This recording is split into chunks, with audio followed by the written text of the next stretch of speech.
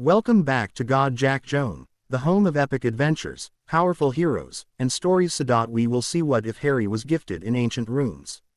Here is short summary. What if Harry Potter discovered his true talent was hidden in ancient runes? After quitting divination in his third year, Harry reluctantly joins ancient runes, only to reveal an extraordinary gift that changes his future forever. Could one centiliter reshape his destiny and make him far more powerful than anyone expected? Watch this Harry Potter to find out. Before we begin, don't forget to like the video, subscribe to the channel, and turn on notifications so you never miss another adventure. Now, grab your wand, prepare for the unexpected, and let's dive into today's story. Harry, Ron, what are you doing here? She asked, looking a lot calmer than she should be. In case you don't remember, started Ron slowly, you just closed the door on Trelawney's nose. Oh yeah, that insufferable know-it-all wannabe. Her two friends could not help but snicker at her choice of words. What? Asked Hermione, not realizing what she had just said. Nothing. Harry hid his smile. And to answer your question, we quit divination too. What? No, you can't. Not because of me. She now had a panic look in her eyes, worried that her rash move caused her two best friends to drop a CL. Harry looked straight at her. Last year, you stood by me, with Ron, against the whole school. Now, it's our turn to support you. You were right. She was insulting you. Malfoy does enough of that for everyone. Hermione seemed a little lost facing such support. She started to walk again, turning her back to them, trying to wipe her wet eyes discreetly. Admit it, Harry, Ron said with a smirk. You just didn't feel like dying for a 40th time today. Later, the Gryffindor trio sat in the common room, weighing their options. McGonagall couldn't be partial, but her smile when they said they quit a divination CL in the middle and were not going back told them otherwise. She simply gave them sheets with descriptions of alternative courses. I don't fancy arithmancy much, said Ron, looking at the list. I'd like to take a simple free study lesson, but Mom would go spare. She already has enough on her hand already, said Hermione, looking at the twins who were wreaking havoc with indoors fireworks. Harry looked at them a moment, shook his head and looked back at his own list. That's it, declared Ron, loudly. I'm taking Muggle studies. At least, I'll understand what Dad is always babbling about and even be able to show him some. Take it too, Harry. You're Muggle raised. This is going to be so easy, we'll ace this. Always the easy way out, isn't it, Ronald? Said Hermione coldly, without looking up from her book. What? For once, I won't be asking you for help. Of course not. You'll be asking Harry's. What's the difference? Well, for once we won't make things up to fill our homework. Replied Ron, sure of his argument. Harry was getting tired of this. Anyway, we're not all in like you. We're not trying to shine to the teachers. Ron realized what he just said a bit too late. Harry's eyes narrowed. He didn't like that umption at all. Hermione's mouth was slowly opening and her eyes were squinting. Was she going to cry? To yell? Both. They'd never know. Harry's calm but frosting tone beat her to it. Ancient runes. Could be fun. Both his friends turned to him in astonishment. Mate, are you all right? Asked Ron dumbly. What is it, Ronald? Don't think I can do it. Harry hissed, narrowing his eyes at the redhead. Ron was anything but stupid. Ellipsis. Okay. He was. But not that time. No. Yes. I've got nothing against runes, mate. I'm not doubting you or anything. I just thought. Ron, shut up for once. Hermione said sharply. Then the news got up to her in. Runes? Are you serious, Harry? Yeah, sure. Why not? He said, unsure at first, then more convinced. Hermione squealed, excited, hugging him hard. Harry looked at Ron, surprised, above his over-exited female friend's shoulder. Hermione quickly let go, only to grab his shoulder and keep him at arm length. We've got to go to Professor Babbling right now. You missed the introductory course last year, so we have to find a way to make it up so you can join in with the other third years. Of course I'll help you all I can. Hermione tugged him to get up, took his hand and dragged him toward the exit of the common room. Harry looked back at Ron pitifully, who looked back smugly, waving his hand in their direction. Me and my big mouth. Harry thought. A list of books in hand, Harry got out of Professor Babbling's office with an excited Hermione chatting next to him. He was glad that runes weren't Ron's thing since the books seemed to be horribly expensive. Not that it was a problem to him, but even then, Hermione and he agreed it would be better to look for used books.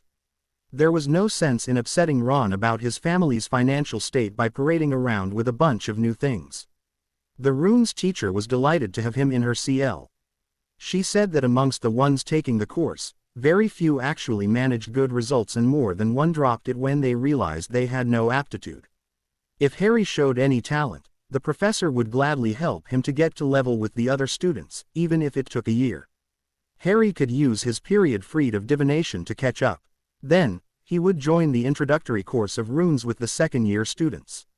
If all went really well, and he doubled the number of hours the second-year students put on it in his free time, he, maybe, could join Hermione's CL by the end of the year.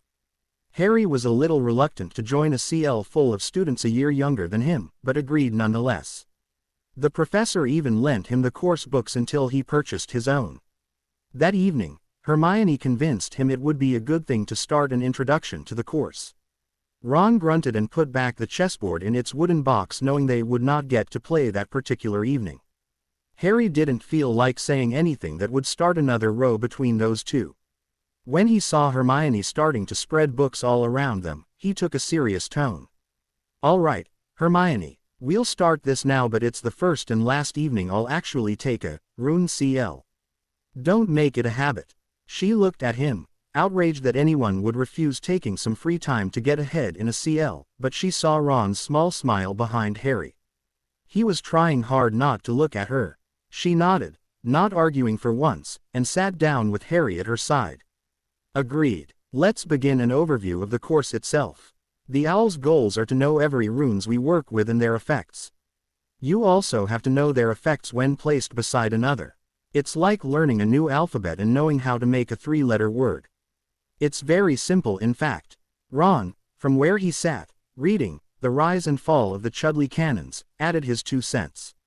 "So it's like learning a new language. I'm sorry, but that's kinda hard. On top of that, you have to learn the new alphabet from scratch, not knowing the word that can be formed with it.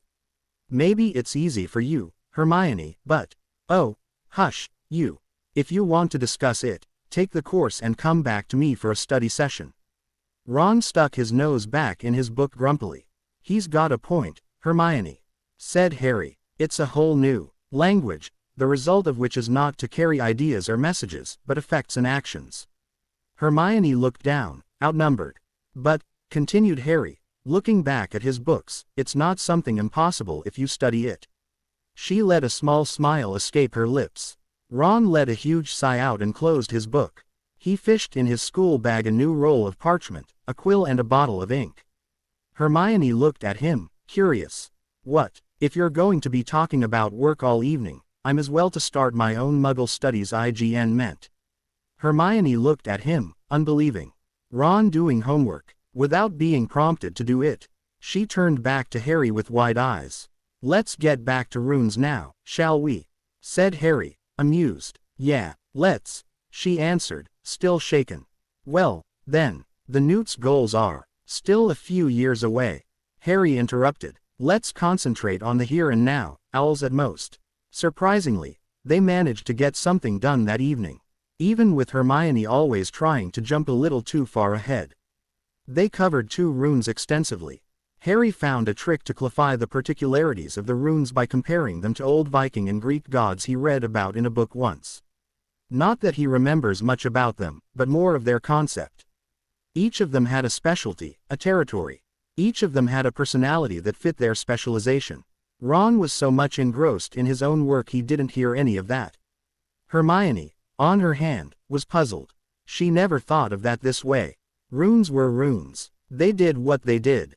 They were not alive. She figured that if Harry found it easier to remember them like that, why not? Something happened that evening, but it would be a few weeks before Hermione realized it. Time passed, as it usually does, with its ups and downs. Harry practiced Quidditch, but could not go to Hogsmeade as he still lacked the Dursleys' written authorization. Of course, the fact that he practically changed his aunt into an inflated carnival attraction might explain it. He guessed he could try to pee the Dementors with his cloak, but the Weasley twins thought otherwise. They gave him a special map that was invaluable. Harry mused, once again, how lucky he was to be friends with the Weasleys. Following his friend, he had quite some fun playing the invisible ghost, scarring Draco and his stooges. Still, he was getting tired of the Slytherin always bugging them unprovoked. Unfortunately, his little escapade to Hogsmeade wasn't all fun and games. Eavesdropping on a private conversation his teachers were having, he found out about Sirius Black, the escaped convict that Ron's father warned him about at the start of the year. He realized, remembering the taunting Draco threw his way on the Hogwarts Express this year, that the story was well known in the wizarding world, but had been kept from him on purpose. For his own good, of course. He decided right there and then that he would avenge his parents if he had the chance. He could not go against his promise not to chase after Black. Harry respected Arthur Weasley and didn't want to betray the man, but, in a moment of clarity, he realized he would not have to. Black was looking for him. If he was good enough to escape a prison full of Dementors, a few of them would not keep him from Harry. When he'd show up, he would be ready. Did you get it? I know ersatz is quite a complex rune, but it's okay, Hermione, Harry said over his textbook. It's crystal clear in fact. I guess that's all of 'em.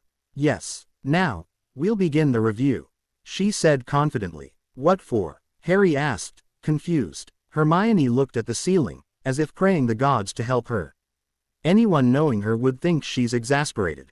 To Harry and Ron, it's just a habit she took when studying with them. Honestly, Harry, do you remember all the runes by now? The memory of the first one probably faded by now. No, it hasn't, objected Harry calmly. Oh really? Then why don't you tell me which runes we covered in the first 2 weeks? She asked, crossing her arms. And he did, in detail, spilling all their significations, known origin and possible uses. After the first one, Hermione looked around to make sure there was not a book open around them, giving him all the answers. After the third, she stopped searching, seeing his eyes looking at her, through her in fact. It's as if he saw the runes right before his eyes. After the 10th one, he stopped. Hermione was speechless, for 2 whole minutes. Ron was the first to break the silence between them three in the common room. Whoa, Harry, that's wicked, indeed, said Hermione. I never heard of anyone learning the first set of runes so fast. Not that, Ron said, enthusiast. He managed to shut you up for 2 whole minutes. Harry burst in laughter as Hermione threw a dirty look to Ron. The latter was suddenly looking away, paying great attention at the description of the Muggle monetary system in his book. You're sure you don't want to revise, Harry?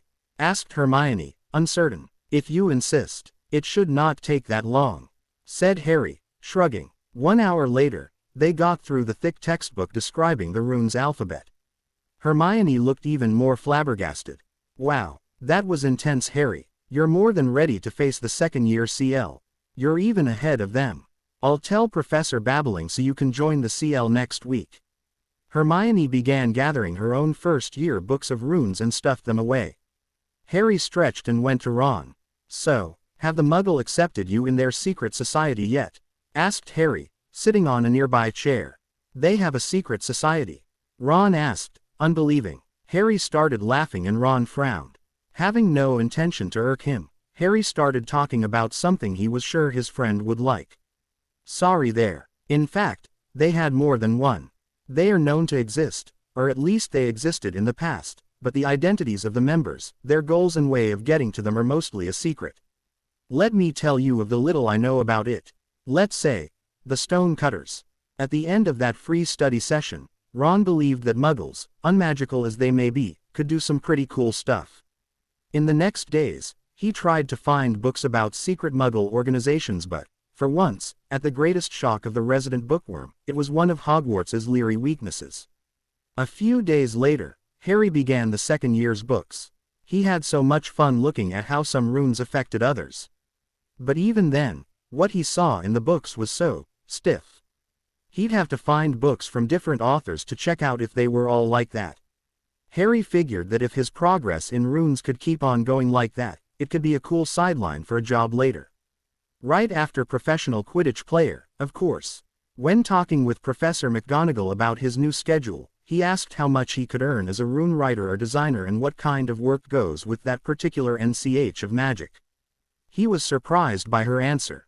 The rarity of rune crafters meant that even the less talented earned as much as an experienced auror. The wages just got better for talented crafters. A truly gifted one could earn more than a Quidditch star without the risks of injuries. Harry never was so happy to have left divination. He was currently in the empty common room, enjoying the quiet of his free divination CL. Ron was at his Muggle study CL on his new schedule, and Hermione, well, he wondered where she was in fact.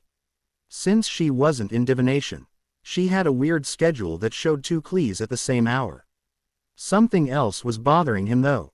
He wasn't really alone. Not all that quiet either.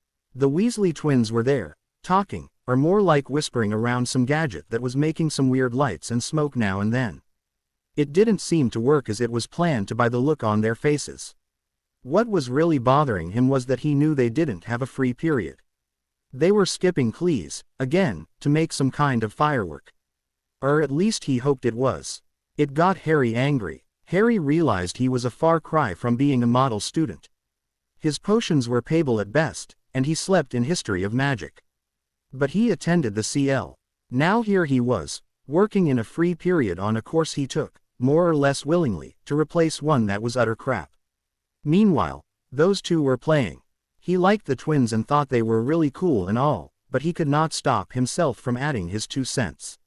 "You two must really hate your mother," he said loudly, thinking of a way to breach the subject. "What was that?" asked Fred, frowning. "Your mother," Harry repeated. "Either you don't like her or you just don't care. Are you searching for a beating, Potter, or a lifelong prank?"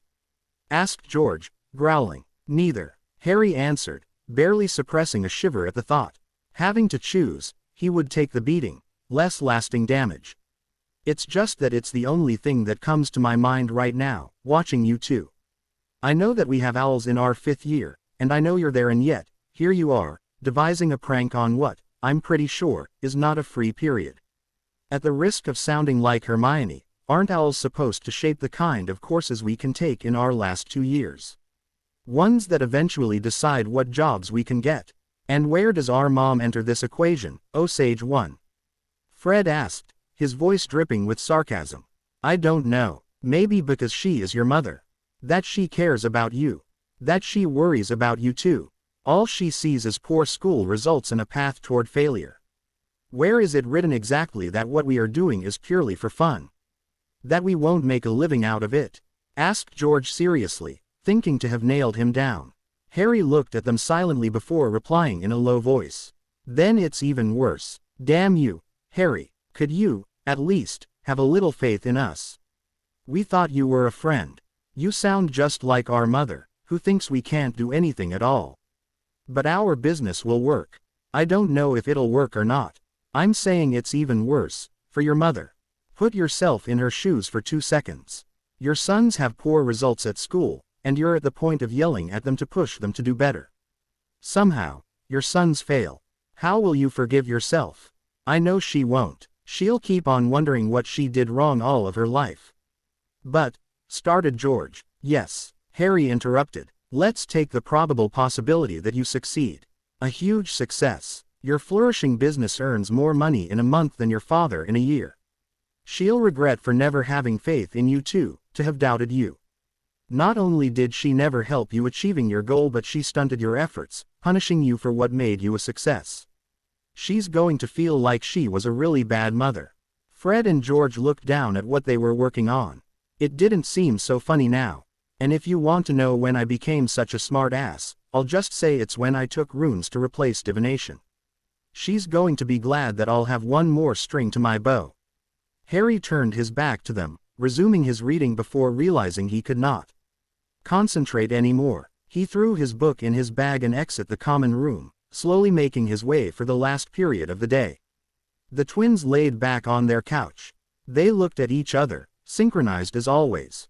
"You know, I think the shape of this firework is a transfiguration problem. We should ask Professor McGonagall for some catch-up work." "I quite agree, brother mine.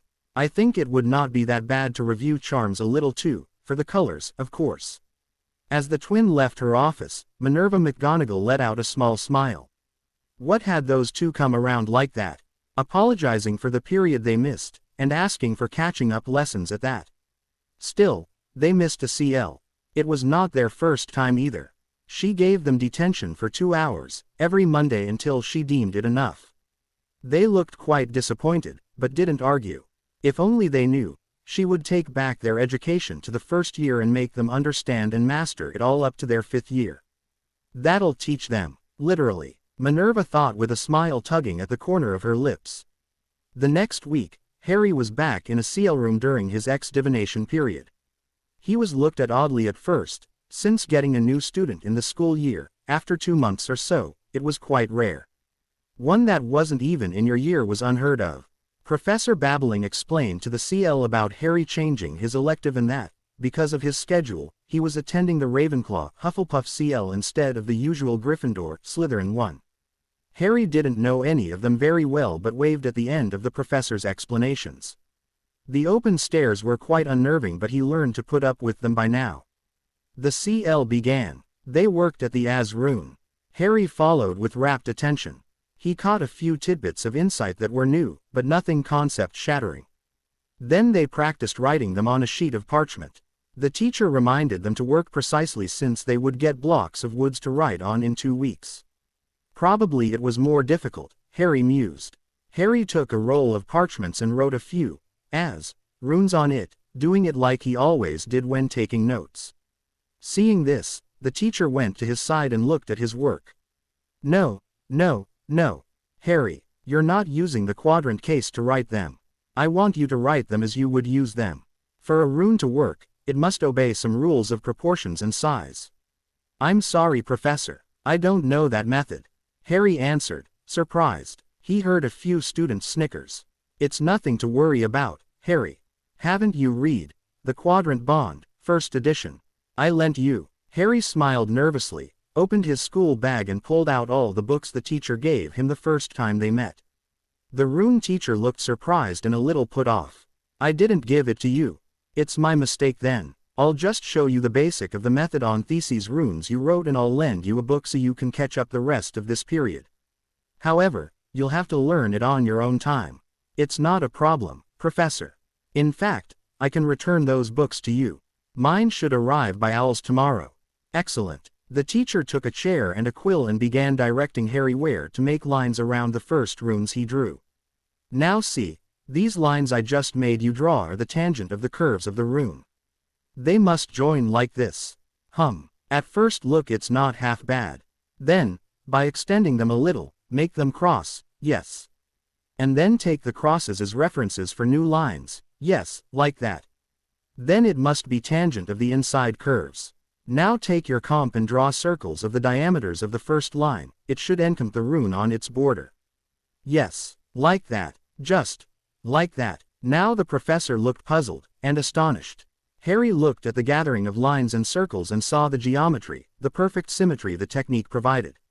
Seeing his rune fit perfectly at the middle of it all was the icing on the cake. It gave him a feeling of perfection and accomplishment. Thanks you, Professor. This way of checking if your rune is well drawn is fantastic. Harry thanked her. When Harry looked up from his sheet, he was surrounded by the whole CL. The rune teacher looked up too and smiled. Well, that certainly drew attention. The quadrant case isn't a way to check out a rune, Harry.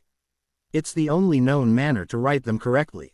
The professor took the parchment, examining the perfectly straight lines his new student made without the use of a ruler.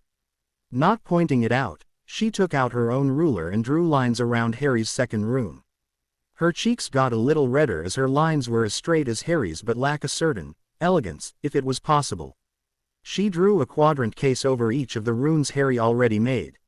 They all fitted in. Some seemed a little different from others, but were still a perfect fit. They all had their own balance.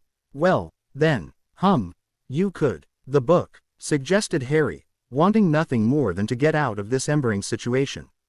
Yes, I'll get it for you.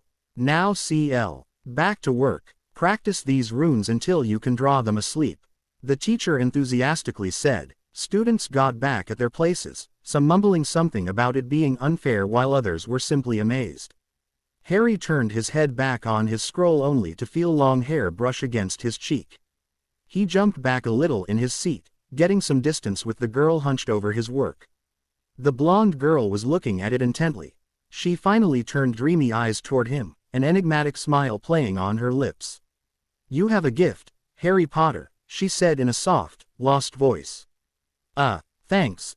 Luna Lovegood, second-year Ravenclaw. Don't be shy to ask for help at any time, but then she turned at the perfect set of as. "It might be the other way around," she finally said. Sure, anytime," said Harry, glad to have a second opinion on his work, no matter how special she seemed. The girl looked at him, a little bit surprised. She gave him a radiant smile before going back at her place, playing with her butterbeer bottle cap's necklace. Harry noticed then her wand was tucked behind one of her ears. Ears decorated with radish earrings. "Don't talk too much to her," a boy whispered to his left. "You'll catch Looney's weirdness." A couple of other Ravenclaw around snickered. Harry was more than a little angry. He knew what it was to be called weird. He suffered of it quite a lot when people found out he was a Parseltongue the year prior. He looked at the boy, doing his best faking a surprised look. "Weirdness," he said a little too loudly for the young boy's taste. "You don't recognize this, do you? It's true that you're still a little young." "What do you mean?" asked the boy angrily, on the same level. "It's not weirdness," explained Harry slowly, smiling to himself. "It's style. She's got her own. Forget it. You're too young to understand." The discussion was cut short as the teacher came to lend Harry her book about quadrant cases. All students got back to their work, not wanting to be caught chatting in CL. Professor Babbling was nice, but intolerant of idle hands and minds. She gave a look full of mirth to Harry, handing him the book. "By the way, Harry, congratulations. You managed what few, if none before you, had done." Harry didn't know if he was talking about the runes or the standing up for Luna. Maybe both. Anyway, he was curious about the subtlety of this quadrant case and absorbed himself in it. Things got back on track from then on. Hermione, looking as tired as ever, was ashamed for forgetting the quadrant case. When she learned he hadn't needed it, but that he found it was good background knowledge to have, she was silent for a whole 3 minutes. Ron looked up from his book about non-magical castles in England, then back to it.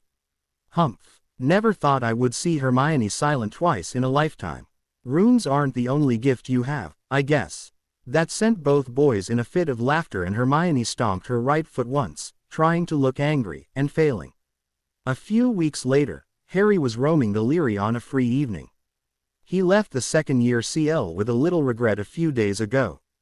He was getting to know Luna a little better and liked how the younger blonde witch thought. She had the craziest ideas of how to use runes.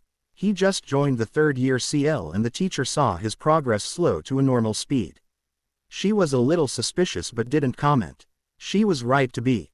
Harry saw in Hermione's eyes, for the first time ever, the green demon of jealousy that he already spotted in Ron's a few times by now. She was jealous of his innate understanding of runes. So, he downplayed his progress and seemed to study the same things over and over again to understand them. In fact, he just finished the third-year program in runes. He didn't have to really learn by heart the effects of a combination of two runes like they did. He could guess it just by thinking about them, one at the side of the other. Writing on wood was fun, but he was impatient to get to carve them. Unfortunately, that would not be before the fourth year. He decided not to stunt his progress and to broaden his learning. He had a nice pile of gold in his vault. It was time to put it to use. He would buy the right books.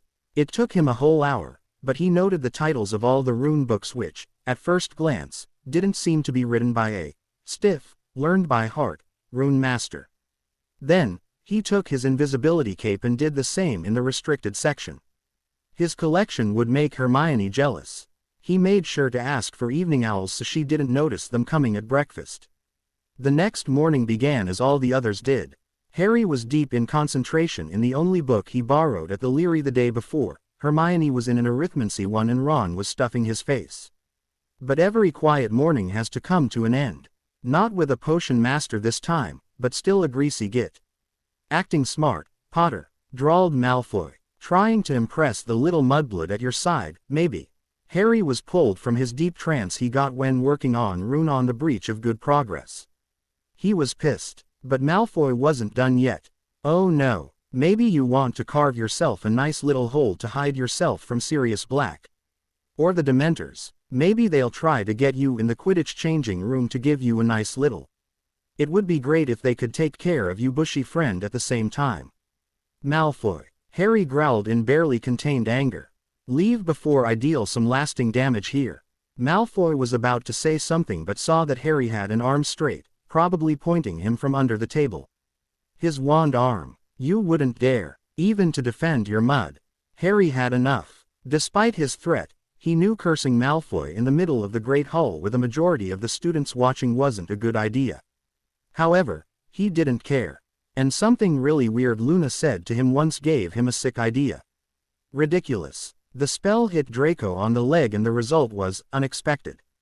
His robe all but disappeared, leaving him in a tight, outrageous leather suit. Or, at least, what Harry could imagine what an outrageous leather suit would be like. He now sported a shiny black leather harness with tight shorts, spikes and a whip at his side. The best part was the leather mask with a zipper that kept his mouth shut. If Draco had been a boggart, he would have been instantly dissipated from the laughter that erupted in the Great Hall. Sorry, Malfoy, I don't swing that way. Please, refrain your urges. Harry said, smiling, while Ron was spilling food everywhere so hard he was laughing.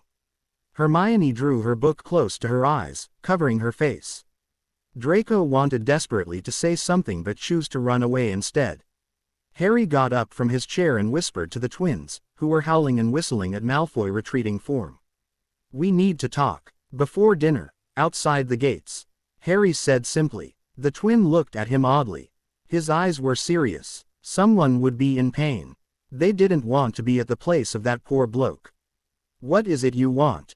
Asked Fred, as he and his other self got to Harry.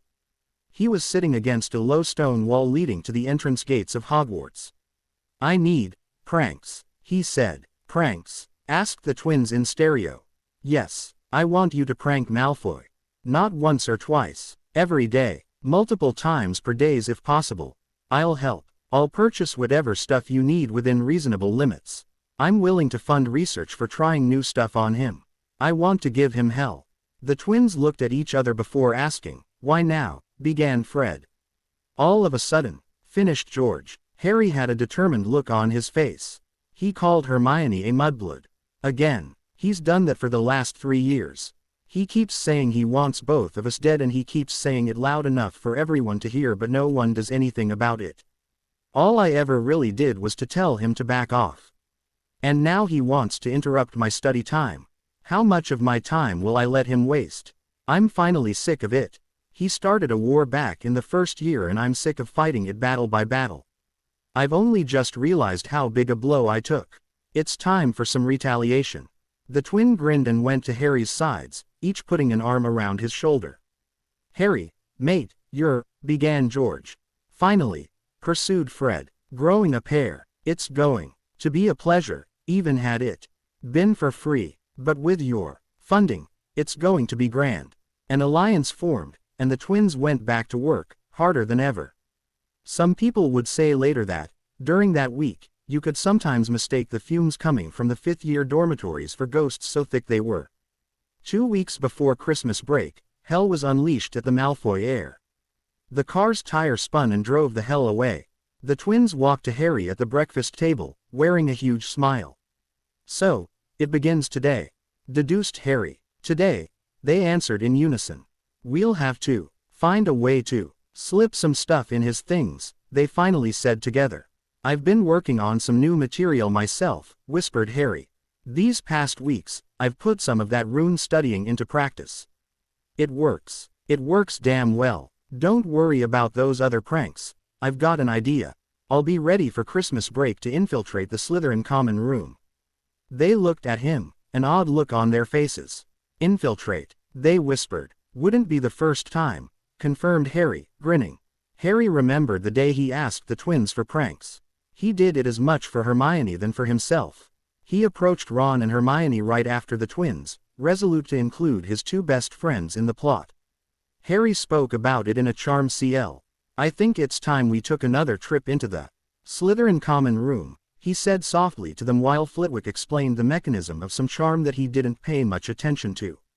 What? Whispered Hermione sharply. It is time. We have to get back at Draco, once and for all, and to stop this sick circle. I'm tired of the insults, the traps and the sneers. I'm going to recruit Ron's brothers for an all-out war on him. Some strikes will come straight from his own dormitory. We'll need a good batch of polyjuice. We'll keep some in reserve. We can't do that. It's not really that big of a deal. What happened that morning, Harry? Pleaded Hermione. It's nice of you, in an all-vengeful way, but, really, those names don't affect me anymore. Shame on you, then, Hermione, Harry whispered, serious. His friends didn't expect that. She looked at him, not understanding and kind of hurt. He's calling you a mudblood, he slowly said, their group managing to escape Flitwick's vigilance. A mudblood, meaning your blood is full of mud. You can live with that. Okay, but what about your parents? My parents, she squealed. Yes, blood refers to your direct lineage, your parents, your sisters and brothers, your grandparents, uncle and aunts. He's calling them a puddle of mud and that your blood comes from that mud. How would your parents like to be the cause of prejudice toward you? What if they learned of it? Would they feel ashamed for not being magical? How would they look upon you, they Gryffindor, who won't even fight for them? Hermione's head was low and she looked really pained. She was shaking with rage. Thinking further about the meaning of those insults, she bore for far too long hit her deeper than the first time she had it directed her way. That worm is going to pay, she whispered harshly. I can't believe I blinded myself so much for the sake of not causing trouble. You're right. This is a matter of Gryffindor pride, family pride. It is not an empty or sinful concept. It is based on the love of our family. I'll do it, but I'm not too enthusiastic about stealing from Professor Snape again. No need, Harry reassured her. I'm making a huge purchase at the apothecary in Diagon Alley where we buy our school stuff. It's going to have so many ingredients he won't even suspect polyjuice. Nothing harmful in this war, Harry? Asked Hermione, her old self resuming control of her. Nothing permanent, replied Harry, noncommittal. Ron, when the time comes, I'll need you to get in the Slytherin common room. Meanwhile, I'll be quite busy myself. You'll have to take my cloak and spy at their entrance whenever you can. Learn the P words, their schedule and the times of greatest traffic. If you can, find out the entrance of the third-year dorms. It's going to be vital if we want to seem like we belong there long enough to put all the stuff in. Ron nodded once. He was glad there was something he could do to help. It was important to him too, no matter how he looked at it. He'd do his best. Back to the present, with the twins at his sides at the breakfast table. He was impatient to see Draco appear this morning, for once. A clue on what's going to happen?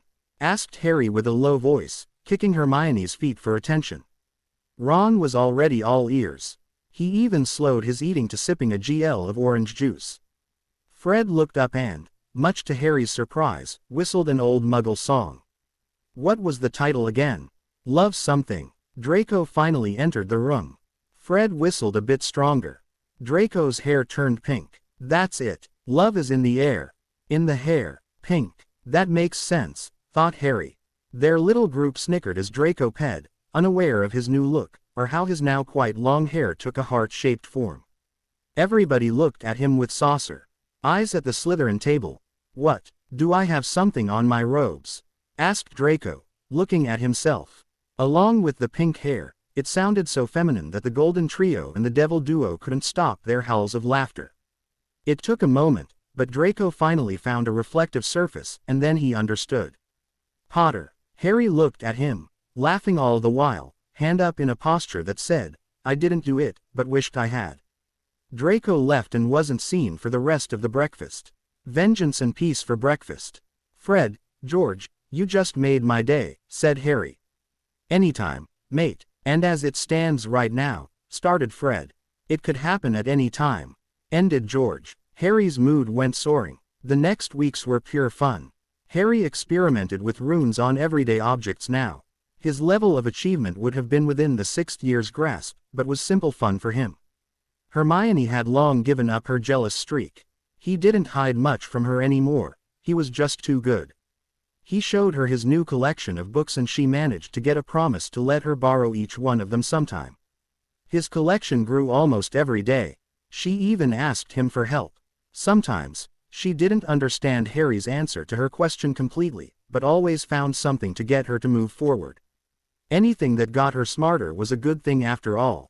Ron was often gone and got back to the common room right before curfew. He always carried a small notebook and pen with him. Harry felt the Slytherin common room would hold no secret from them by the time they went in.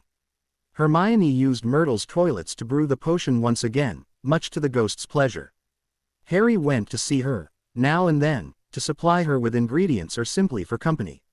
Ron came too, once in a while, stiff from sitting on the dungeon's cold stone floor. Meanwhile, Draco got pranked, and how he got pranked.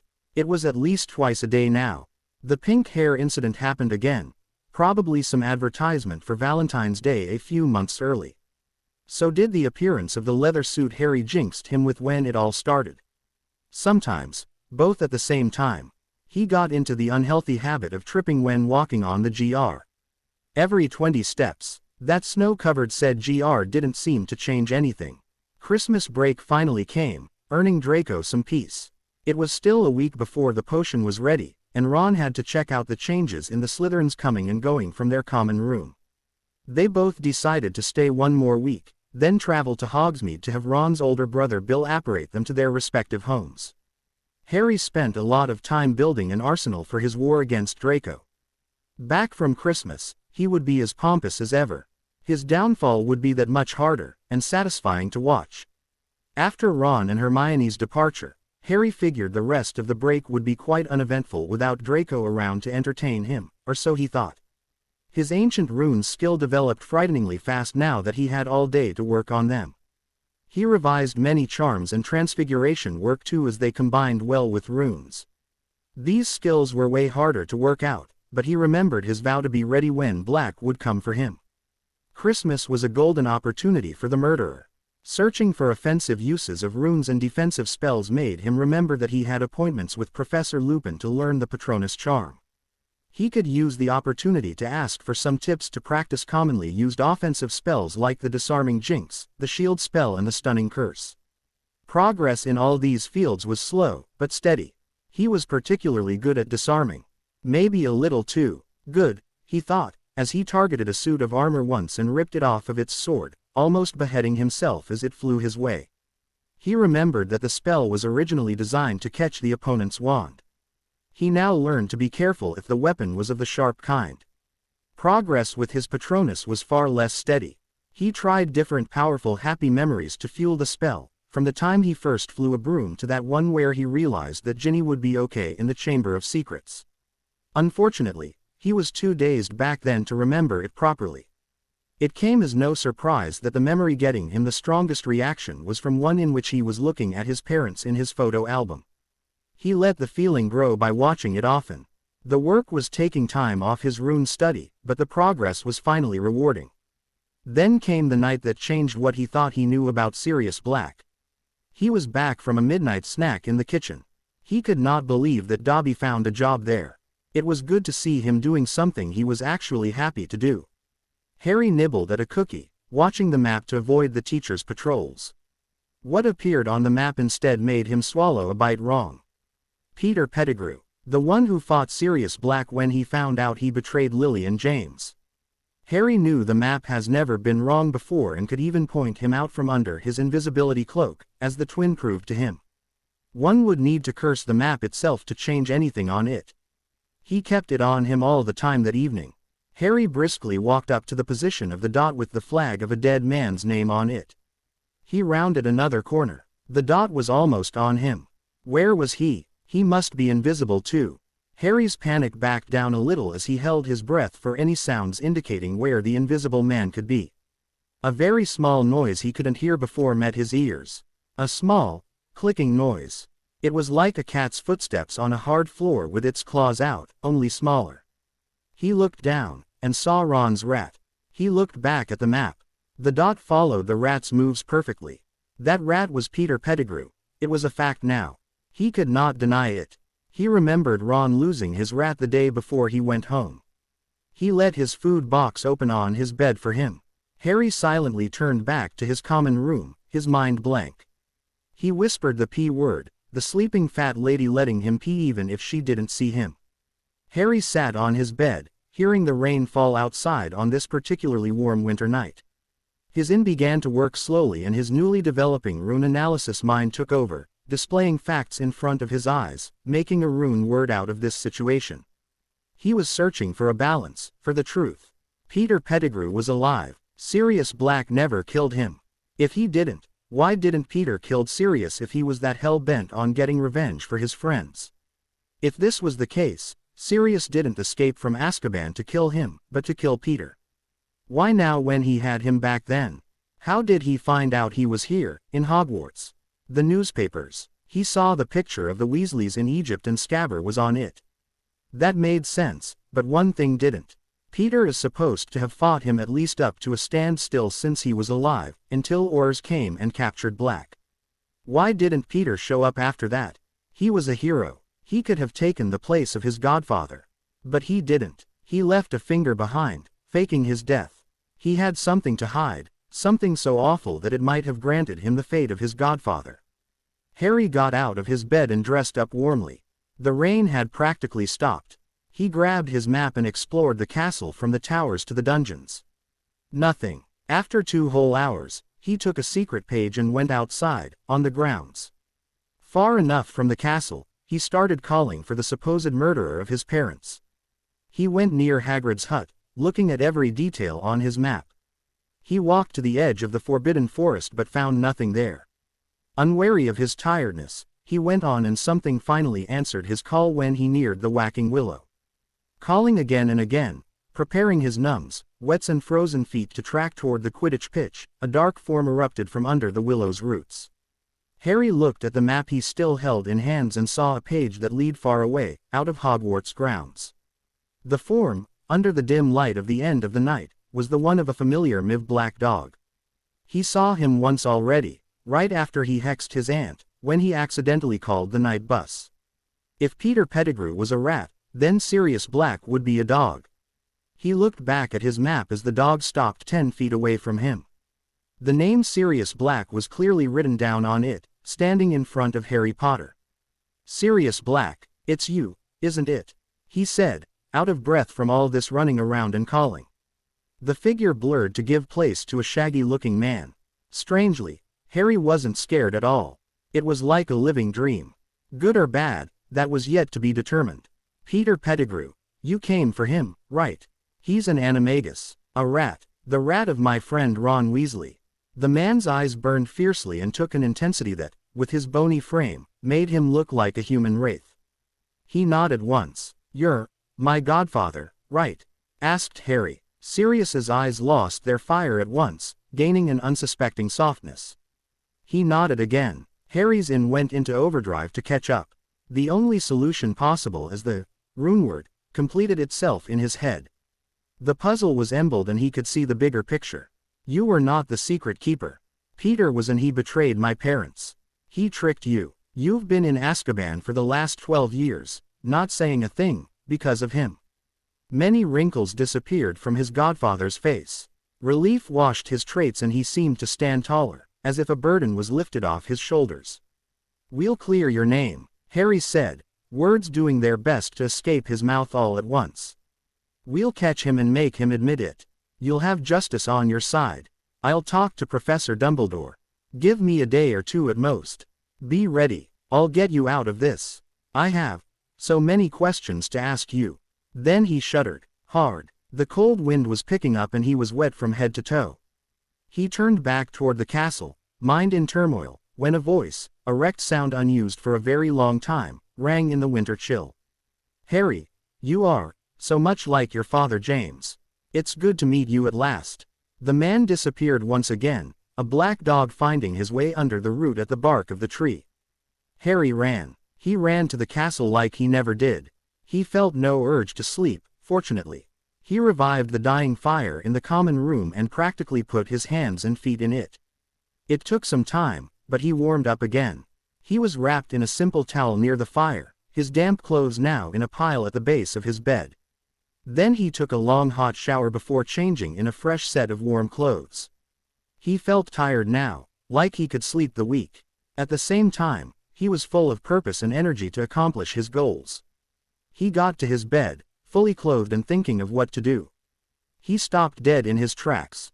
There was Peter in his rat form, sleeping on Ron's bed near his food box. If he tried to catch him now, the rat would bite him and escape. If he realized that Harry knew his secret, he would transform and could try to kill him. He had to trap him into something he couldn't transform, something that he could not break. Harry didn't know the unbreakable charm. Hermione surely did, but she was not here. On the other hand, he knew perfectly how to do the equivalent in runes. Harry fished in his trunk and found something adequate. A small wooden box with a locket meant to hold his supply of belladonna seeds for his potion work. He found an empty box of chocolate frog on the side of Ron's bed and put the seeds in it. He sat on his bed, writing the runes necessary on the wooden box with great care. Once done, he took a little carving tool and finished his work, making it permanent. The runes wouldn't be erased accidentally. Just for the heck of it, he put a runeword on the inside to prevent any kind of transformation. He made sure they were perfect before taking the next step. He put the tip of his wand on each rune and powered them. Never had he seen a wooden box look so cool. He instantly knew that it worked. He got up and casually walked to Ron's bed. He woke Scabbers quite harshly by lifting him by the tail, his heart beating so hard Harry thought it would burst out of his. He dropped the rat in the box and closed the lid.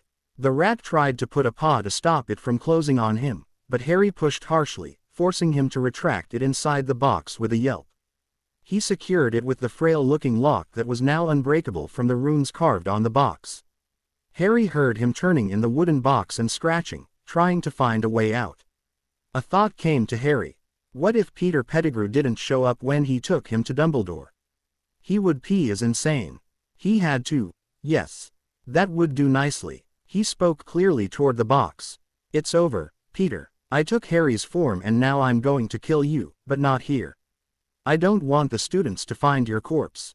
I'll take you to James's and Lily's graves for you to die over it. Isn't it just a fitting end for a traitor? The movements in the box stopped totally. Harry knew his words hit their marks. He just hoped the rat didn't die right there from a heart attack.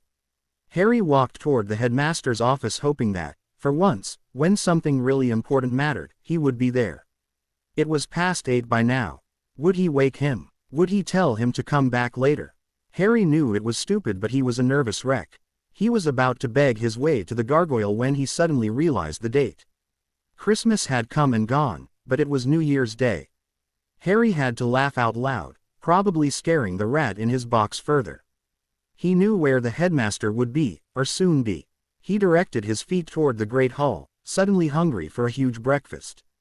He was amongst the first present. He hid the box in his pocket, even if it stood out a bit. Harry forced himself to eat slowly so not to overeat and get sick on this day. Time flies by sometimes. At other times, it crawls toward the next minute. Harry experienced both, as he waited for the headmaster to show up while dreaming of what could happen with his godfather around, free. The headmaster finally showed up, at 8:30. Harry jumped on his feet, causing his chair to crash behind him. He placed it back up nervously and walked, shaking but smiling, toward the white-bearded man. Harry, is something wrong? Dumbledore asked, a bit worried. Could we go to your office, sir? I have something very important to tell you. I know it will push your breakfast a little bit, maybe a lot, but it's really important, and. Albus squeezed Harry's shoulder urgingly. Harry, calm down. Of course we can. Don't worry about it. He illustrated his point by taking a toast and some bacon from a plate. See, it should be enough to keep this old body up and about for a while. Let's see what's so bad that got you in this state. The trip to the office was quick, and Harry could not stop himself from checking the content of his pocket. Dumbledore was concerned. After last year's episode with the diary, he could not help but to worry about the poor boy. Once they climbed the stairs, had the gargoyle, and entered the office itself. Albus seated himself behind his desk while Harry took a chair in front of it. Harry took a breath and began his tale. At first, Albus smiled at Harry's shyness to admit his midnight snack. God knows he needed the food with the kind of summer he must endure. Then came the surprise about the discovery of Peter Pettigrew. Could this strange map be dysfunctional? He never heard of such an item inside Hogwarts. And the trip in the snow. The meeting with Sirius almost sent him to check on the boy, but no injuries, not even physical contact with the man, was stated. No wand drawn, only shocking words. Then, Harry told about creating an indestructible rune box, and Albus began, against his own will, to doubt Harry's words. But then Harry got the mentioned object out of his pocket, the object he kept checking all the way up to his office. There was no mistaking the work, or the soft glow coming from the runes on the box. Just one look at it and Albus Dumbledore, headmaster of Hogwarts, knew that this box would survive any mortal being alive right now, even if it had to carry the weight of a giant on top of it all that time. It was the kind of work that could hold the most precious treasure of a king for posterity. And to say it had the name of an apothecary written on it. What publicity! He got to the more mundane situation ahead compared to Harry's work. The box contained a rat, who was a murderer in his animagus form. Dumbledore took the box slowly. Then he spoke clearly, loudly. Hogwarts, seal this room. A light hum was heard, and Harry, not thinking to be any smarter than anyone else, still realized that nothing would come in or out of the headmaster's office without his consent. Albus opened the box and a rat sped out at near light speed. As if the greatest wizard of all England didn't expect that, he caught it in mid-flight from his desk with a quick spell. The rat turned into a babbling man in thorn, old clothes with prominent front teeth. He was so very ugly. He smashed in a wall from his momentum and fell on his back, dazed. Albus calmly got up and bound him in physical ropes along with numerous binding spells. If you even try to change back, Peter, let me tell you you're going to be in a lot of pain. On top that it won't work, of course. The face of the traitor did show he tried it and that he didn't like the result at all. His bonds were intact and the pain took a few seconds to subside. He finally slumped down, looking at them with watery eyes. You don't understand, he said in a squeaky voice. If you're innocent, you wouldn't have tried to run away from me, Dumbledore stated, shaking his head slowly. Harry, let's leave him here for a while. We have someone to bring in the warmth of the castle, I think. Harry dumbly nodded and led the way toward the exit. Professor McGonagall was waiting at the entrance of the office, looking worried. Albus, what's happening? The gargoyle refused to let me pee, even with the P word. It sure didn't, Minerva. I sealed the room. I sealed it again behind me and it will stay that way until I get back. We have a few minutes of walking to do outside. Why don't you grab a coat and come with us? Mr. Potter just told me a tale worth retelling. And so Albus did, for Harry was too nervous to even open his mouth. He often asked Harry if he told it right, but the young boy simply nodded and mumbled nervously. What if Sirius wasn't there? What if didn't trusted him enough to come out with the teachers in tow? They soon reached the violent tree and Harry's fear peaked. Mr. Black, I'm back. Professor McGonagall and Headmaster Dumbledore are with me. We captured Pettigrew and saw his ugly face. You can come out. Harry didn't have to worry more than 2 seconds. A black dog ran outside from under the roots of the tree, its tongue hanging from its mouth. He wanted nothing more than to pounce on the boy who freed him to lick his face to no end. He spent the whole night worrying about him. Sending a 13-year-old boy capture a seasoned Death Eater seemed rather foolish to him now, but he had been shocked from seeing Harry, who already knew the truth on top of it. He slowed down though, figuring Dumbledore and McGonagall might see this as an attack. It was better to play it safe. He stopped a few meters from Harry, and changed his form from a shaggy black dog to a shaggy black-haired man. He looked at Dumbledore and asked one thing. Permission to hug my godson, Headmaster. The old man's eyes twinkled happily and his hand left his wand in his sleeve. Granted. Sirius scooped up Harry and twirled him around, laughing like a madman. I knew you'd do it. My wondrous godson, I'll never thank you enough. It's worth more than one bloody firebolt. I'll give you the company for next Christmas, damn it. Harry was laughing hard and thought Hermione would be quite happy herself. She was right. It was Sirius Black who gave him his new firebolt. Her letter contained many threats not to ride it before the teachers could check it out. Sirius finally let Harry down and shook Dumbledore's and Minerva's hands. The latter took him in a hug, glad to find back one of her lost little Gryffindor. Sirius turned back toward Albus with angry eyes, looking more like the ex-con he was. "Where is he? Where's the little rat? Bound in my office, out of your reach. You'll have to endure being Harry's pet for a few days since the ministry's closed for the holidays, but you're allowed to hang around as much as you like. Rest, eat, sleep well. A real trial, a fair one, awaits you. You have to look your best to sway the jury to your side with your manly charms. Let's hope there is a majority of women and that you didn't lose your touch," Albus finished with a wink.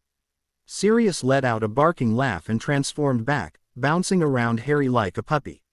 Harry felt the castle would be even warmer this holiday, now that he had some family to celebrate it with. The last of Harry's vacations was really fun. The relaxing kind of fun. He didn't stop studying much, but now he had a friend resting near the fire with him. The few Gryffindors that stayed for the holidays asked about him and Harry simply said that he was a stray dog he found and that he would bring it back home. Sirius ate a lot, slept a lot and looked so much better after a shower and a shave in the dormitory's bathrooms. Sirius never forgot the rat, but still enjoyed the comfy time he had in his old common room, with his newfound nephew, even more than exerting a vengeance that would send him back in prison. He could live with that, especially after Harry told him how he captured Pettigrew, impersonating him when the rat was trapped in a box. He could only laugh at the idea and at the imagination of Harry. To kill Peter over Harry's parents' grave. The idea had quite some merit though. Harry told him bits of his life, now and then. His friends, his hated family. At that one, Sirius growled. There would be changes. He watched Harry practice his charms and transfiguration courses, giving him tips of what he remembered at times they were alone. His rune work was what mesmerized him the most. He didn't study ancient runes, but he had some memories of a girl who was working on an essay. Still in her birthday suit in bed with him, he remembered it looked complicated as hell to draw a single rune. Harry drew them as if he was simply taking notes. Albus finally got back to him with news of his first real trial. It would be taken in front of the Wizengamot in an emergency session. He showed him the box, made in a few minutes, maybe an hour, which held Peter in his rat form. It was simply astonishing. Albus asked him not to tell a single thing about the quality of this unique work to Harry. This boy doesn't know where his ability stops yet. Let him work and discover it all by himself. It would be sad to stunt his growth by telling him that this is the best he can do. Albus sagely told him. Sirius recognized the headmaster there. Some would say he did not care or that he doesn't want to recognize Harry's work and natural abilities. Sirius knew that was simply encouraging self-development. The last week of the holidays came to an end and Sirius found a moment to transform and talk to Harry before the students came back. He was looking glad and sad at the same time. "Harry, I'll have to go now. I'm going to a house that is safe for me and I don't know in what kind of state it'll be after all these years, but I'll do my best to make it safe enough for you. Maybe will I be able to convince Dumbledore to let you live with me in the summer. From what you told me, that would be quite the upgrade from the Dursley." Harry smiled, sad to see him go but an incredible hope blooming inside of him. "That would be awesome. If you need any help at all to dust the place, I'm all for it. Magical or muggle way, I don't care. I'm used to it." Sirius smiled and hugged him warmly. "My life's getting back on tracks, buddy, all thanks to your quick wits. Keep working on those runes. I've heard it helped develop deduction skills. I guess they were right. Right now and then. We've got a life of catching up to do." The next day, Hermione and Ron found Harry so sincerely happy and they feared he got hooked on the cheering charm during Christmas break. The tale they got as an explanation had them impersonating fishes out of the water. Ron could not even find the wits to point out a gobsmacked Hermione. "Mate, is that your idea of a vacation?" asked Ron, eyebrows raised. Harry found that one pretty funny since, well, until now it was the quietest vacation he had here. He laughed honestly and his friends were glad to see that the shadow, that small part of sadness that was so often around him, was gone. He found a place he belonged. A family of two was still a family. Now, Harry began, grinning maliciously, who's up for some Malfoy hunting? He had all of Christmas break to rest. Time for life and pranks to resume. Both his friends looked eager to start. His good mood was contagious. Hermione even lost the bags under her eyes during the holidays. It was time for the Golden Trio and the Devil Twins to strike. Harry and Ron easily stalked the two small first-year Slytherins that the redhead thought were the best choice. Those two usually went unnoticed. The Gryffindor infiltrators used a full-body bind on them and dragged the two poor boys in a broom closet. They did so from behind, never showing themselves. Once in the closet, they cut a few hairs from each and urged them they would come back to free them later. They had nothing against them in particular, but it had to be done. Next, they went to the bathroom-turned-potion lab and presented the hairs to Hermione, who finished the potion wordlessly. She handed them each their vial, fighting her conscience who banged on the walls of her mind. It had to be done. The boys each entered their stall and drank the smelly mixture. Oddly enough, it tasted better than crabs and goyles. It was disturbing to think that some Slytherins tasted better than others. They preferred not to think about it anymore. The process in itself was as painful as they remembered. Even more, since their targets were way smaller than them, forcing the Gryffindor through even more changes. They kept the rest of the cauldron in individual vials for later uses. Hermione managed to make their uniforms fit their new size, and change their house crest on there as well as the color of their ties. Ron and Harry finally each took a backpack full of surprises and went back down to the dungeons to prepare a greeting from the holidays vacations for Draco like he never had before. Draco's new year began very badly. In fact, it was the worst he ever had, ever. Even later, looking back at it, he'd still see it as the worst. It wasn't once or twice a day now. He became a walking hex. People started looking at him from afar, waiting for something to happen. Whatever time of the day it was, they didn't have to wait very long. Each morning, his hair took a new, random color. At first, it was all Slytherin colors. Silver, green, S's. Oh yeah, he looked like the Medusa more than once, and the small first years were running away from him, taking great care not to look at him in the eyes.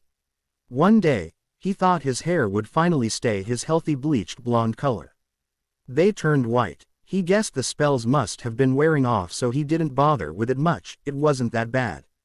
Anyway, he had charms and didn't have the time to have them changed back right away.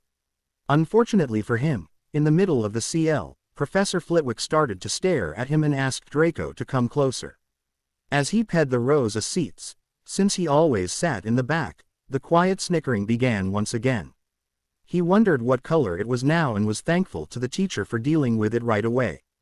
That was not to be the case. The charm teacher poked at his hair with his wand, getting a reaction and a yawn. A yawn? Draco asked himself. Conjuring a small mirror for the young man to see, Flitwick resumed probing at the intriguing haircut. Draco blinked twice at what he saw in the mirror.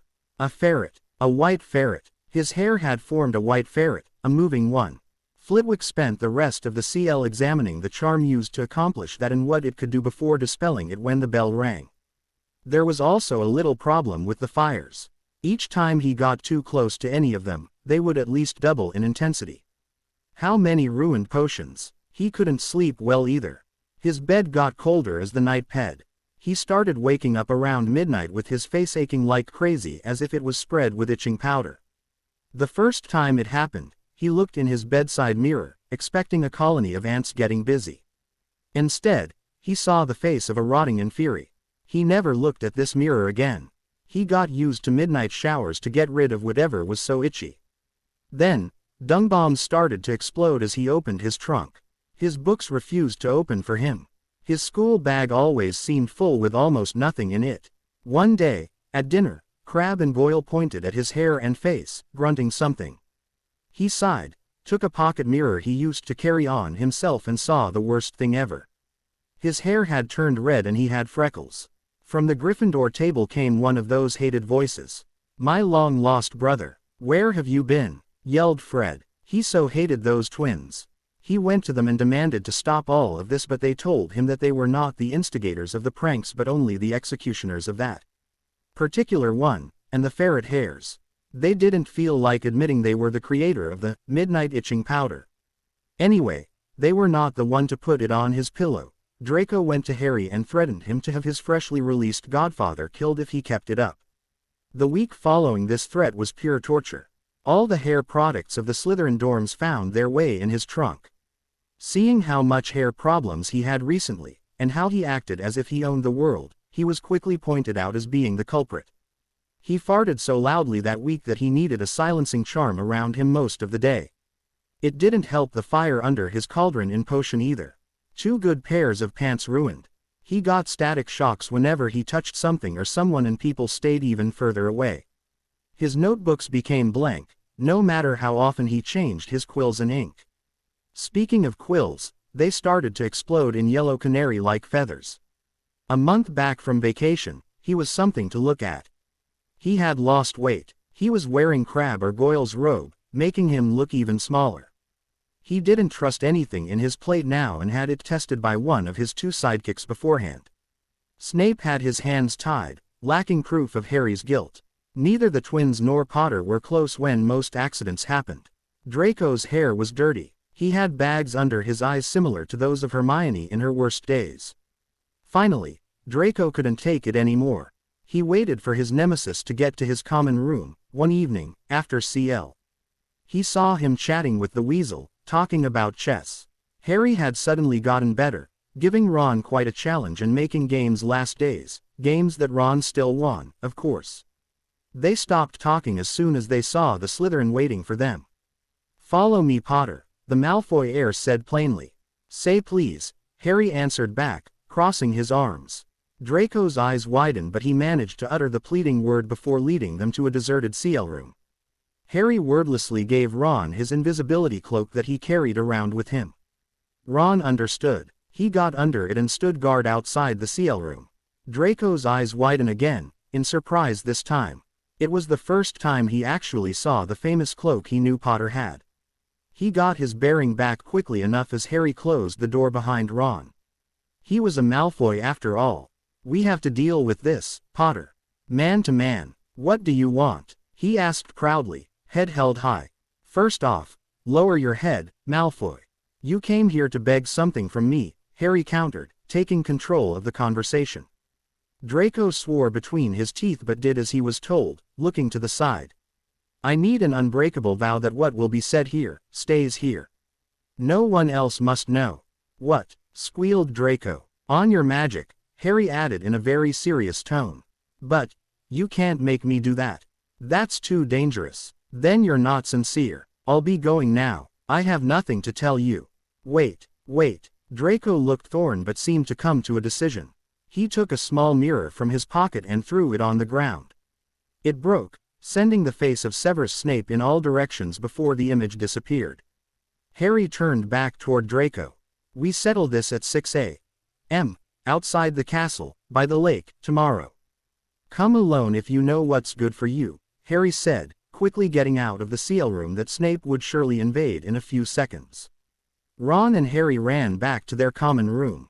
Of course, Snape could get at them there. He was a teacher after all, but he didn't have enough ground yet to accuse them of anything. They both knew he would be waiting for the big catch. Thus, they had to be careful. They went to sleep early that evening, in order to be waiting for Draco when he would show up. They did wake up early. They got out of the castle by the main door, walking around freely now that there was no more danger of their souls being ed dry by a Dementor. They all got called back the day Sirius was announced found and innocent. The funniest thing about it happened when Malfoy tried to scare him during a Care for Magical Creatures CL with a Dementor costume, mounted on the shoulders of one of his goons. The Patronus he sent his way by reflex bowled them both over. It was amusing to think that he didn't have to lay all the traps on Draco. He fell in this one on his own. But today, the air was chilly for the only reason that spring hadn't made its great entry yet. March was almost at their door, but the snow was still very present, just as much as the ice on the lake. Harry gave strips of leather to Ron to slip in his boots before leaving the castle. The runes-carved objects prevented any footprints. They waited under the invisibility cloak, the sun still hidden beneath the horizon. They finally heard crisp steps ahead.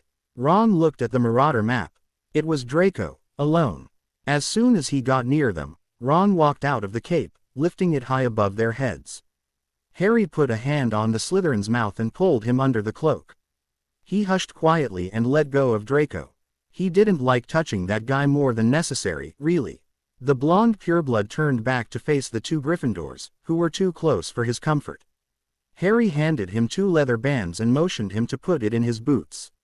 It wasn't comfortable, but helped greatly for discretion. They walked slowly, Draco not being used to be under a veiled cloth, with 2 other peoples at that. Ron and Harry learned long ago not to step on each other's feet, but it was a new experience for Draco. They made about 20 steps when Snape ped them in a rush, going for the spot they had just left.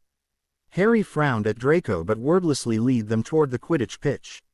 They entered one of the players' changing room and finally took the cloak off of them, all of them feeling greatly relieved to put some distance between each other. Draco spoke first, feeling the need to explain. "You can't lie to Professor Snape. Only slightly alter the truth. I told him the meeting was at 7. Harry smiled sarcastically. "Word of a Slytherin. The vow now." Ron held his wand over both their hands. The vow left no loophole possible. Draco would simply become a muggle if he ever revealed anything about their implication in the pranks or of this very deal without their specific permission. Ron got back outside to his guarding duty with the cloak. "I hope," began Harry, "that you realize that it's been twice now in a year that you are facing the consequences of insulting someone." "What? Who?" asked Draco, clearly confused. "Buckbeak. Your arm, remember." Draco sneered at the painful memory. He got back to the matter at hand. He just had to know. "How did you do all that?" "My secret. We're here to negotiate your capitulation. Do we agree on that?" asked Harry. Draco huffed and turned his back. It took a few seconds but he whispered a small yes, his fists closing tight. "You should be kind of proud, Draco. You managed to push me far enough to take that kind of measure. Still, you have to be ready to face the lion when you pull on its tail." Draco left his back turned to him, silent. "Easter is coming fast," Harry stated on a conversation tone. Draco finally turned back to face the Gryffindor. "What does it have to do with anything? Those who wants to can go home for Easter's long weekend. Most don't bother, but you will. Before Christmas, I planned on asking you to gather info from your father about Sirius Black. It would be kind of pointless now.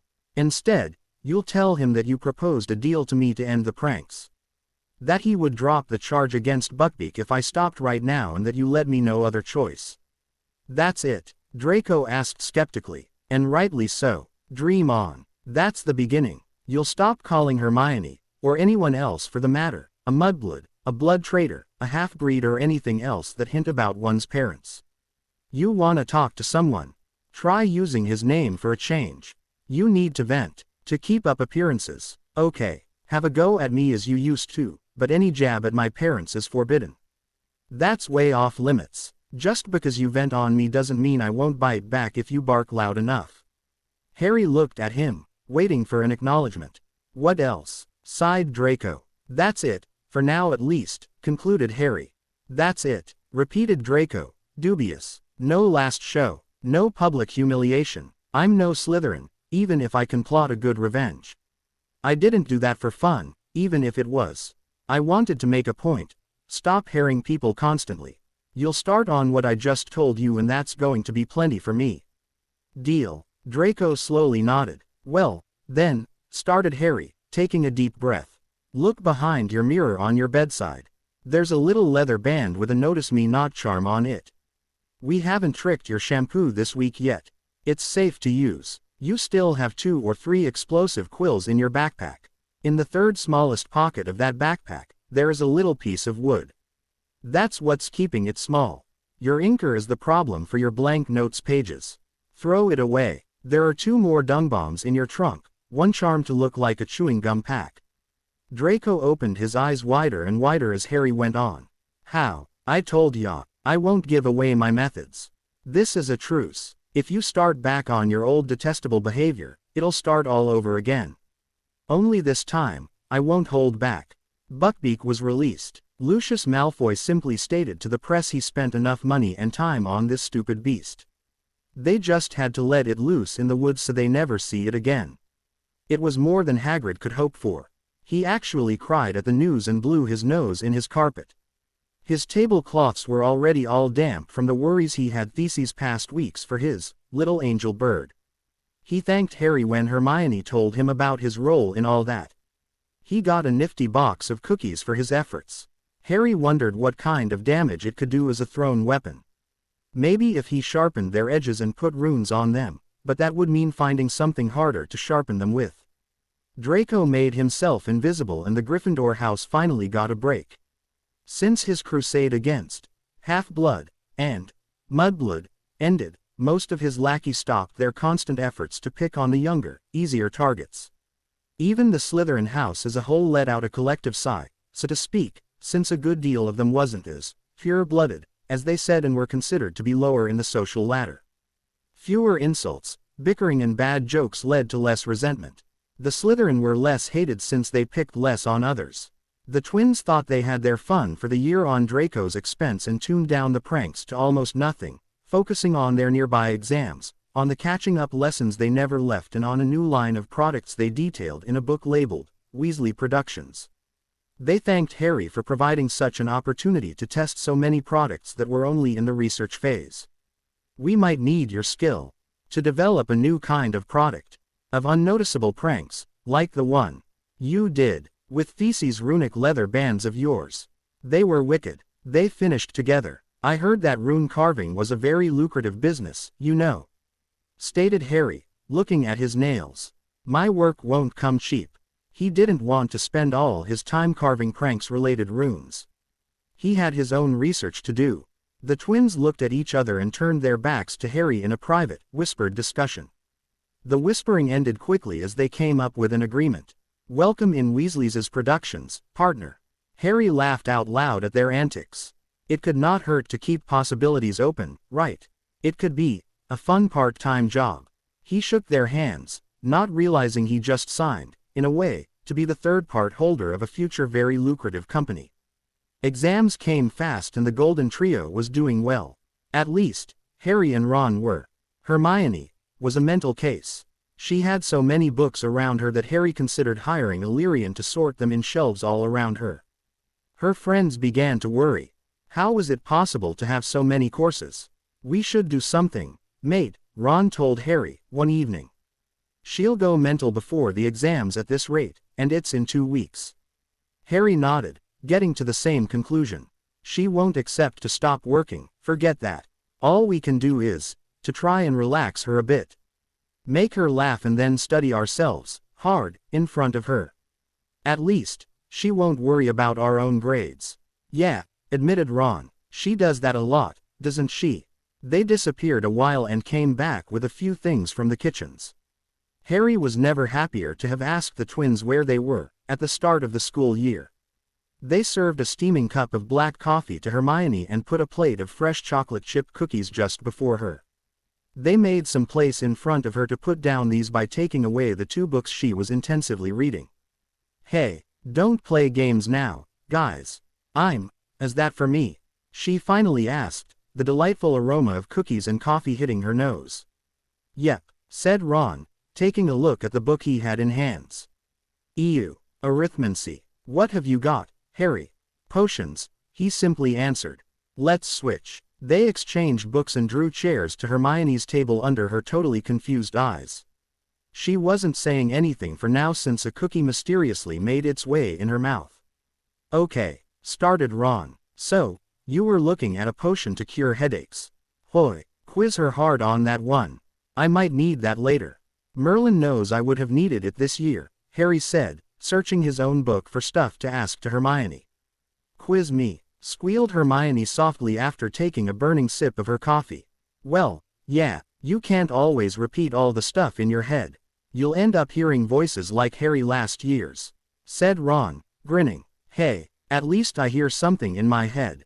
Not like someone I know who you could hear the sea if you listened carefully enough near his ears," quipped back Harry. The 2 boys browsed the books, searching for quiz questions to ask their teammate. The poor girl wanted to laugh so badly. She was so touched by their concern she wanted to cry, and her stressed state didn't help any. She managed to hide a tear or two and took a few good breaths. She stretched, took another cookie and looked at them, defiantly. You wanna quiz me? Bring it on. The boys looked at her, not believing their ears. They grinned. You're going to have it now, said Ron, challenged. The study session that followed became legendary for the third years. Seeing Hermione confidently answering any and all questions sent toward her, the students of their year gathered around and started asking questions too. It ended with 3 full tables of people gathered in a circle. Of course, Harry and Ron asked a few amongst them. How much does a ridiculous charm weight? How much space in inches square is the wand movement for the cushioning charm using? What's the average support ability of troll snot on a wand in pounds? What's the difficulty level for transfiguring pumpkin juice into coffee? After that one, she looked, unsure, at the content of her cup. The room exploded in laughter. Following that evening, Hermione looked a lot more relaxed and confident. She finally understood she was ready. They didn't see her with more than 3 books around her, and only one in use. Ron and Harry learned a lot during that revision too. They all did pretty well, even if the potion exam was borderline.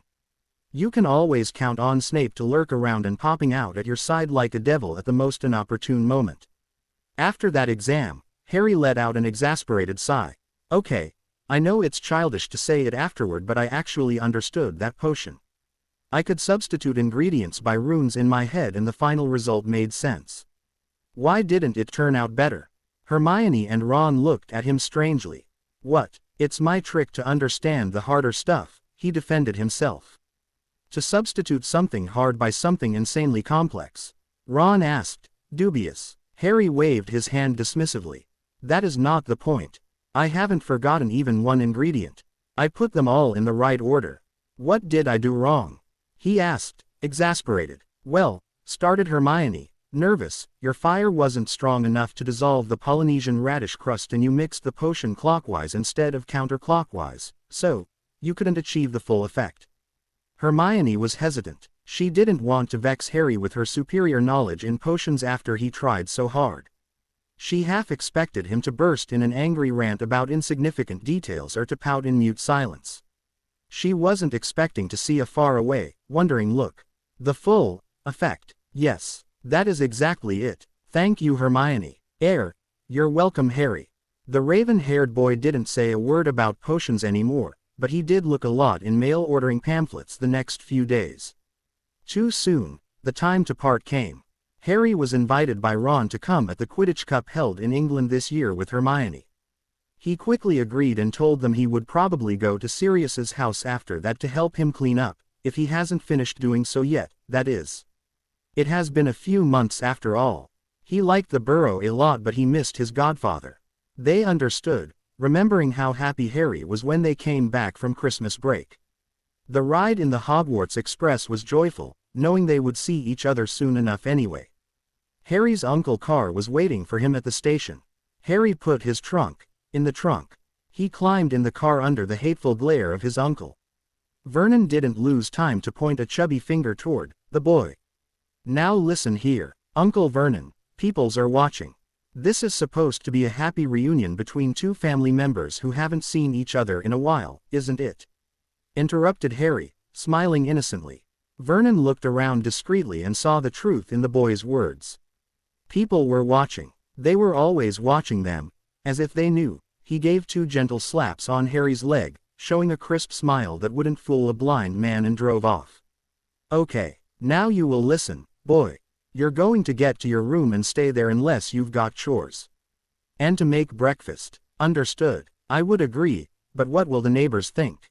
What? Vernon asked, his unable to follow the magical boy's logic. I'm supposed to be a rebel coming back from a disciplinary school. I should either be out, making trouble, or showing that my hard education had results. If I'm to stay in my room, they won't know what to expect. Then, rumors will start. Vernon was looking straight ahead, seeing reality as Harry pictured it. Don't worry, Uncle Vernon. I'm going to behave. I won't overdo it, but spread the word that I had gardening lessons as a part of my disciplinary courses. Vernon turned halfway, suspicious. Why so? Because I'm going to make your lawn flower beds and trees, the most gorgeous things Privet Drive has ever seen.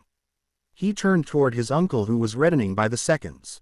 Without a wand, he added. Without your evil stick, he asked, suspicious. Exactly. You'll see. You won't regret my short presence this summer. Not one bit. Harry wiped the sweat off his brows, working in his hot room. Many things required his attention simultaneously. The curtains were closed, not so to block the moonlight outside but to hide the glow coming from his small fire. This led to another thing to be cautious about. He had to watch the flames so their heat stayed constant. He bought, as weird as it sounded, a fondue kit. The fuel is a lot more stable than wood, even if more dangerous when spilled. He took serious security measures. He spread sand and carbonated sodium on the floor, covering the wood beneath his feet. He just swept it in a hidden corner after use. There was a GL vial in a patented holder over the fire that was simmering quietly. Over his head was a blanket he suspended with ropes on the walls, secured by supports he set up. In the daytime, they held harmless wall scrolls. The blanket had a simple set of runes designed to filter the smoke into normal air and to stop the smell. The rest was up to him. He had to be deadly silent. No touching 2 GL vials together, no mumbling under his breath, no dropping anything. If his uncle surprised him like that, the truce would be over and he would be locked in his room. He barely managed to convince him to keep his trunk. But Harry was having so much fun. The discovery he made could change potion making forever. At least, his potion making. He didn't know if this knowledge should leave his small circle of friends. He now understood that what he could do wasn't at the reach of most wizards. Only he could make the tools for this to work, and they were many, so might as well not complicate things right now. It would only hinder his research. Harry stopped at this thought. His research? Since when was he some kind of scientist? He raised his shoulders, shrugging it off. Whatever. He was having too much fun. After the second week at Privet Drive, Harry's promises began to show. Trees had the most vint shade of green, and so had the generous, green carpet of thick GR. Vernon GGED to the neighbors. He had to repair the lawnmower after it jammed on the thick GR. The flowers were spreading the scent of summer out of their almost shining petals. The bushes that served as fences were as thick as stone walls. Vernon even went and bought 2 fruit trees to add to the decor. He was patting the boy on the shoulders every time Harry went outside to water the plants and trees with his sprayer. To the eyes of the neighbors, the problem boy had been broken down just by the look of his serene smile. Some of them actually went to him to ask about the secret of his newfound green thumb. Care, love and understanding of the nature's needs. It takes time and observation. That was all they got. The boy had such vacant eyes that they wondered if he had found his calling or if he just cracked his nut. Of course, Harry never spoke of the little additive he put in his sprayer. Taking samples of the trees, the plants, the GR and the flowers, he managed to extract their essences. He ordered a maddening quantity of thick GL vials and a special metal pen used by rune masters. The latter was costly as it was made out of several metals joined together in layers, mounted on a wooden handle to allow a cool grip. The tungsten point could become white hot from a strong fire. With this, he could melt runes on the GL vials. He needed one for each kind of trees, flowers or plants, even one for the GR. He took a lot of samples during the first days he was back, taking care for them not to leave holes in the yard. In the dead of the night, he embled his makeshift laboratory and put the samples in the runic vials, over the fire. The plants, flowers or GR in the vials decomposed, burning in a show of smoke and left only a smooth-looking, liquid-like substance. It was the very essence of what made the plant what it was. An essence deprived of all impurities. Add this to water, and you've got the perfect thing to spray the yard, and the results showed. He even tried using it to brew a potion. He started the fire at the right intensity for it to simmer. He put the essence of the needed ingredients in the right order, one after the other, mixing them well. He didn't care to let it simmer too much or change the intensity of the fire. The result was perfect. Even to Harry's untrained eyes, this was a grade A potion, clear of any superficial substances. He would show Snape next year. Ingredients handling and choosing was part of potions, wasn't it? Now, many people would ask, how did he do it? Runes needed to be charged to work, didn't they?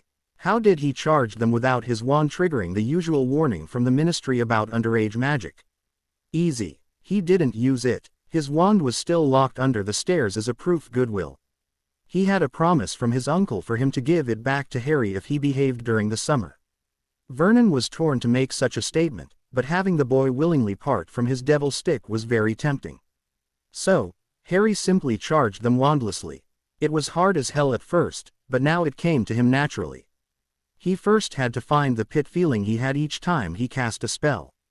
He would locate it within him, then reach and channel it through his index finger on the targeted rune.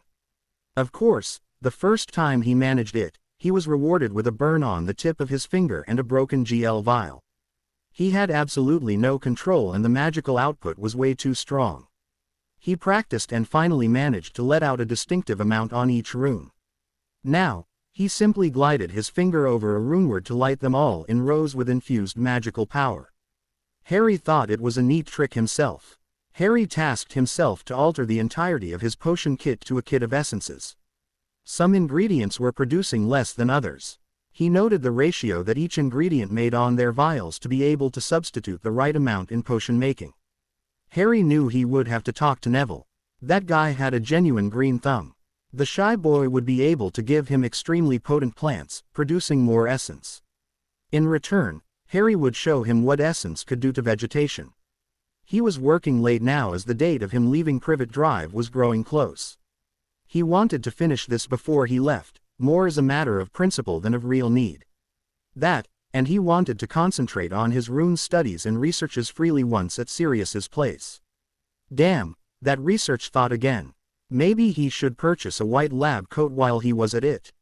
There was the matter of his little trip tomorrow too. He knew he should not do it, but they didn't say he could not leave the house either, now, did they? He had written to the goblins after a stroke of genius. He needed something specific, something they would be the best to ask for. Gold, not just any gold either. Raw gold, fresh from the mines, still in rocks. Unmelted, unworked. It was a strange demand, Harry was aware of it. Harry didn't know that goblins kept a close tab on wizards' behaviors. Closer than anyone thought, really. His request would not be weird. It was uncommon, rare even. But it happened, from time to time. Nicholas Flamel did, while working on the Philosopher's Stone. Albus Dumbledore did it too, in some secret transfiguration experiment. As far as they could trace them, most great wizards came to them for raw minerals. It held a lot of untouched natural power in that state. That's why their best weapons were made out of raw ore, instead of metal bars, like the humans did. This was one of their secrets, one that they didn't share. But when a human found it on his own, untold by anyone, the goblins helped him and watched. Someone who achieves that kind of comprehension is, as they thought of themselves, in harmony with the nature and the ground. If ever they found about Harry's collection of essence, they would totally freak out and ask him in adoption. Harry had the wits to ask for documentation on how to smelt gold, and how to shape it from raw materials. The goblins were a little bit disappointed as they reached that part of his letter. He needed help to shape it. If he was a great wizard, didn't he know how already? Prejudices run deep, even in the Goblin Society. Especially in the Goblin Society. To his credit, he was only getting 14. Fortunately, an old and clever goblin said in his behalf, "If this great wizard doesn't know how to smelt, it's the goblins that will show him how, making him an even greater wizard." So they choose the most artistic goblin in their ranks, one that painted the walls of his caves for some unknown reason, and told him to write a book to teach a coming 14-year-old boy how to smelt gold. It was no ordinary task. The goblins had no manuals for anything. Yes, they had registries, compilation books, inventory archives, but no actual manuals. None expressing ideas in sentences. Lessons were taught from a senior goblin to his apprentice, and smelting, that was part of them. How to handle gold. They knew how the first time an adult put a pick and a shovel in their hands, at the age of 5. The poor green guy got a headache, a depression, and became hysteric, one after the other, in the same hour. But it was an order, and, as such, he could only obey. Then, an idea struck him. He would act as if the boy was in front of him, telling him what to do, but instead of saying the words out loud, he would take them and write them down on a parchment. He was a genius. He, ferociously sweating, got to his task while laughing maniacally once and then. The goblins that ped by his office were glad to see such a model of mental stability in one of their kind. Harry never learned of the turmoil he triggered in Gringotts. The goblins were, after all, businessmen. When Harry went to the bank, the next day, using the night bus as the sun was setting and everyone was busy in front of their TV, and went to Diagon Alley. He walked straight to Gringotts to be back as soon as possible.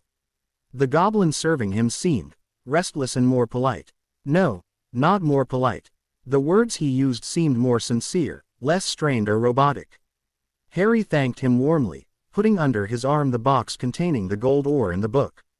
He was about to go when the goblin seemed to want to add something. Harry stopped, and waited, a foot pointing towards the exit.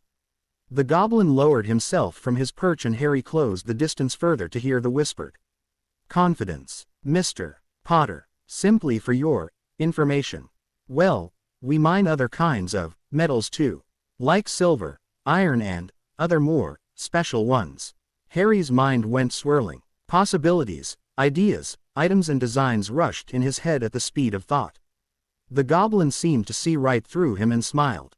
He did well telling him. His eyes told volume to the green clerk. Harry was one of those great wizards. Well, in this case, began Harry slowly, licking his lips, maybe you could discreetly send me samples at Hogwarts so that I can check that out myself. I'm sure you'll be reasonable in your prices, I trust you. I'd even say that you could check out with Professor Babbling at Hogwarts about my proficiency in runes. I might be of great service to you later. The goblin nodded slowly and straightened his back against his chair. When Harry Potter left Gringotts, the clerk left his post in a hurry, rushing to the supervisor of the bank. He knocked once and got in the office as he was expected anyway. The supervisor asked greedily, as if the goblins knew any other way how it went. Master Riplock, I suggested it to him, as you told me to. His eyes and face showed no greed, no thirst for riches, it was the thirst for knowledge.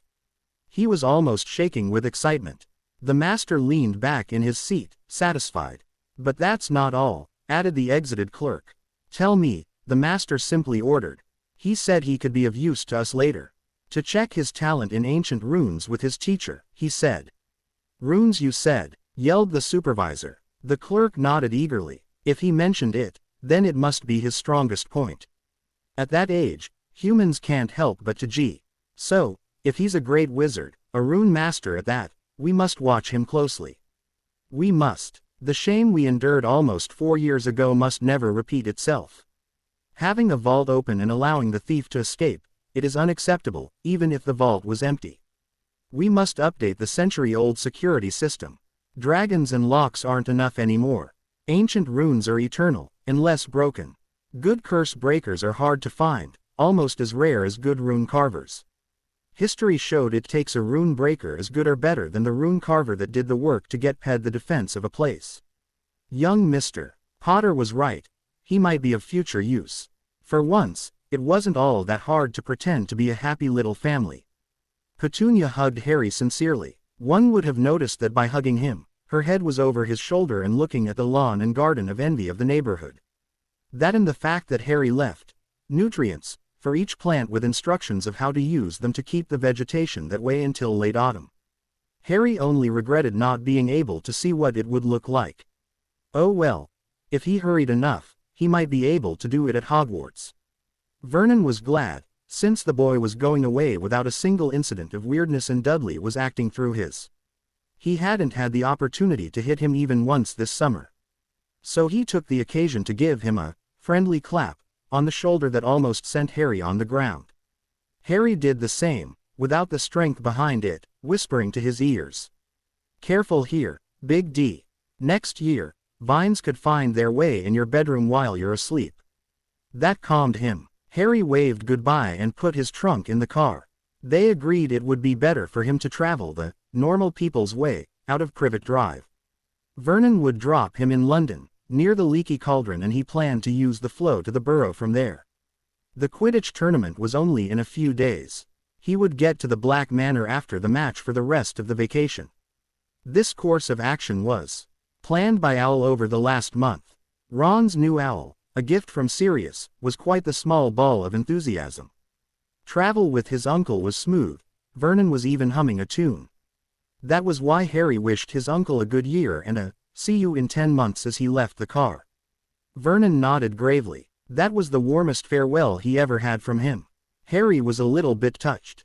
Harry rolled his wheeled trunk inside the Wizarding pub, greeted Tom and dropped a sickle on the counter to use the fireplace. Finally, he was back in the world he belonged.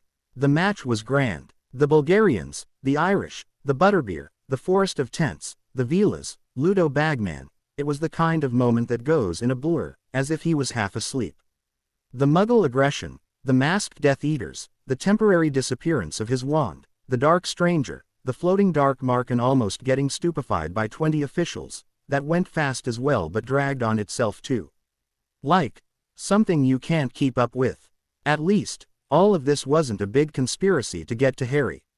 He was simply one of the numerous people who were dragged into this mess.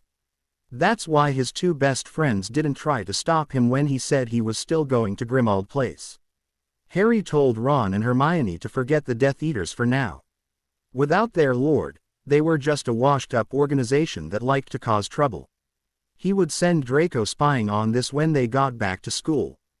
They found it funny that Harry already had a spy in the enemy faction, even if Hermione stated that the Slytherins were not enemies, just different. Good old Grimmauld Place was not what Harry imagined at all. Sirius had 8 months to get the place in order. He was greeted by a screech, a hostile armor suit, and a flight of bats. Bats. Inside. What the heck? Have I stumbled on Dracula's summer cot, Mr. Black, or did I just miss Snape's visit? Harry asked sarcastically, placing his trunk against a wall. Sirius laughed. Well, more like barked of mirth. Way too long in that dog body, Harry mused. Merlin, you inherited your father's sense of humor. We disliked that stick of grease too. Well, then, Harry said, looking around, I did well to come here. You'll need all the help you can get. Yes, well, I tried to hire a maid, but as an ex-convict, they aren't pushing at my door. Maybe you shouldn't have put young witch wanted to clean my mansion. I provide the uniform and tools in the ad. What? Almost yelled Sirius indignantly. Harry could not help but to laugh. Know that I only stipulated, young witch, in all that you said. Sirius almost pouted. That sent Harry in yet another fit of laughter. Then the screaming started again. Sirius damned the place and went to draw the curtains closed above a portrait. Harry stopped him and examined it. It was the painting of a very noble lady, very strict looking, in a beautiful, clickle robe. It would have been a beautiful piece of art if it was not screamed and held at the top of her magical, inconsistent lungs some pureblood fascist-like insults. I introduce you to Mrs. Black, Harry, my dear dead mother, said Sirius loudly, acting as if they were not showered in insults and death threats. Harry looked at the portrait in detail and examined it from closer up everywhere. Don't bother, Harry, I've tried everything. This thing must have a permanent sticking charm to the very structure of the wall. If it wasn't a support wall, I would have blasted the bloody thing off. But Harry found what he searched for. Blood traitors, mudblood lovers. Harry smiled broadly and looked at the lady in the painting in the eyes with an intense glare. Then, he spoke softly. You have the power word and control sentence for the whole mansion, don't you? That shut the portrait up, even having it look scared. Sirius was impressed. The only time he managed that, he called her an unfit mother, and that sent her in a row 2 seconds later. Yes, that's funny, Harry kept on. I see a tripping jinx on that troll leg umbrella holder, a compelling charm for dark guardians, and light veiling on the whole place, dimming any sources of light to keep a fair tone of skin, maybe. Environment control for SS. Spiders. That's kind of unnecessary. And then, there's you. Kinetic function and a sonorous charm built into the painting. And something else. Harry went to his trunk and began setting up his rune-working kit quite comfortably, under the watchful eyes of Sirius, both curious and amused. What was his godson doing? Where did he get all that? Nonetheless, the portrait of his mother was scared shitless. What are you doing? Blood traitor. Harry winced at the volume of the voice. Keep it down or I might destroy you by mistake. "WWW what?" she stuttered. He looked so sure. She was only a pale shadow of the real Mrs. Black, but she had a basic conscience and some self-preservation. Harry fired up a small burner and the flame turned strong blue at once.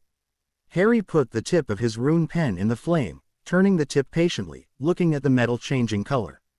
It was a smart thing, you know, to carve runes in the frame of your portrait and to make it look like simple decorations with paint. Altering their looks was simply brilliant, but carved runes are just that, carved. A groove will always betray their position. Now, I don't want to destroy you, only alter some undesirable parts. The powering set is crude, but efficient. We could use it for something useful actually. Like self-dusting charms and light ones. Let's begin your cleansing now, shall we? The portrait gasped as it felt its structure change. The environmental control for dark creatures was gone. And this, trailed Harry, burning the frame from the point of his pen, simply cutting the link of the rune to the main cluster, making it look like just another ornament. Another part of her fell. The compelling charm for dark guardians. Fool, those creatures will run rampant in the manor, yelled Mrs. Black. Too bad for them, we're big boys. I killed a basilisk once. What worse can you do? Said Harry, warming back his pen. A basilisk, really? Asked Sirius, shocked and impressed. Chances to meet one in his whole life were slim to none, even if he were to travel the dark forests of the world. His chances of survival if he did find one were even lower. Harry nodded distantly before getting back to work. Second year. Controlled by Tom Riddle's diary, trying to return from the dead, or the undead. Who? Tom Riddle, aka Lord Voldemort.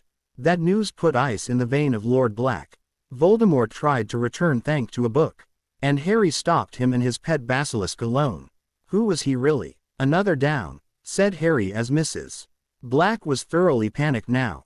She just lost her ability to move the curtain open. That or anything else. They could block her up at will.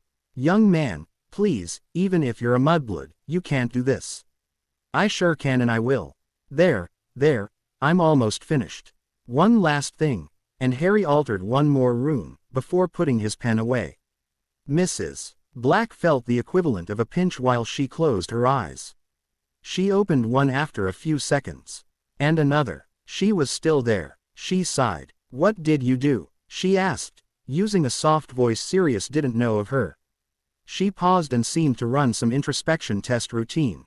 She was quite surprised to see that something other than her had been removed, and that she was whole for the first time. Easy. There was something more than just an imprint of you.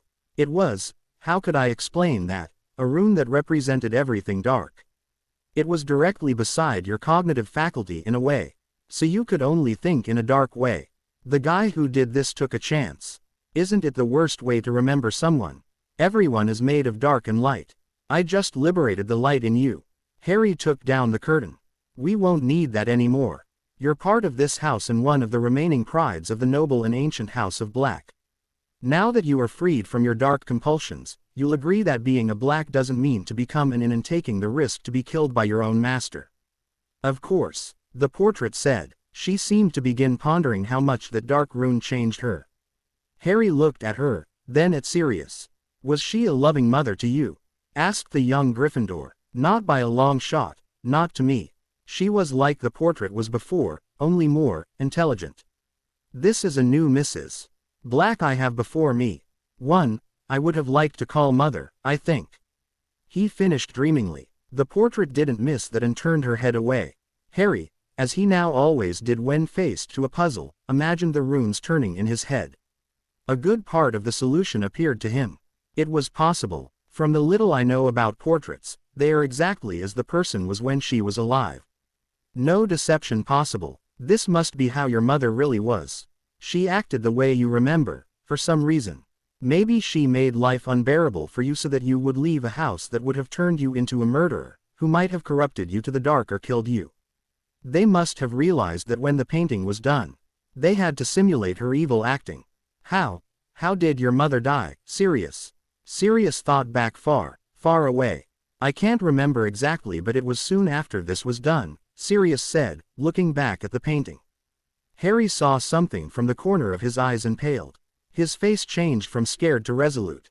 He closed his eyes, raised his wand and yelled, "Expecto Patronum." A silver stag shot from his wand and bowled the two Dementors approaching from the hallway. They tripped on their long, ragged cloak and landed hard on there. Harry almost laughed from relief but thought of something else and cast another simple charm. Ridiculous. The two dark creatures turned into twin images of Draco Malfoy in leather suit. Harry laughed so hard he fell on his knees. It was more than enough to turn both dark creatures into smoke.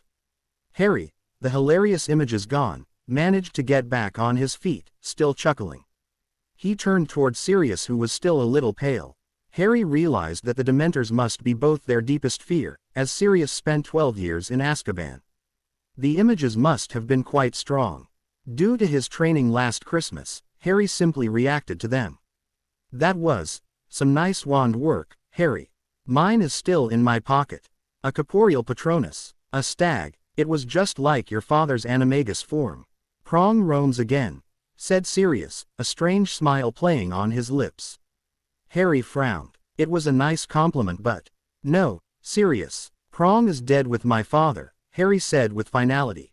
It hurt him to do so, but since the day he could understand what was told to him, he knew his parents were dead. He came to terms with it, somewhat, even if he knew it'll always be a sore spot. "I'm Harry. I understand that I look a lot like my dad, but I'm his son, nothing more. If I ever name my Patronus, it won't be Prong. It'll have its own name. Please, Sirius, remember me for me, not for some James's look-alike." A shadow ped over Sirius's face. He nodded. It was hard for him.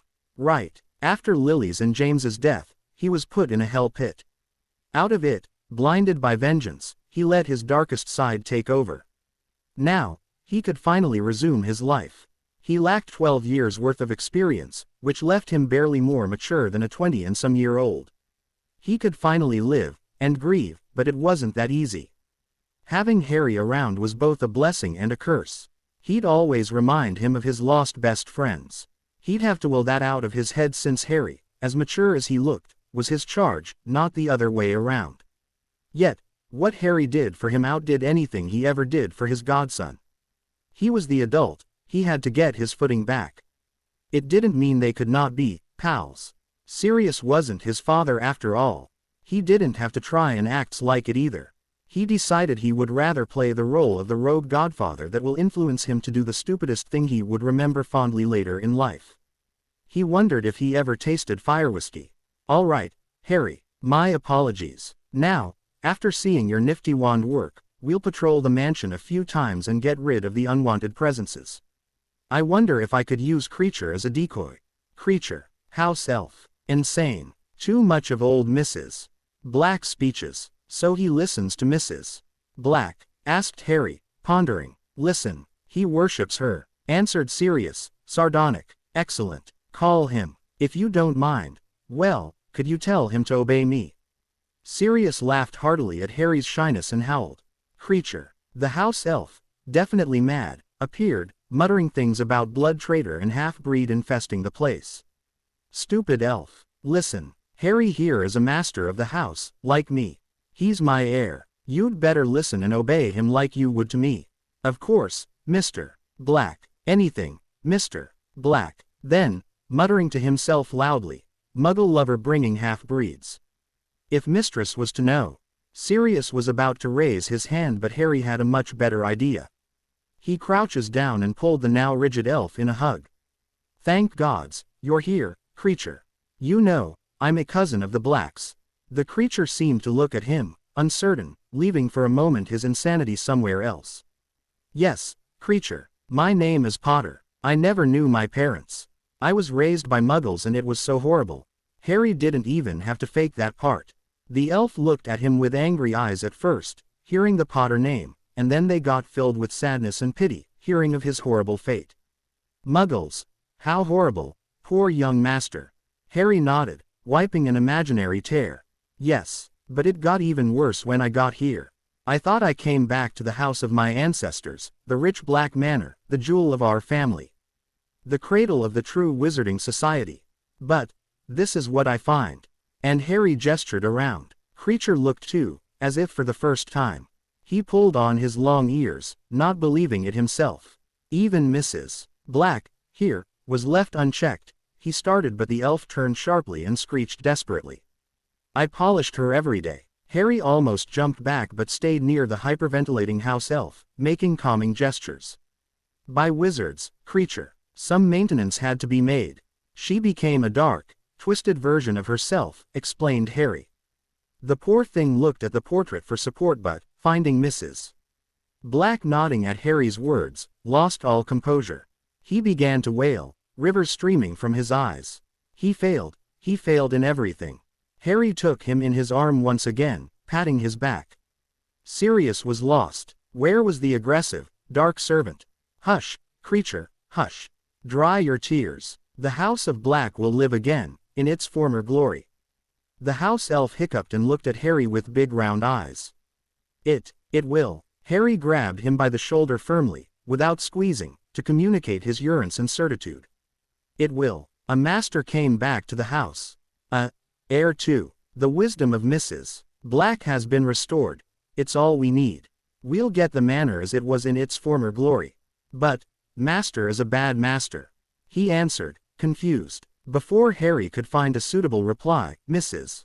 Black spoke in a soft voice. No, creature. Sirius is a good master. He is the kind of master we should have always had. The house's ways erred, creature. We have much to do to regain our dignity. Work well with Master Sirius. He will reward you with his trust, like the good house elf that you'll become. The elf left Harry's arm and softly went to the portrait. Lady Black held her hand open near the bottom of the picture and creature pressed his cheek against it, a gentle caress that breached their two worlds. He cried. Mrs. Black told him soft soothing words.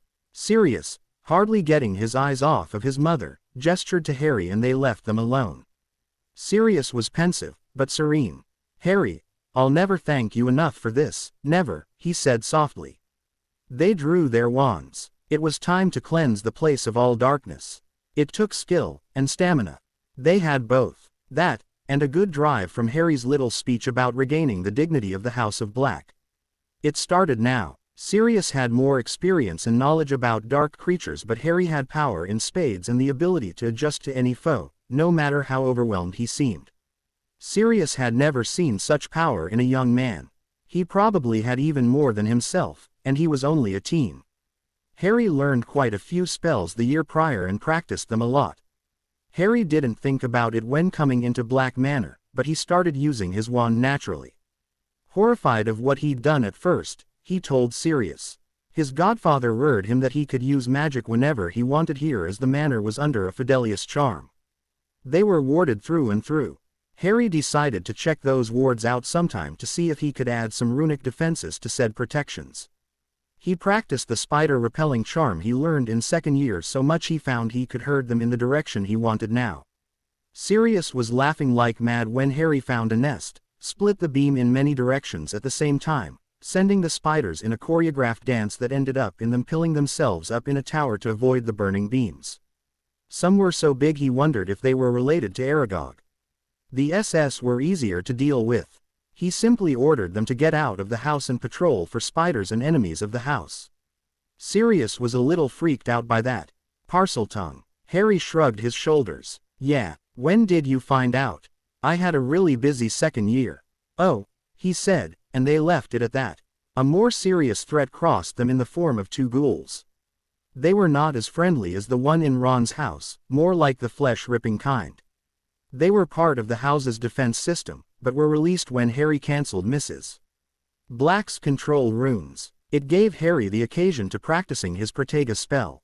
He wasn't very good at first, but it had to improve since the undeads were way faster than what they should have been after years unfed. They must have been charmed to be faster. Thankfully, there was no dragon, Harry thought sarcastically. He shared his musing with his godfather who found that very funny. If you ever face a dragon, throw a conjunctivitis curse in his eyes and run the hell away, if you can't apparate already. Harry was glad to have a godfather so full of wisdom. Even a vague Gryffindor knew when he had to flee. As they cleared the place, they met a very dusty creature. He was scrubbing like there was no tomorrow. Even Sirius had some pity at the sight.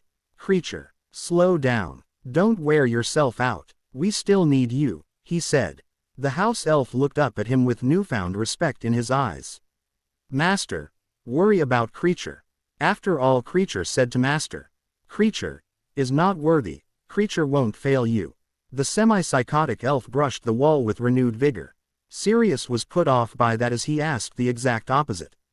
Don't worry, Sirius, I think part of the house elf magic comes from the Master. The better the relationship, the stronger he'll be, said Harry, shrugging. Sirius smiled and half-joked, then I hope he doesn't wear me out. Harry and Sirius went to Diagon Alley for the annual shopping trip, meeting the Weasleys and Hermione along the way. For once, things were quiet. A little too quiet, in fact. There were more oars than there had ever been before. The Death Eater attack after the Quidditch match, Arthur Weasley explained simply to Harry. Harry was annoyed by that. Right when things got better, those masked dumbass had to put on a performance. As they walked, Sirius gave a bit of good news to Harry. By the way, don't worry about Hogsmeade. I gave an authorization to Minerva. Thanks, Sirius, Harry said, sincerely happy. No more sneaking under the cloak. Harry thought, even if I don't know if you'll be using it much. Things will get interesting enough, he added with a smile. Sirius, berated Arthur. Even then, he had a small smile of his own. Interesting? Asked Harry. Don't worry, Harry. Dumbledore will probably announce it at the welcoming feast, Sirius said, grinning. Don't taunt them, Sirius, said Molly Weasley, stern. Oh, that, I know about it already, Harry dropped, waving it off. Sirius looked at him, surprised. How come? You're a heavy sleep talker, you know. Hogwarts. He's at Hogwarts. Harry mimed a sleeping, if a little bit deranged man. Sirius got redder by the second. The adults smiled, shaking their heads as the younger ones laughed. It's going to be grand. I wonder how long it'll last, Harry said, looking up. All year long, according to the headmaster. The Tri-Wizard Tournament has always been 3 tasks, spread all over the course of a year, Sirius said matter-of-factly. Ron, Hermione, Ginny and the Weasley twins gasped as they heard that. Sirius turned white. Don't tell me you lot didn't know yet. Harry hasn't told you. Of course not, said Harry, grinning. You sleep with a locked door, remember? How could I hear anything? Sirius turned from wild to beet red again. He hid his face in his hands while everybody laughed at his expense, except Ms. Weasley, who was frowning angrily at him. I've been had by a 4th year. The Marauders have sunk so very low, Sirius said, pretending to cry. So, what's a Tri-Wizard Tournament? Asked Harry in a conversational tone. Well, began Hermione. The welcoming feast was festive, to say the least. The announcement was greeted with a lot of cheers, but Harry was frowning. No Quidditch. That wasn't fair at all. He sighed. He could use the time to work on his projects, but he would have to go flying now and then, as it always eased his mind. He felt he'd never get tired of using his firebolt. He hasn't had the time to open the strange, goblin-ridden book yet, as there was too much to do at the manor. At least, now, it was livable. He would have to talk to Neville too. He wanted to take advantage of this time of the year to make essences of ripe fruits amongst other things. Hermione was back with a normal schedule, now that she realized she wasn't Wonder Woman. Harry still had to find out how she had so many cleas she never attended. His new analytic mind told him she could have done so only by being at 2 places, even 3, at the same time, which was impossible, of course, even for a wizard. Harry began thinking. A clone that could act on his own and gain experience, then merge back with the original, giving him all the knowledge. Ellipsis. Nah, that start of term was the best Harry ever had. He wasn't the center of attention. It seems that after 3 full years, now starting a 4th, people got used to the boy who lived. Of course, there were always the first years, but you can't have it all. Besides, the tournament took most of the school's gossip off of him. He was, finally, having a normal time at school. Even Professor Flitwick noticed his wand work was more fluid and focused. He congratulated him for the mastery of the Accio spell within the allowed CL time. At first, he had no result at all. He said that if the points system had been in place this year, he would have rewarded him with 10. It was rare enough that he was proud of it. Ron rolled his eyes at Harry's wide smile but, as usual, the ginger boy still had to have results. Harry hadn't told his friends about his summer projects. He felt a resistance telling them and he didn't know why. It was like this small voice telling him this wasn't a good idea. That little voice he never listens to since, most of the time, he didn't have the time to think. He would try, this time, to follow this voice, instinct, conscience, whatever. Neville was ecstatic though. He asked Harry, mere hours after spraying an ordinary flower with essence that Harry already collected from Privet Drive, what it was. He showed the flower in question to his fellow Gryffindor. Harry looked and had yet to see anything. He asked Neville what he was supposed to be seeing. What? Don't you see? Look at the petals. It's as if they just came out. They gained some thickness, so they're holding strongly while they were hanging lower before, showing they were already 2 days and a half old. The 2 leaves here almost shine. He babbled without a single stutter, uncharacteristically excited. Harry looked at Neville with a little knowing smile. Oh yeah, gardening is his gift. The shy Gryffindor felt the stare and saw Harry from the corner of his eyes. His frame seemed to shrink a little on himself. Sorry mate, guess I got carried away. It's not that big a deal in fact, really. Almost unnoticeable. Harry's smile disappeared. What was he apologizing for? It took him a moment before clarity struck, and suddenly he understood. Neville had a gift. His talent for herbology probably made many a person jealous. With such a noticeable talent in runes, other people tended to feel as though Harry was trying to humiliate them and got angry. They didn't tease him because of his fame, but Neville was fair game. The shy teen was most likely always at odds with his jealous CL mates who teased him in order to make up for their own deficiency. That's what his conscience had warned him about. Why not to share his project with Ron and Hermione? Ron's tendency to get jealous had sprouted too many times for Harry to be comfortable showing any other abilities, and it would have been too difficult to tell Hermione and not his red-headed friend. Harry figured out that jealousy was the reason most great wizards were alone and apathetic. I'll take your word for it, Neville, but don't fawn too much on this early result. Freshening a 2-day-old flower is good, but wait a few days. I'm telling you, I transformed the garden back at my Muggle place into a king's garden. Neville looked at him, relieved and smiling. He wasn't going to mock about his only talent, as most said. Really, I'd love to see that. You will, Neville, you will, right here, but I'll need your help. Help, from me? He asked, surprised. Of course, you're simply the best around in herbology. All years combined, you're the best, and I need the best. Neville seemed a little uncomfortable at first, but then looked at him seriously. What do you need me for? He asked. I need samples and the more you give me, the better. Essences don't take up much space.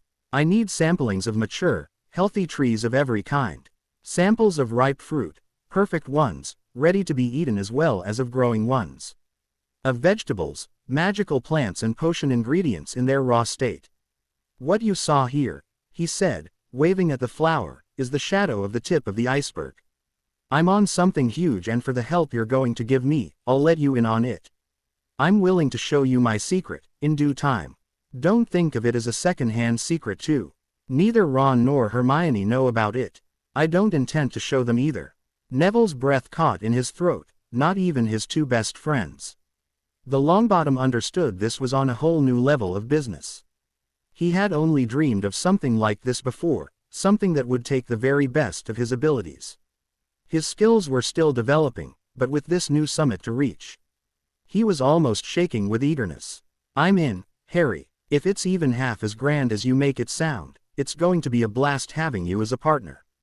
Harry smiled and offered Neville his hand. The boy, looking more comfortable than Harry ever remembered, shook it with no hesitation at all. Now, said Harry casually, we can't possibly mix our experiments with the other greenhouses. There is more than enough space for another one. I think the Potter Foundation will make the gift of a greenhouse to Hogwarts. Neville's eyes bugged open. The headmaster was thrilled at the idea as Professor Sprout can always use more space to keep more sprouts in winter. The condition for the donation was that the building would be for Harry's personal use for the next 4 years. It was very reasonable seeing how long they'll be using it after that. The herbology teacher almost ed the boy, but settled for a hug. She contacted the magical GL makers at once for a medium-sized greenhouse. Seeing that, Harry asked to see the plans. He ordered the size to be multiplied by 2. No sense in letting money sleep in his vault. He wasn't the boy alive, not by a long shot, but he figured he would still have enough funds for 3 whole tuition at Hogwarts after he bought the greenhouse, even if his trust vault was the only one he had. He'd asked the goblins once if, since this was a trust vault, it meant he had a family vault. Of course not. This was the Potter vault, changed to a trust vault at the death of his parents. It was all of their savings and they were quite reasonable peoples. Harry was glad of that. It meant he wasn't rich. If he got wealthy, it would be of his own doing. He owed at least that to his parents, he mused once. To take the chance at life they gave him, and become the best he could. Time went by smoothly. His schedule was spread among his friends, going to his new greenhouse that was built in only a few days and studying his runes skills, always finding something new and fascinating to check out, opening new opportunities. Harry realized that contractors were far more efficient in the magical world than in the Muggle one. He smiled thinking that it took magic for them to finish on time though. He installed his burner in a corner with a small rune lab. Neville was quite curious but didn't ask a thing. Harry said he'd tell him when the time would come. Then, the goblins happened. Those goblins, thought Harry more than once. He asked for samples, didn't he? Well, he got them. One morning, the Great Hall's door opened wide, letting the end of September wind carry a hippogriff inside. A bloody hippogriff. He simply flew in, as if it was the most normal thing to do, and landed in front of Harry, at the other side of the breakfast table. Harry was shocked, paralyzed even, as everyone else was in the school.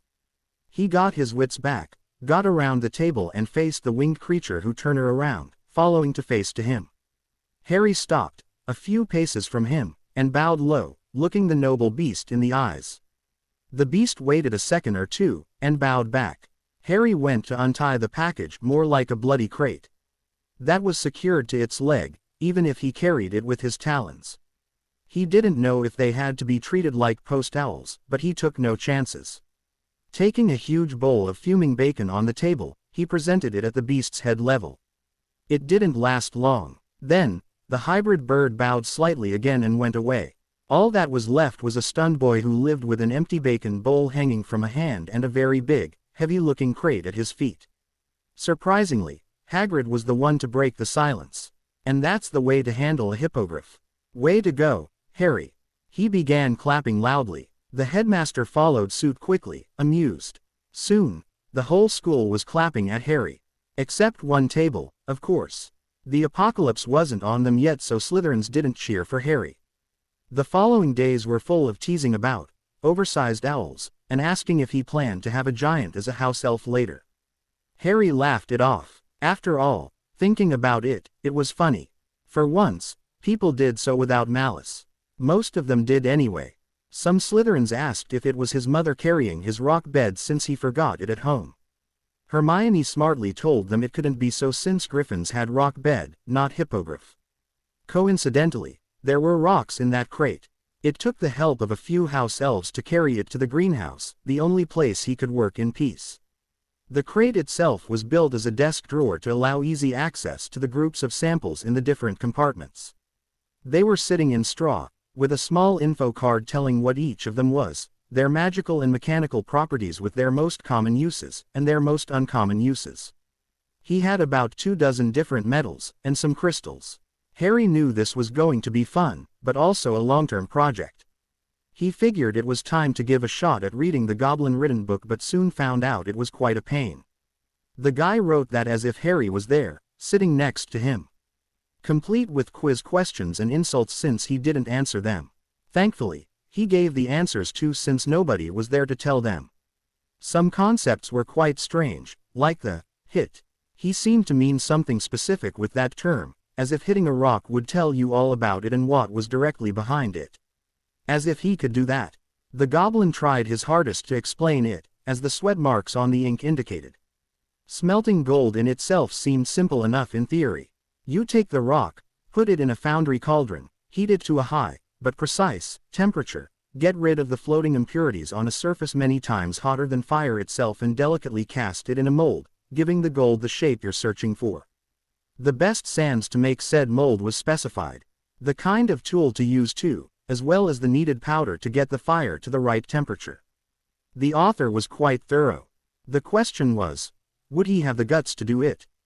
It was dangerous, there was no saying otherwise. Smelting, using a foundry, it wasn't taught here. No teacher, to his knowledge, had any idea how to do this. When they needed something, they simply transfigured it. To Harry, that was far from convenient. Thankfully, he didn't plan on making some heavy sword or a piece of plate armor.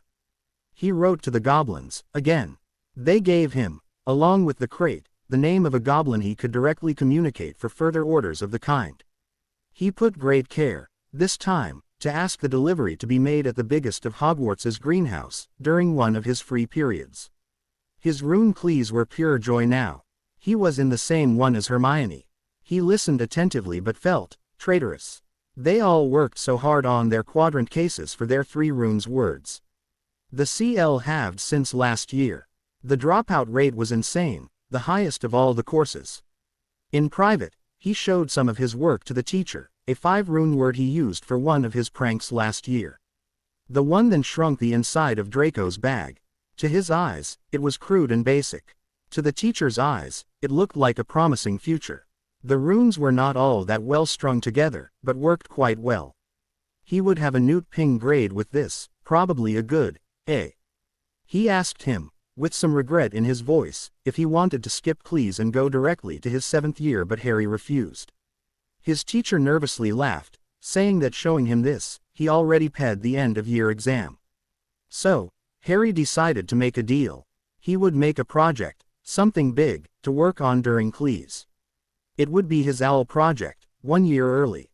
Then, if it worked well, would do the same for his Newt. He would keep the subject secret, same for the progress. Professor Babbling didn't have to think more than 1 second to agree. What kind of project are you thinking of?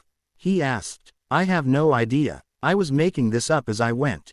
Harry answered truthfully. Professor Babbling laughed at that, and gave him a month to present a valid idea for a project along with a summary of his objectives. Ron and Hermione began to wonder what Harry was doing with all of his time. He simply stated it was personal projects, something boring and not that special. Ron kept giving him odd looks. Harry was used to keeping dark secrets before, but this didn't seem to be one, so why was he hiding this from him, or Hermione for the matter?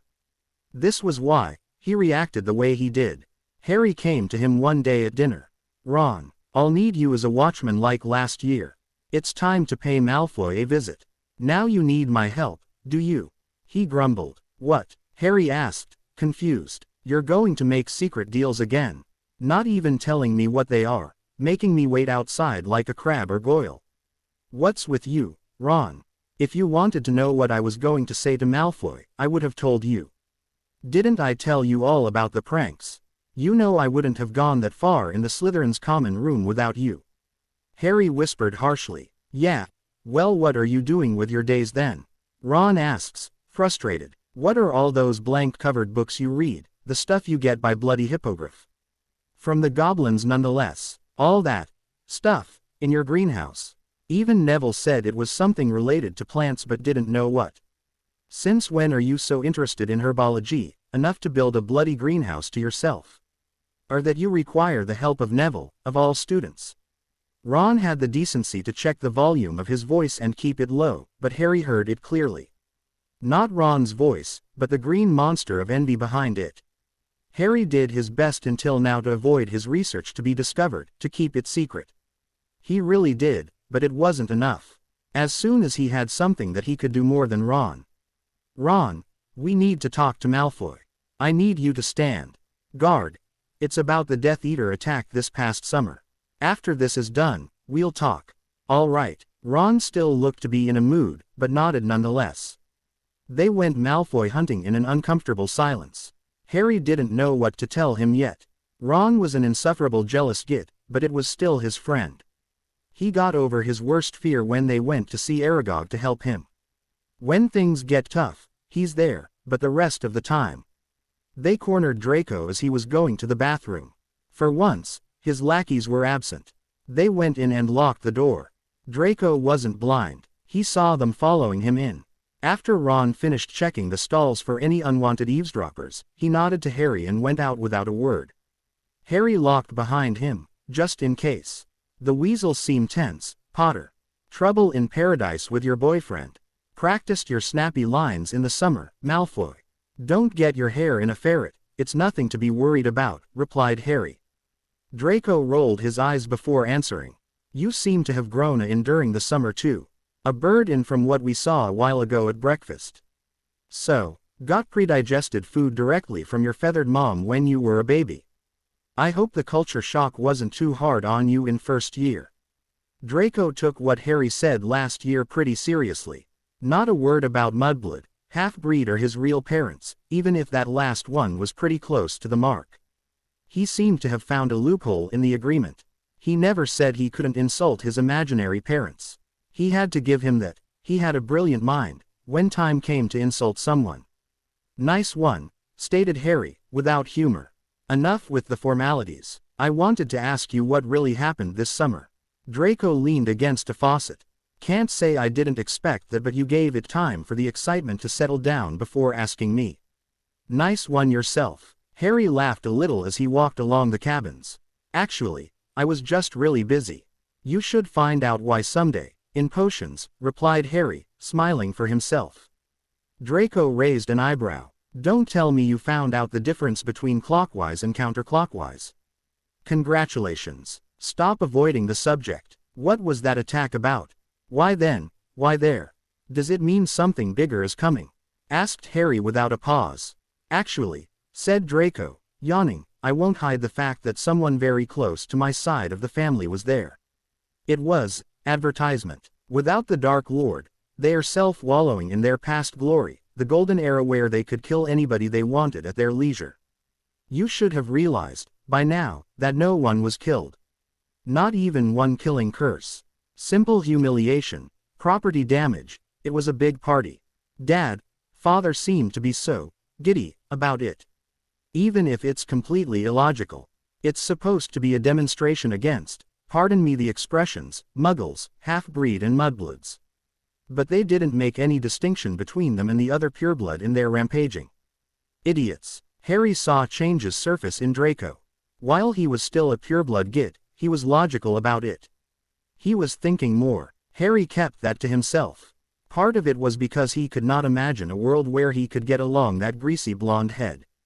You were right, but then they flew away, right before the ministry official got there. They have someone inside the ministry. More stated than asked Harry, hands in his back. You really begin to use the thing between your ears.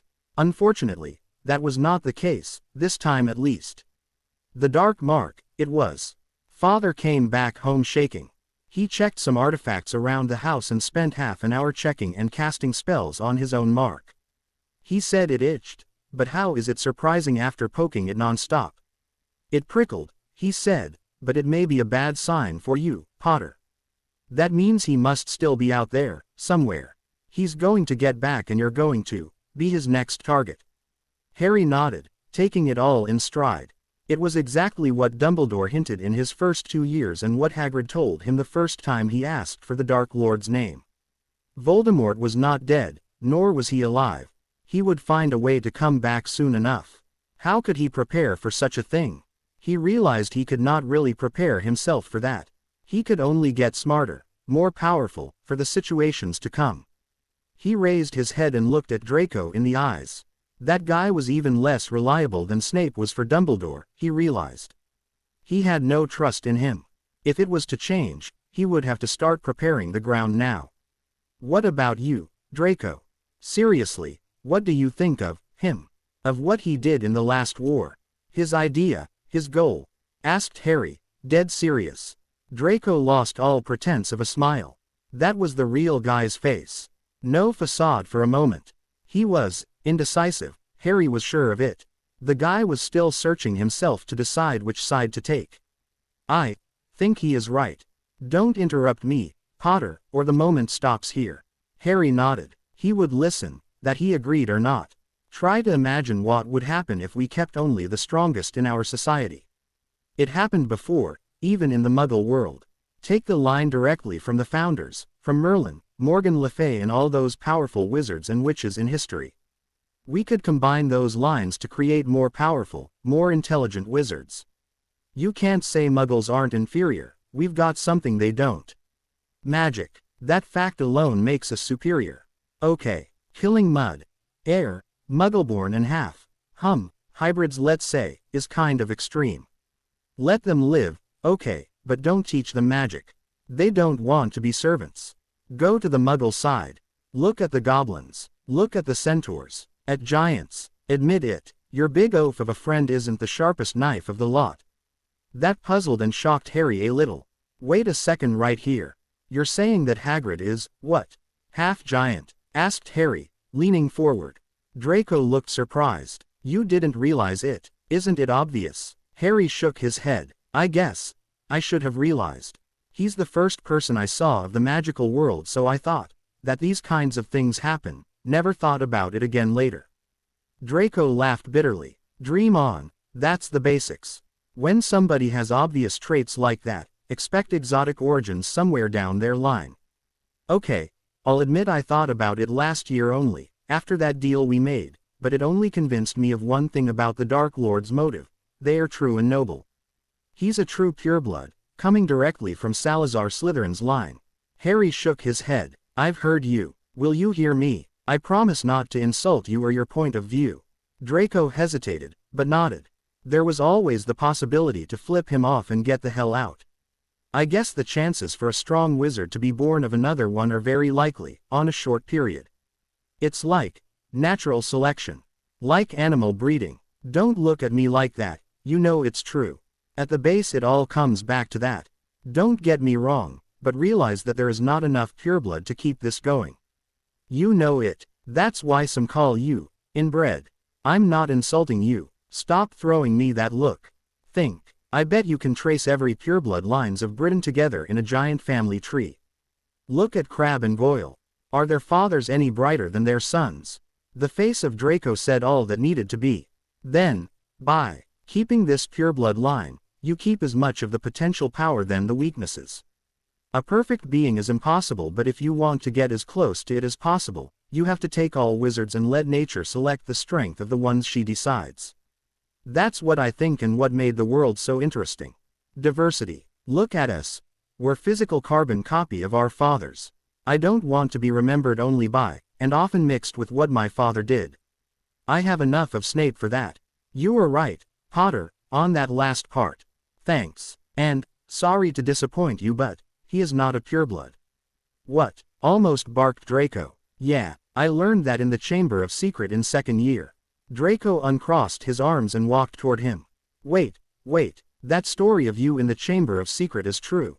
Harry nodded. And the basilisk. Another nod. I don't believe you, Draco said with finality. Let me finish. Down there I learned, from a shadow of him contained in a diary that possessed a girl during the year, who he was. The Weasley girl, Draco said, remembering. Something ped in his eyes. Harry remembered that it was Lucius Malfoy that put the diary in the Weasley book's bag. He might have known something about it back then. His name, when he was attending Hogwarts, was Tom Marvolo Riddle, finished Harry. Draco's searched its memory in a flash and he answered almost automatically. There is no ancient and noble house of the Riddle, I know them all. Of course there is not. He was the son of a Muggle nobleman whose family discarded his mother, I think. Tom Riddle was the name of his father. He hates that name, so he made his own. His mother was a direct heir of Slytherin. I don't know much else. You're lying, Draco said again. Follow me then, replied Harry. Draco came back to his senses. Not now. Please begin in 10 minutes. This evening, after supper, at 9. Okay, agreed Harry. The girls' bathroom on the second floor. Myrtle's bathroom. Why? Asked Draco, suspicious. You'll see. I'm going to show you, instead of just telling you. Harry went to the door and unlocked it. To his surprise, Hermione was there, arguing with Ron so that he let her pee. Harry smiled knowingly at Ron, who let half of one escape his lips. Sorry, Hermione. Later on, maybe. We have to go to CL now. The face she made told him he would spill his guts later. Draco slipped by, unnoticed. On their way to Defense CL, to the utter annoyance of Hermione, Harry told Ron, I haven't forgotten what I promised you. She hated that kind of secret. She wants to know. They had Defense CL and Transfiguration. Harry asked their paranoid teacher Moody what was the best way to bind someone. Magical rope, of course. So they practiced the spell. Harry told Ron to practice well since they would need it tonight. In the Transfiguration CL, Harry asked Professor McGonagall about conjured ropes. Can they be used for something more than just bind someone? How long could a conjured rope be? How long does it last? Is it very solid? Had it been at the start of last year, the cat Animagus would have been suspicious. However, Harry was a lot more dedicated to his work than before. She gladly answered every question. The evening finally came and the meeting took place. Hermione insisted on being there since she never saw the chamber before. Harry rounded on her and told her very quietly his conditions so she realized how serious he was. Okay, you can question me, but not constantly. Not a word to Draco and refrain your disdain. I'm trying to build something here. Right now, it's your turn to behave. Hermione scoffed at the idea of her not behaving right but took a step back, unable to match Harry's stare. He'd become very intimidating lately. All right already, she simply said. That's how they got to the special bathroom, conjuring ropes. Hermione took a loose stone and transfigured it in a simple winch and tied the rope to it. She put a sticking charm on the rope so it would not come off and charmed the wheel to turn on a command word so they could hoist themselves back up. Ron and Harry looked at her, amazed. Where did she get all that? How could she remember it all? Draco came in and froze at the sight of Harry's friends. Don't worry, Draco, they are just as curious as you. No trap intended, Harry reared him. Hermione, not looking at the Slytherin at all, went behind him and made 3 different locking charms. A simple, Alohomora, would not open this door anymore. This did nothing to help Draco's confidence. Harry went to the faucet with AS on it and ordered it to open in Parseltongue. He had a lot of practice in the language over the summer while cleaning the Black Manor. As it did 2 years ago, the floor opened beneath it, revealing a dark, ancient page. Without hesitation, Harry dropped a rope down the hole. The fall can be quite painful. Trust me, it's better with ropes, Harry stated. He went in, followed by Ron and Hermione. Draco, feeling stupid all alone, followed them. The descent was silent. They landed without incident and slipped through the opening made in the fallen rock by Ron so long ago. More like squeezed through in fact. Hermione repaired the tears they made in their clothes on the other side, even those of a sneering Malfoy. Still, she held her promise. She didn't even let a sigh of irritation at Draco's face when she got close to him. A minute or two of walking with Draco looking everywhere in awe, and they were there. It had been almost 2 years since the basilisk found its end at the point of a sword handled by Harry.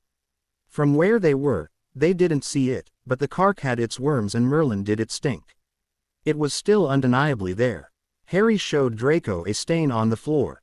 Basilisk poison. It seeped through the ink of the book, simply stated Harry. Ron and Hermione were simply looking around, putting pictures on the crude tale Harry told when he got back. Draco got closer to Harry and whispered, "You defeated that thing." "Yes." Dumbledore's phoenix came, blinded him and dropped the sorting hat near me. "I found Gryffindor's sword in it.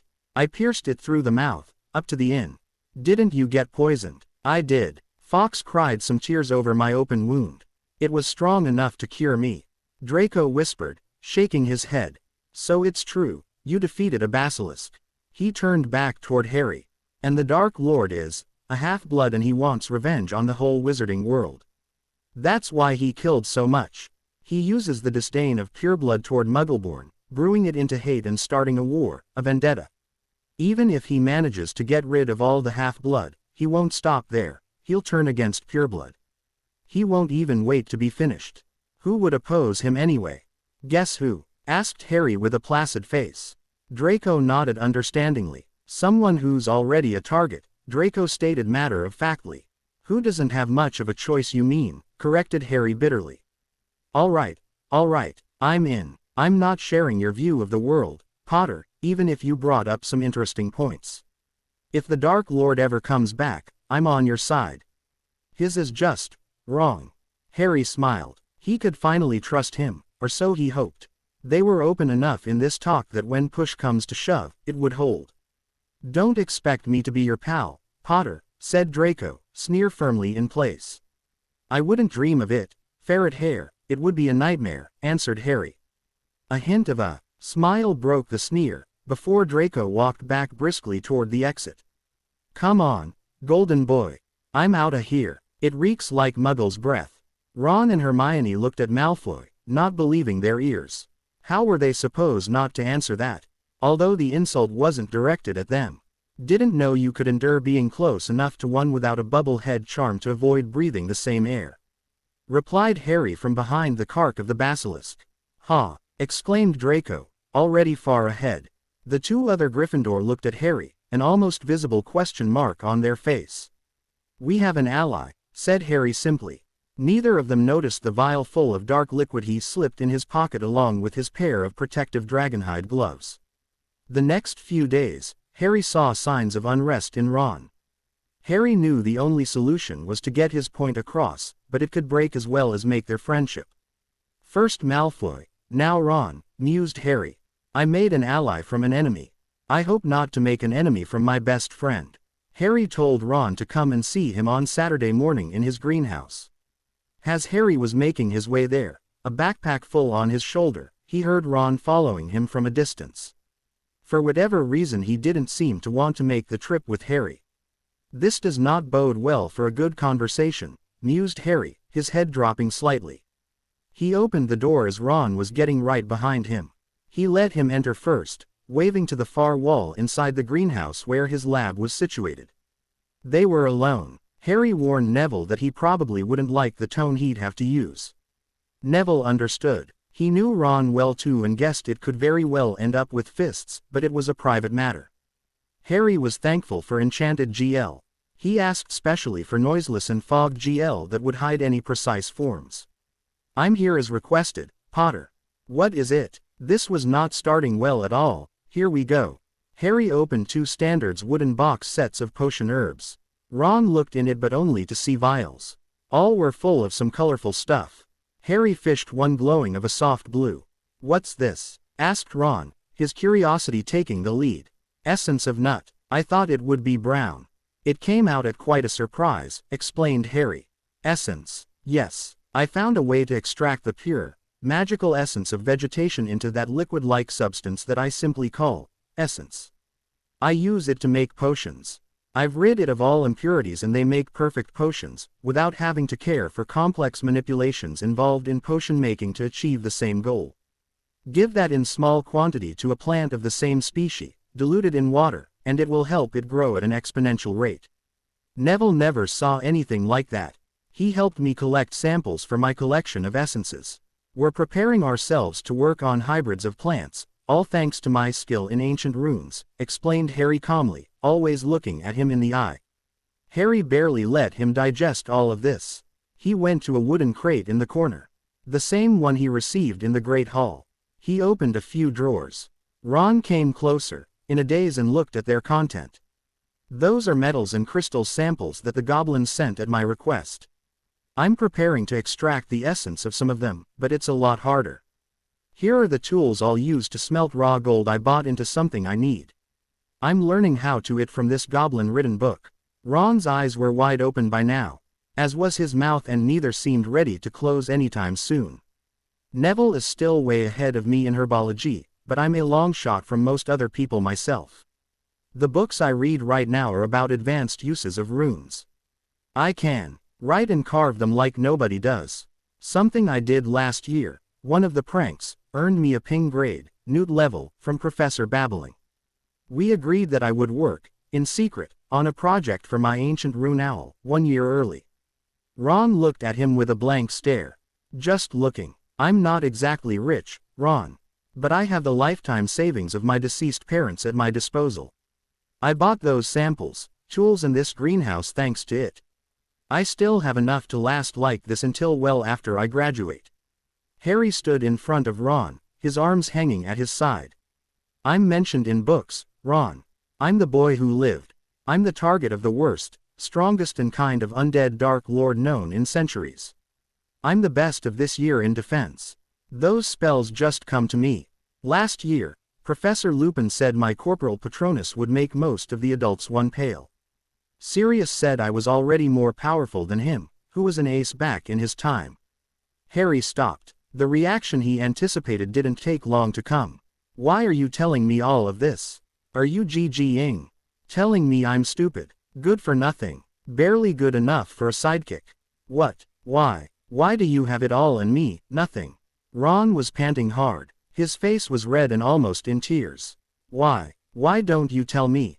Answered Harry calmly. You know why as well as I do. Why? I wonder. All I know is that I didn't say a single word about you in all of this. What I just said is who I am. What I can do. That won't really change with time. That's how I was born. What I worked for. What I can naturally do. Harry sighed. You are jealous. Hey, don't look at me like that or start yelling in denial. Just think back 2 minutes ago.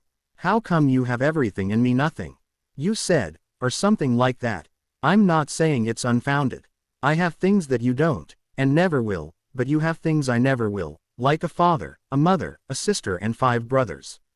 You always beat me at chess, no matter how much I put my new, rune replacing, trick in my mind to the task, you still beat me. You're a better keeper at Quidditch. I know it seems so light in the balance. For what it is worth, I'm jealous of your family the most. Taking a breath to calm down, he continued. Now, listen, you're my best friend. When things got tough, scary and deadly, you stuck by my side. That's something I'll never be able to thank you enough for. But the vast majority of the remaining time, you act like a jealous, pouting prat. You have to decide. I won't change. Not for you, Hermione or anyone else. I can't. These things will probably keep happening to me. You decide now. You accept me as I am or you decide our friendship isn't worth it. Ron was calm. He was looking at him, expressionless. He closed his eyes, turned away and left. Harry sat down on a stool and looked at his lab. Nothing came to his mind. It wouldn't be a productive day. He went to the Quidditch pitch, took his broom and attacked the sky. Oh, he forgot to tell him that. He's always going to be faster on a broom than he'll ever be. Harry came back at the common room later. He didn't even know where the day went. He flew around a lot, walked a lot and that was pretty much it. He felt spent on a useless day and it was not a good feeling. Hermione was looking at a reading Ron with concern. She turned toward Harry, an unasked question on her face. Ron didn't even turn toward him. Harry closed his eyes and took the direction of his dorm, eager to finish this wasted day. He had his feet on the second step when Ron's voice rang out. Harry, yes, they say in this book that cars burn something called fuel to move. I never saw a fire move around in the castle. Care to explain this? Harry could have laughed and cried in the same time. He simply smiled and seated himself beside Ron. That's not half of it, mate. I heard that in the earlier days of car engines, they called them explosive engines. Ron turned toward him, wondering if he was being made fun of. In the midst of these events, Harry barely recalled the arrival of the 2 other schools for the tournament. Of course, now there was an enormous carriage on the grounds inhabited by gorgeous French witches, and a wrecked-looking ship in the lake where the Bulgarians lived. The foreign students were often seen walking around in the corridors, looking everywhere while talking in a foreign language. It was strange and unusual, but with all that happened in his life lately and all the time he spent in his secluded greenhouse on his experiments, Harry saw those events like a distracted spectator. Sure, the Goblet of Fire was an interesting artifact and the runes written on it attracted him like a moth to flame, but it stopped there. Until Halloween. Ron and he looked at the twin trying to get their name in the cup the day prior Halloween and had a good laugh. They didn't have a favorite for Hogwarts champion position but guessed it couldn't harm to cheer for Cedric Diggory. He looked like a good bloke. Harry and Ron were sitting lazily on the stairs the next day to watch the cup choose the champions. The cup began spitting name written on half-burned pieces of paper. Unsurprisingly, Victor Crumb's name got out, as did one Fleur Delacour. Really? They were put in the spotlight from the start so much, it's a wonder why they bothered to bring anyone else. Then, Cedric Diggory's name came out. They bet on the right horse. They cheered for Hogwarts, champion like the rest of the school. Poor foreigners. They were so outnumbered. As the headmaster started his prep speech, Harry turned back to his goblin book. He wondered what would happen if he was to smelt his tool under a full moon. Good or bad, he might have to send an owl to the goblins. A chill ped along his spine. His scar didn't hurt, but he was having cold sweats and dread deep down in his gut, and the silence in the great hall didn't help any. He looked up to lock gaze with Albus Dumbledore. Harry Potter. He held a piece of half-burned parchment in his hands. Harry shook his head in denial. No, no, it can't be, no. Harry Potter, repeated Dumbledore loudly, angrily. Harry sprung up, closed his book and went toward the headmaster who pointed a door. Harry simply went where he was told, still in denial. He opened and closed the door behind him. The three other champions were looking at him with curiosity. The French witch addressed him in a pompous way. Are you here too? But Harry snapped. He took a candle holder and smashed it in a tall mirror, shattering it in pieces. He was screaming his head off. He lifted a small sofa over his head and threw it into a cabinet, making the wood explode. The other champions fearfully stood away from the raging teen. Dumbledore and the other official entered the room, taking in the damages in the once pristine trophy room.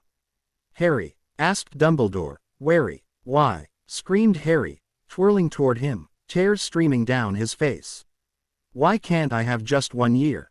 He said, his voice finally cracking, out of strength. Just 1 normal year. Okay, without anything strange, deadly or just weird happening to me. He asked pleading. Madame Maxime was about to talk but her favorite student beat her to it.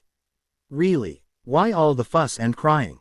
People are practically fighting to get in this tournament. Even if you should not participate, since it's not fair, you should be honored. Harry's reaction was not what anyone anticipated. Maybe they should have. Listen to the princess there. I should not be here. I'm not worthy. Okay. I'm too young, without any real life experience and weak. Okay. It's just one big mistake. It's no mistake, son, said a grumpy Mad Eye from behind Karkaroff, pushing him out of his way harshly. Someone wants you in this tournament, the teacher spookily kept on. Someone who wants to see you hurt, or worse. Only a strong confondus charm could convince a relic that old that there is a 4th school in the tournament and registering you as its only student. You seem awfully knowledgeable about how he got in, purred Karkaroff. Moody rounded on him instantly. Knowing the ways of the dark scums is part of my line of work, isn't it, Professor Karkaroff?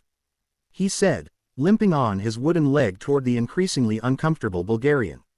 Enough, billowed Dumbledore. This isn't getting us anywhere. I think we clearly established now that Mr. Potter here didn't enter his name on his free will. What about the rules, Mr. Crouch? The man closed his eyes, deep in thoughts, and opened them again. There is no escape. His name got out of the cup.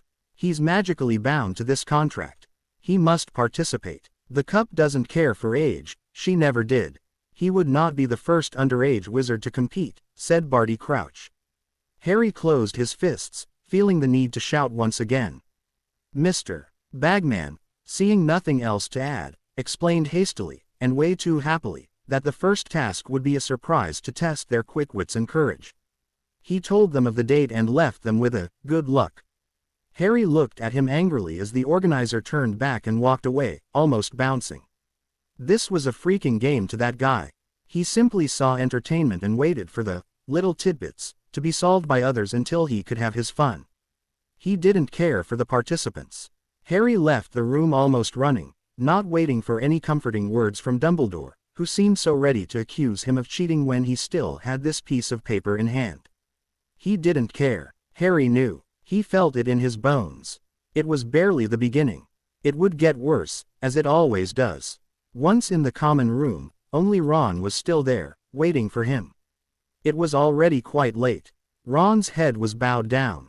Harry could not see his eyes, but he knew what was coming. Say it. Go on. Say it, Ron. I'm expecting it. How could you, Harry? Don't you have enough? You really want more. When will you stop? Do you really think yourself so high and mighty? You didn't even share that you found a way to put your name in the cup.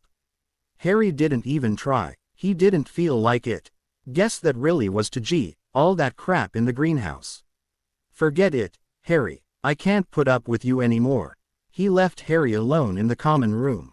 Harry felt so very empty, he didn't know what to do or to think. He realized he still had his goblin book in hand. His fingerprints were practically dented in it now. Harry went upstairs and placed it back in his trunk. He discarded his clothes, put on his sleeping wear and laid down on his bed. To make it worse, he had a nightmare that night about Voldemort. Figures. Angry stares followed him around all day, every day now. Ron wasn't angry with him. He simply ignored him, treating him like a stranger. Hermione began rounding on him the day after, seeing how he behaved, but he lifted one finger, shutting her up. Hermione, you're still my friend. I don't want to lose you, but I swear to God, don't talk about him to me ever again. Just don't. I'm not telling you not to talk to him. But I don't want to hear another word about this. Don't test me. It's your last chance. Hermione had never seen him so coldly angry ever before. Not for the whole time she'd known him. Ron was always like a tropical storm. A lot of loud strikes, lots of hot wind until it calmed down and left wreckage behind. Then you start building up again. Not this time. It was a frosted anger, leaving this friendship buried, frozen in ice, never to see the light of the sun ever again. She nodded and stood at his side, apologetically looking at Harry from afar. Harry nodded to her, understanding. They would talk later. Harry went to the greenhouse, figuring some gardening or brewing of essence could take his mind off of things, until he figured what to do now. Neville was there, busy, taking care of one of their mutual projects, talking to Luna. At long last, you come here, Harry Potter, she said, in her dreamingly exasperated way. Neville seemed to sigh from relief, turning his back to them. His work seemed to lead him further and further away from him and the strange girl. Harry smiled. The shy boy wasn't nearly prepared enough to face someone like her. Hey Luna, good to see a friendly face. You wanted to see me? Yes, Harry Potter. Harry, what? Luna said, being the one lost for once. You're my friend, aren't you? My friends call me Harry. Most people who dislike me call me Potter. You're doing both, so what it'll be. I understand, Harry. I wanted to ask you about your rune project. Professor Babbling told me you'd make one for your owl, but that you would probably abandon now because of the tournament. I wanted to enlist with you as soon as he told me. It seems I'm not lucky since I only learn of it when you're about to give it up. Could you still do it, Harry? The project. Damn it. She was right. Unfortunately, so was Professor Babbling. He would not have the time to do both. He figured he would have to train in preparation for the tasks. I guess he was right, Luna, sighed Harry. I can't be at two places at the same time. I can help with that. Harry turned toward the greenhouse entrance and saw a serious-looking Hermione. She walked to him, all businesslike. I went to see Professor Dumbledore. He knows as much as I how busy you are and how unfair it would be to make you abandon your work for something you didn't even sign up for. That's why I convinced him to lend you something that will allow you to train. What is it? Harry asked, truly curious now. Time, simply answered Hermione, smiling. She gave him a small hourglass tied to a long golden chain. Time, repeated Harry, confused. He didn't have time to ask for an explanation before he heard a squeal of delight beside him. Wait, did Luna just squeal? Harry mused. She began speaking in an exited voice. Dreamingly exited, of course. Harry, it's a time turner. You just have to turn the hourglass once to go 1 hour into the past. That's so convenient. You'll have the time to do your project and your training. The same time. Hermione took it from there. I told the headmaster that it was unfair for the other champions to have so many years of practice ahead of you. They should at least give you a few more weak times, if not to win, at least to get out of it unhurt. Harry knew she thought alive more than unhurt but could not help to hug her. Thanks Hermione. That means a lot to me. I'll need you for practicing and researching spells. I can count on you, right? Of course you can, she said, her face red from Harry still hugging her. Ahem. Don't forget me, Harry. We're friends too, after all, said Luna, patronizing. And, me too, I wanna help. If I can, said Neville, shy of interrupting. Harry's eyes got hard but his crooked smile indicated his mood. With all of you guys, those champions are in for the challenge of their life. Boy who lived or not, this Potter won't go down that easily. Time sure seemed to fly by when you're having fun, thought Harry sardonically. Harry remembered Hermione the previous year. The use of a time turner can really mess up your system. He felt the lack of sleep quite bad at first. That's why he decided to use it as little as he had to. He had to be in shape for the tasks, after all. Hermione and Luna were lifesavers. Theses too searched for spells and charms that would be useful in any situations, not only combat-related ones. Of course, those did take a lot of space in the growing list of things to learn. With the Transfiguration teacher's permission, they took an empty seal room to practice. Harry soon found out it was easier to hold a shield against the spread hit of a ghoul than the pinpointed alt of a spell. He found that out the first time a jelly leg jinx ped through one. Note to self: learn a cushioning charm for the practice room's floor. He made good progress, but the girls said they would practice as long as he couldn't block at least 2 spells at once. Drivers. Neville had trouble attacking him, so he rather focused his time helping on the non-combat spells. It was pretty much the best Harry could do, unknowing of what the first task was. He kept himself busy not to think about it. His rune project was his main distraction. When you almost pull your hairs out because you can't find a good enough subject and that the deadline is coming fast, it kinda helps to distract you. Surprisingly, the answer came from a Weasley. Harry was sitting in one of his lone instorming sessions in the common room, near the fire. He had his head in his hands and looked at the flames dancing, his mind blank. So was the sheet of paper on his knees. He needed something to trigger an idea. Anything. A canute for your thought, Ginny said, sitting casually in a nearby sofa. Harry looked briefly at her before turning back to the flames. Careful, Ginny, I wouldn't want my inflated ego and quest for fame to rub off on you. I keep it all to myself after all. Ron's a git, I believe you, and probably he does too. When he gets his head out of his, maybe he'll find an out of here and use it for something else other than Quidditch. Harry laughed quietly at her choice of word. Quite the picture. Maybe he'll evolve then. Like in those Japanese cartoons on TV, Harry said, remembering some funny show his dumb cousin listened on the Saturday morning. A TV. One of those moving pictures box. Ron is often talking about that when he gets his nose out of his Muggle books. That and secret organizations. Harry smiled sadly, thinking of his lost friend. He took a notebook and drew a little picture in the corner of each page facing him. Ginny looked at him, curious. After a while, he positioned the book toward Ginny and flipped the pages in a way to show only the corners he drew on in quick succession. A little stick man walked 2 paces and fell face first, as if he fell out of the notebook. How did you do that? You haven't used any spell to animate this, said Ginny, amazed. Harry remembered the time where he learned that trick himself, way back in elementary school. That's simple, really. When you replace an image by another similar very quickly, connect the dots himself between the two and translate it in a movement. Put many images one after the others and you have one fluid, moving images. That's the basic of how Muggles code images and send them in the TV. It sends so many images in 1 second you don't notice them individually, or something like that. Wow, a TV must be really expensive, she said wondering. TV, he said somewhat absent-mindedly. It is, but it's also very common. The vast majority of Muggles home in Britain have at least one, replied Harry to an unbelieving redhead. Why, have more than one? It's all the same thing, she said, confused. Not quite. You can tell the TV to change what we call channels.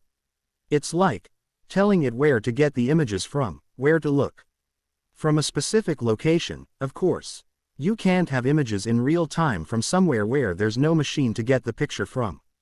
Ginny was shaking her head slowly. This TV thing is quite hard to figure out. She got up and gave Harry a nudge on the shoulder. Don't give up, Harry. I'm sure the Muggle world will give you an idea to solve the tasks in a way nobody else could have thought. That would show them. As she went back to her friends of her year, Harry was flipping back the drawing from his notebook. Again, and again. Nobody was around to see the smile reach his lips. Harry presented his idea to Professor Babbling and he eagerly agreed. Luna would be part of the project. While she had to draw a full quadrant case to make a rune and still had to search through her books to figure out the right alignment to make the desired effect, she had the most developed sense of unorthodox use of runes he'd ever seen. The way she placed them gave him headaches sometimes. But then he'd look closer, and start to laugh and integrate the pattern in his own work. Luna was very good in theory. Her unique way of thinking made sure of it. That's why Harry would take care of the imagery side of the project since he already knew where to begin. On top of it, it would take an insane amount of runes. Luna casually said she would not be out of Hogwarts after her 7th year if she had to do them alone. She would take care of the sound part, where he had no idea where to begin at, since microphones didn't exist in the wizarding world. Some kind of phonograph recorder, even the smaller version, would be unreliable on the field. So, the research began anew. They were often seen, at breakfast or in the Leary, in a sea of symbols drawn on pieces of paper, reference books sprawled around. Some students expected them to teleport to another dimension by accident with the sheer number of runes around them. Hermione simply gave up on following them. She had her own work to figure out. Rather, she reminded Harry that he had other clues than runes and defense to study. Harry agreed, but admitted he would still use most of his time studying the skills that would be the most likely to help him survive the year. He could study more seriously later, of course. What can you reply to that? Harry and Hermione got closer, even with the insane amount of work. In a way, Harry figured out later that it wasn't that surprising to get closer to Hermione by working like an ant. It clearly showed, one evening, in the common room, when Harry wasn't there. Ron was studying. Muggle studies, of course. It seemed to be the only CL he made efforts without being prompted to. Hey, Hermione, do you know the difference between plane motors and car ones that allow them to fly? He asked out of the blue. Why don't you search for yourself, Ronald? It's not like you hate the subject, Hermione said, distracted by a potion essay she was writing. Yeah, but I bet you already know about it. You knew what you got yourself into when you subscribed for the course. Deal with it. I know, but back then I had Har. Don't say his name, she said loudly, drawing attention. That shut him up. Was she angry with Harry too? It made him feel guiltily good. Hermione quickly clarified. You asked me not to voice his name. The same goes for you. I don't want you to soil his name with your jealous mouth. If you ever take me for a substitute for Harry, you can forget talking to me ever again. She got up under the stares of many in the common room. Oh, and don't try me. That's your only chance, she added before departing. Just like that, Ron found himself alone. He felt his only chance already ped and that he lost his last best friend. For some reason, he felt an ache that wasn't present when it happened with Harry. That evening, when she got to the CL room they used to practice combat spells with Harry, she was still wiping tears. Her eyes were red and so were her cheeks. She got in, closing the door behind her. She dropped her bag on a desk, searching for the list of things to do.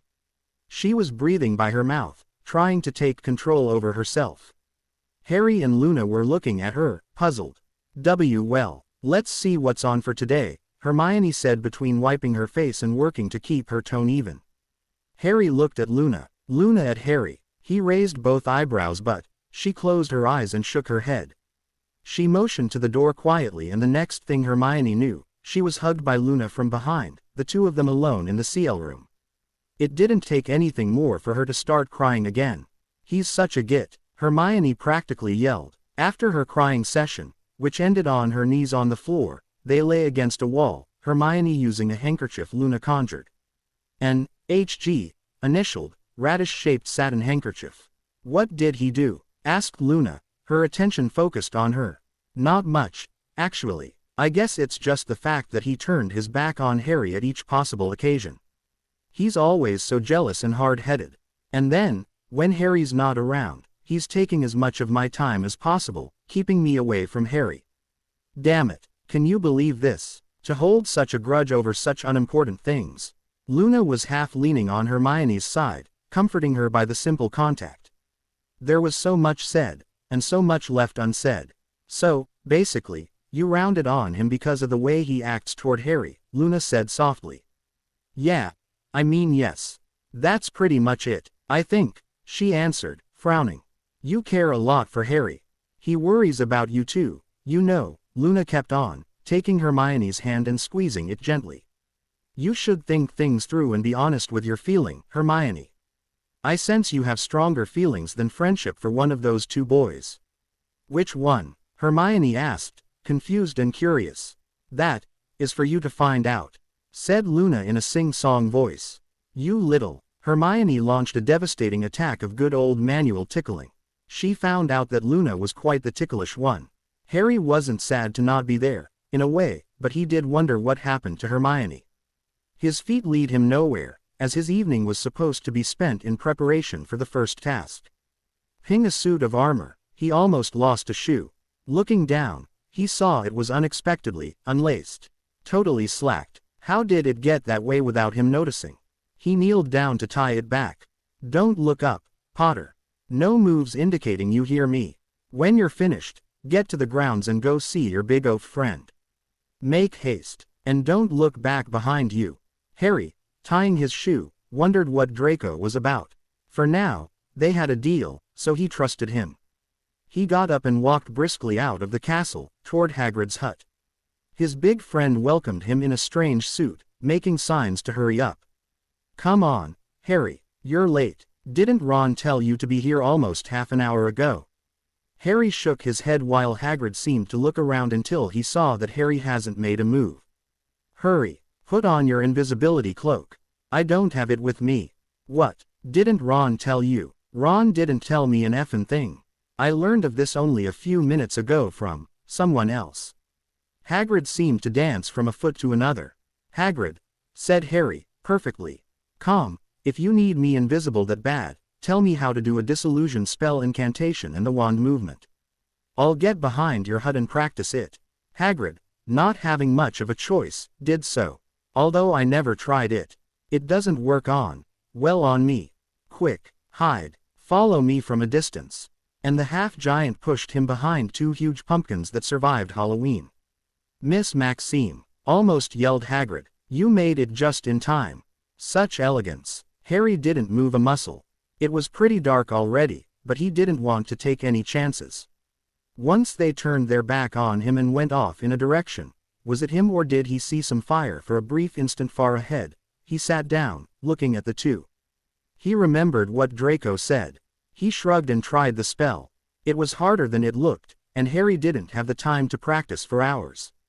Then, Karkaroff came in sight, checking all around him. A moment before his eyes got on Harry, he tried the spell again, focusing on the feeling his invisibility cloak gave him. As he opened his eyes, he saw Karkaroff's searching glare pee right over him, as he was hurriedly making his way after the huge couple. Harry got up and took a roundabout way to get where Hagrid and Madame Maxime had gone. Thankfully, he was far enough from the Durmstrang headmaster to break in a run. Harry hoped that, whatever this was all about, it was good. He wasn't disappointed. As cautious as they thought they were, Hagrid and Madame Maxime really stood out. Thankfully, the other wizards present had their attention focused on the content of the clear meadow. Dragons. 4 of them. Damn, he had to prepare himself to face a dragon in less than a week time. The next day, Harry woke up to take his breakfast to the usual hateful glare of Hogwarts' students. His own house wasn't an exception. Of course, Harry had enough on his mind not to care at the moment. Still, it saddened him. He sat next to Hermione, who seemed uneasy for some reason. He still didn't know why she got to the seal room in tears the previous day. I'm sorry I didn't stay last evening, my own. You seem to need a more feminine mind to get your problems off of your. Still, if I can do anything to help you, just ask. You've done so much for me already. I'll never thank you enough for standing by my side without so much as a question all the time. Hermione blushed, but smiled nonetheless. Thanks, Harry. It's good to feel appreciated now and then. You seem to have matured a lot in the span of a year. The exact opposite of a certain someone, she finished, her face getting sour. A freckled problem it was. What did he do, or probably say, now? Hermione simply shook her head. As I told Luna yesterday, nothing much actually. I just, maybe, overreacted. It was just, you know, the last straw. Harry nodded and sighed. Well, I know how to take your mind off of this. What do you know about dragons? That evening was really busy. Hermione got to their seal room with a huge pile of books, giving at least 3 to him and the same to Luna to check out. Harry looked at all the books critically and read the titles. He put some of them aside instantly. Hermione looked at him, waiting for an explanation. Those are more advanced spells and curses. You know that dragons are more or less immune to magic. I won't be able, in about 3 days' span, to learn a useful spell powerful enough to take down a dragon. As if such a spell existed. I think it would be well known by now, and they would not use a dozen dragon handlers throwing stunning curses at one to take it down. Hermione looked at the ground, feeling cheated by books. But theses might give us a strategy to do something to combine the spells I already know to do. Something. They want originality. We'll read everything about dragons and instorm about anything that might pop into our heads. I need a strategy, a plan. Neither Harry nor Hermione would admit it, but they lack the best strategist of the Golden Trio right now. Harry thought it was just his ongoing luck that the one time Ron would be able to shine. He was upset with him. So they read and talked. Luna proposed to change his teeth in marshmallow so big he would not be able to breathe fire, and that the taste of grilled marshmallow in his mouth might distract him long enough. The 2 other study buddies laughed their head off, but Harry kept that in a far corner of his mind, behind a GL written in case of emergency with a little hammer at his side. After 2 hours of this, Hermione dropped the book she was reading in her lap, growling in frustration. Harry smirked. It would not be the last time books would fail giving a ready answer to her problem. This is getting us nowhere. No spell can last against a dragon. I know, Harry, the conjunctivitis curse. Sirius told you, but you said yourself it would smell you anyway if you have to get anywhere close to it. It would be dangerous to risk such a pinpointed attack on a moving beast. We both know it won't stop it from raging against you even if you manage to land it. Nothing shorter than a killing curse from a very powerful wizard can wound one. It's insane. Totally insane. There must be a spell, or a combination of spells I know able to handle a dragon. Are we wizard or not? Said Harry, exasperated himself. Hermione snorted. But of course, why didn't you say so before? Just throw a full body bind at him. Oops, it would rebound and transform you in a nice boy who lived sausage right in time for the dragon's collation. That should end the first task. She sighed loudly, feeling better letting out some steam. Then she looked back at Harry, already a bit shameful to have rounded on him. He had his head up, looking at nothing. Luna closed her book and stretched. Well, I guess you gave him an idea, Hermione. He's off in his own world again. Let's wait till he comes back to see if we can be of any help, she said, sipping a bottle of water without a care in the world. The day of the first task came fast. The champions reunited in a tent, waiting for the crowd to gather and the preparations for the task to be ready. Harry looked at Cedric. Cedric looked back and nodded. Harry, right after the breakfast at which he announced the content of the first task to Hermione, managed to get through the wall of Cedric's supporters and ask for a private word. When a particularly zealous fan stepped between the two of them, barring the way, arms crossed, Harry simply pushed him out of the way. The Hufflepuff was about to get back at him, fist closed, but found a wand right between his eyes, resting on his forehead. Nobody saw Harry draw. Even Cedric gulped as he saw the potential danger in one of his adversaries. He hoped Duel would not be part of the task. One moment Harry was walking, the next he had someone at wand point. Know your place. This is a champion's matter, Harry said coldly. If he was to be forced to be a champion, as well act as one. Funny how nobody dared to question him. Harry turned away and Cedric followed him. This was unnecessary, Harry, Cedric told him, shaking his head. You won't make friends acting like that. I guess you're right, Cedric. I'm not good at that. I'm a Gryffindor. I'm more in the saving people business. That's what I've been told, anyway. In the eyes of your friends over there, I'm just a child that stuck his nose into something too big for him. I can't say that I'm indifferent to everything they're saying, it pisses me off big time. But, You know what? After this task, they will take us all champions more seriously and respect us. Dragons, Cedric. We're facing dragons. One for each of us. The Hufflepuff hero blanched. Dragons. You swear it's true. On my firebolt. Okay. But, why are you telling me this? Harry looked at the sky in exasperation. Man, you're thick, so you can prepare. The French princess and the Bulgarian grunt know about it too. That leaves only you. Call it me trying to make a friend or it's my hero saving people thing, I don't care. Fair play isn't Hufflepuff, Cedric. It's British. Cedric smiled, chuckling. A gentleman, of course. How could I have doubted you? This won't save me from kicking your ass though, said Cedric. Then I'll steal my ass so you break your leg on it, answered Harry, grinning. They shook hands and went each their way. As Cedric got back to his friends, they heard him mumble, "That Potter, you have to respect the man." Harry got back from his reverie as more officials entered the tent, preceded by Rita Skeeter, the annoying journalist. She didn't make a good impression on him at the weighing of the wands. A journalist that wants to be on the front page with more space than the champions themselves lacks some professional ethic. He let his picture be taken silently, but without posing either. Ludo Bagman waited for the rest of the officials to be posed by the photograph to say his piece for the paper to a fawning Rita Skeeter. At long last, they gathered around, and were instructed that the task would be to face the counterpart of what they would pick out of a bag he handed them. The goal was to get the golden egg. Harry winced. If they were mothers protecting their eggs, this would not be any easier, but it should help him if it stayed over its nest.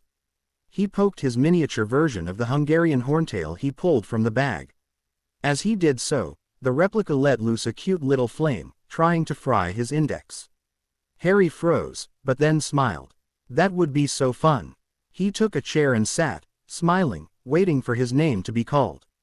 The French witch huffed at his apparent lack of concern while Cedric just shook his head, knowing Harry not to be a show-off. He had always backed up what he said in the past. Victor Crumb, on his part, didn't think so and went beside the teen. You seem awfully confident, twerp. Any last word you want us to carry out of this tent? Harry turned toward him, sizing him. You look like a strong wizard, but look can be deceiving. Right now, I look weak and relaxed. Think about it. Victor, not being the fastest spell to leave the wand, had to think for a while before picking up on the insult. His face showed a grimace, but then it was his turn to go. Fleur chuckled, having heard everything. Quite the sharp mind you have, Mr. Potter. It was very entertaining to see this brute having to dust off his in before using it. Soon after, she was called too. The waiting was killing him. He knew how he had to do this, but doing it was another thing. Cedric's turn came soon after. Finally, it was up to him. He left the tent, shaking. He could not help but wince as he heard a lot more booing than cheering. He wondered if Sirius was throwing hexes left and right in the crowd to teach them how to be a good sport. As he saw the nest of eggs, a few strides in front of him, his golden prize sitting on top of it, all thoughts of the crowd zoned out. Seeing the golden egg so close, the equation formed in his head and he instantly ducked behind a rock. At the same moment, the biggest and nastiest of the dragons he saw a few days ago landed right in front of where he had been a moment ago, preparing to unleash hellfire. Seeing nobody, it stopped and looked around. Harry, panting behind his rock, tried to get his heart rate under the level that would be more appropriate on the RPM of a racing car. He knew it was only a matter of seconds before the beast trailed his scent and heard his labored breath. From the tip of his wand, Harry expertly carved a long set of runes with a rune carver spell on the boulder he was leaning on. He activated them all and they started to glow lightly. That being done, he took the miniature version of the dragon looking for him not even 30 feet behind his rock and cast a spell multiple times on it. Engorgio. The small dragon began to grow, and grow, and grow again. Harry cast the spell until it would have been too dangerous to do so. It was half the size of the real one already and wasn't hidden by his hideout anymore. The real beast looked at its copy and roared. The doll, being a fake with a limited set of instructions, charged him, lacking any kind of preservation instincts. Harry, just for the fun of it, sent a strong banisher at its back to give it more speed, sending it crashing into its enemy. Harry cast a disillusion spell on himself and ran behind another rock, far enough from the first. He carved more runes on it and activated them. He started his dead run again, hearing the two beasts fighting and throwing fire at each other.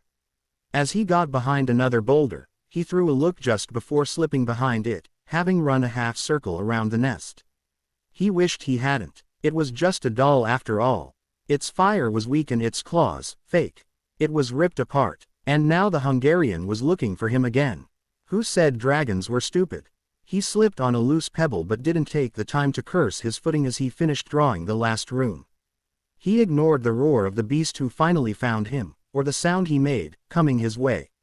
He activated the last set as he felt a rush of heat come his way. Then, he thrusted his left arm forward, not aiming at anything in particular. The heat shifted upward and an outraged roar told him his plan worked. His arm still held in front of him, he got out of his hiding spot, letting the disillusion spell wear off. The dragon was totally bound in an eagle spread style. Two blue beams of magical energy came from the rock he was hiding behind, restraining its right front and hinder leg. The first rock he carved in restrained his left front and hinder leg. The second one he carved had a single, stronger beam pulling its neck backward, pointing the dragon's head toward the sky. The mother dragon was thrashing against its binds, but they were too strong to be broken. Harry remembered it was a timed task and ran to the nest, so close behind the beast he could have touched it. He jumped over the blindly thrashing tail and took the golden egg as fast as he could. The noise from the crowd hit him as he got aware of the surrounding sounds. But something else happened, something that none would ever forget. The magical binding didn't break. No, the beast let out a roar. Such an angry cry targeting the world and beyond that it could be heard for 100 miles around. A roar that effortlessly drowned the cheers of the tiny humans in the crowd. Harry, being the closest one present, nearly jumped out of his skin. He even dropped the egg that harmlessly landed on the ground. After the initial surprise, Harry was angry. As if the beast managed to hit him by surprise from behind. He was pissed at the dragon for making him jump like that. He slowly walked toward it, stopping straight in front of it. Harry pushed back his arm in front of him, taking control over the magical binding once again. He forced the beams down, pulling the beast on the ground, on its four legs. It allowed the two of them to be face to face, practically at the same eye level. The magical leash on its neck wasn't a loose rope, it directed the dragon exactly where to look. The beast saw the opportunity and prepared to unleash a breath that would melt Harry at point-blank range. The runes were not designed for such a use, but Harry twisted his right hand, fist close, arm bending a little. The bind on the neck of the dragon crawled to a S strike speed, tying the mouth close. No fire would come out. Harry, under the unbelieving eyes of the now silent crowd, got in front of the mivhead and looked straight in its yellow eyes, going so far as to lean over the bound snout. The beast growled and clawed the ground, trying to get that insolent bag of flesh. If Harry was intimidated, his posture didn't show even a hint of it, nor was his face. Or his own burning green eyes. Instead, he pulled his fist further toward his side, elbow bent. The bind got tighter, and tighter, Harry never breaking eye contact, never blinking. Until Fleur got out of the medic tent. Her uniform didn't do much to ward her from the dragon's fire. Thankfully, the stupid thing missed her. It was only a grazing hit. She would have to use some ointment. Oh, well, it was the boy's turn now, wasn't it? Why was the crowd so silent? She came out of the tent, attracted by a loud roar that rang just a moment ago. It couldn't be over yet, could it? She looked down and understood the crowd. The biggest dragon she ever saw was bound over its nest, forced to face a scary-looking Harry Potter who seemed to hold him magically with his bare arms.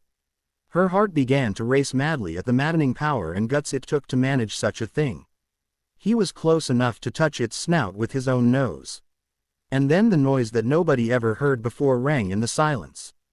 Yippee! Did the beast just yelp? It sounded like an oversized dog that had been kicked by its master. The French witch put a hand over her heart, feeling a strange warmth wash all over her. If she cared, she would have seen a few of her CL mates faint in a similar position. Potter held the pose a few seconds, before letting go. He took out his wand and targeted a rock from which the magical bounds came. He pulverized it with a blasting curse. The 5 beams disappeared at once.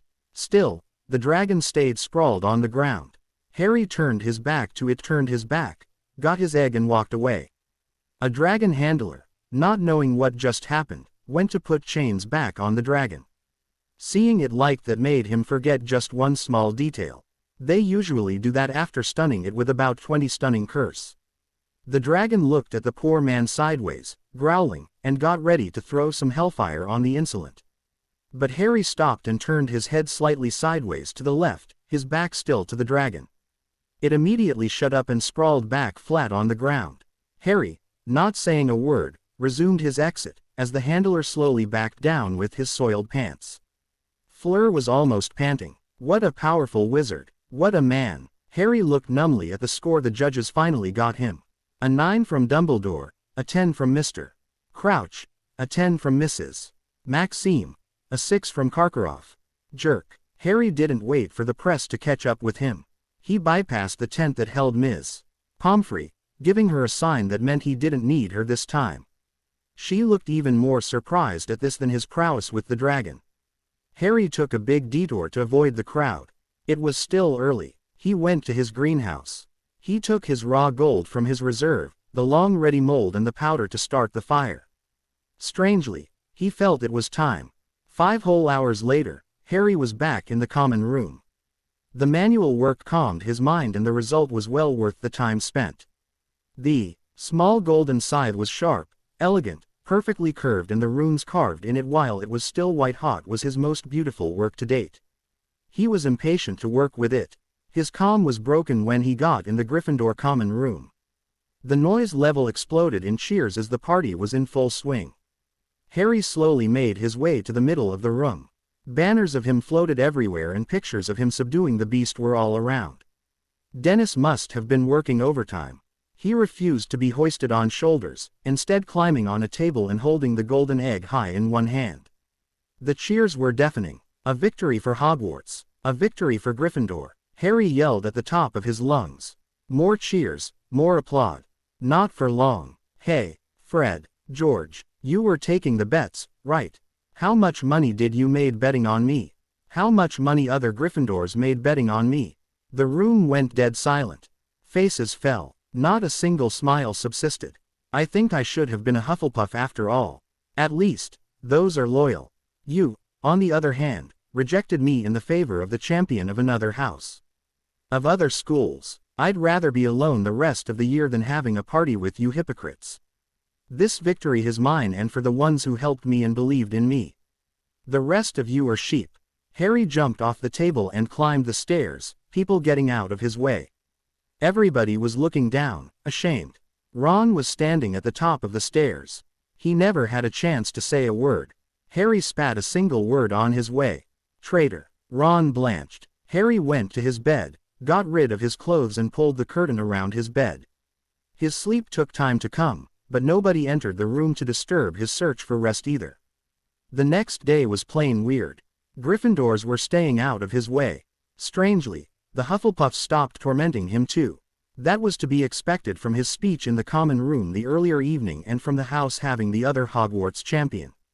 But the Ravenclaws, who were far from being friendly either, and Slytherins who were equal to themselves, stayed out of his hairs too. On the other hand, the girls from Beauxbatons seemed to be extremely clumsy in his presence and often bumped on him or tripped into his path in such a manner he had to catch them so they didn't break their noses on the floor. Then, they went away, blushing while mumbling an apology. Did they even have Cleese in the castle? Another surprise came from Neville, who erupted in stuttering apology. "Why are you apologizing for, Neville?" asked Harry, almost laughing. I could have helped you more with battle spells and... Harry clapped his shoulder, chuckling a bit. That speech wasn't meant for you. If anything, the part about the ones that helped and believed in me is. I share this victory with you, Hermione and Luna. You supported me, and I still have 2 tasks ahead. There's plenty more opportunities to help as you already did, believe me. Neville seemed relieved Harry wasn't cross with him. His stuttering died down as they made their way toward the next CL. Anyway, I think you could ask help from anyone in the castle after what happened yesterday. Hell, Even the girls from Bobaden's look ready to fight to give you a private lesson. Harry laughed at that, feeling great to relax with a friend, talking about girls like any other teenager. So, that's what it's all about. Too bad for them. I prefer the girls bred on British grounds. Who would want a half-breed woman after all? He said with a comically disgusted face. Neville laughed openly at the pureblood-like jab. The fact that Harry was half-blood made it even funnier. Harry looked at the time and it was getting late in the evening. After his little stunt, nobody dared approach him much, except the twins. Those two were always searching for new pranks. They often came to him for stuff they found too technical, in the eventuality it could be solved with a few quick runes. After seeing his exploit of this year and remembering the pranks of last year's, they began to think runes were the solutions for everything. When you have a talented rune carver at hand to boot, but Harry got their feet back on the ground.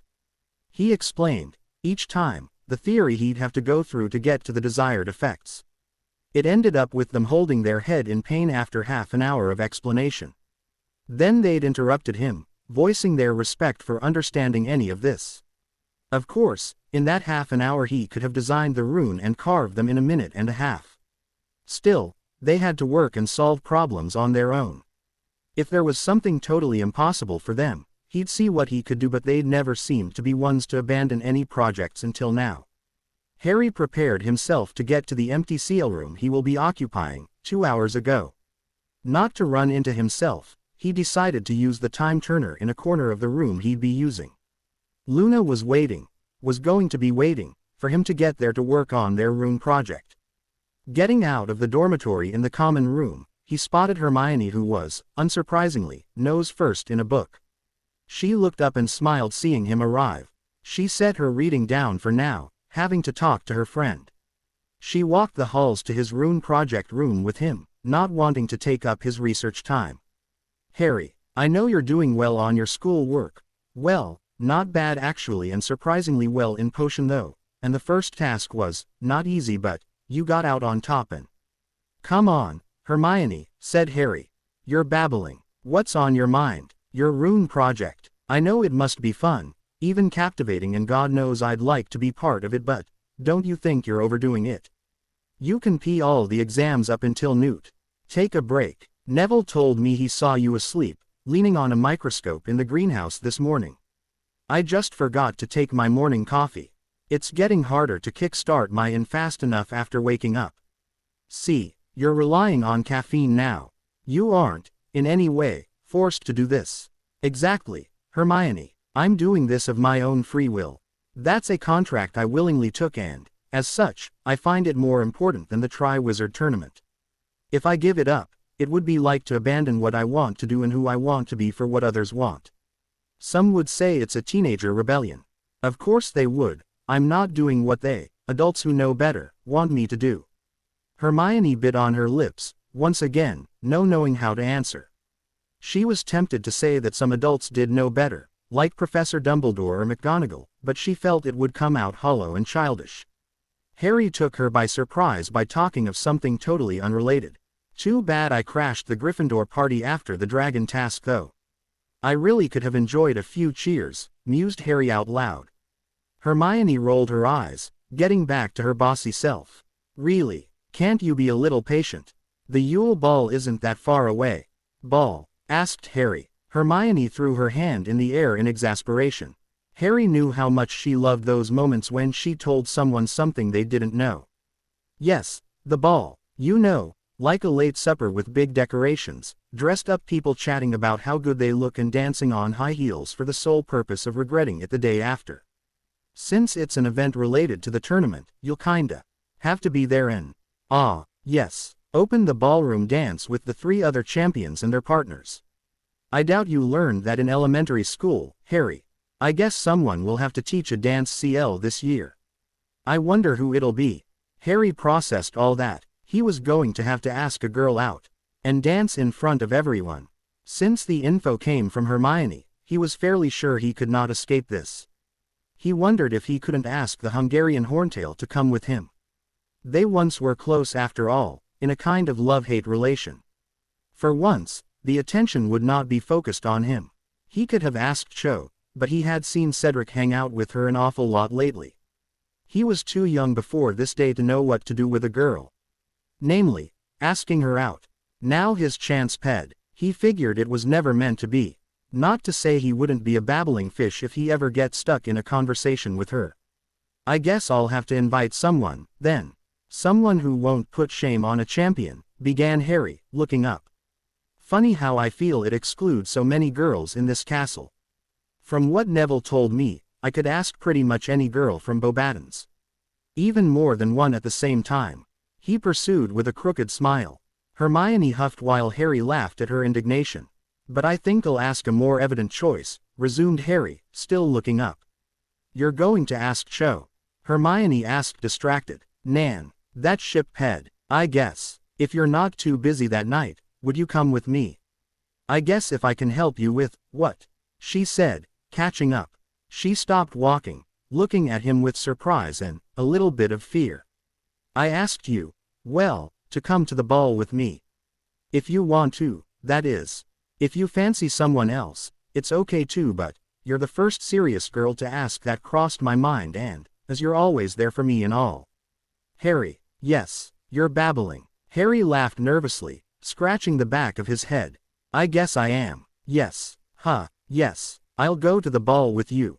Harry smiled widely but was still very nervous. They resumed walking, an awkward silence having dawned on them. Thankfully, the logical mind of Hermione was never far from the surface. At least, I'll be sure you won't ember yourself at the dance if I get to practice with you. Harry laughed heartily. Always count on Hermione the teacher. You know how to ballroom dance. He asked her. No more than you do.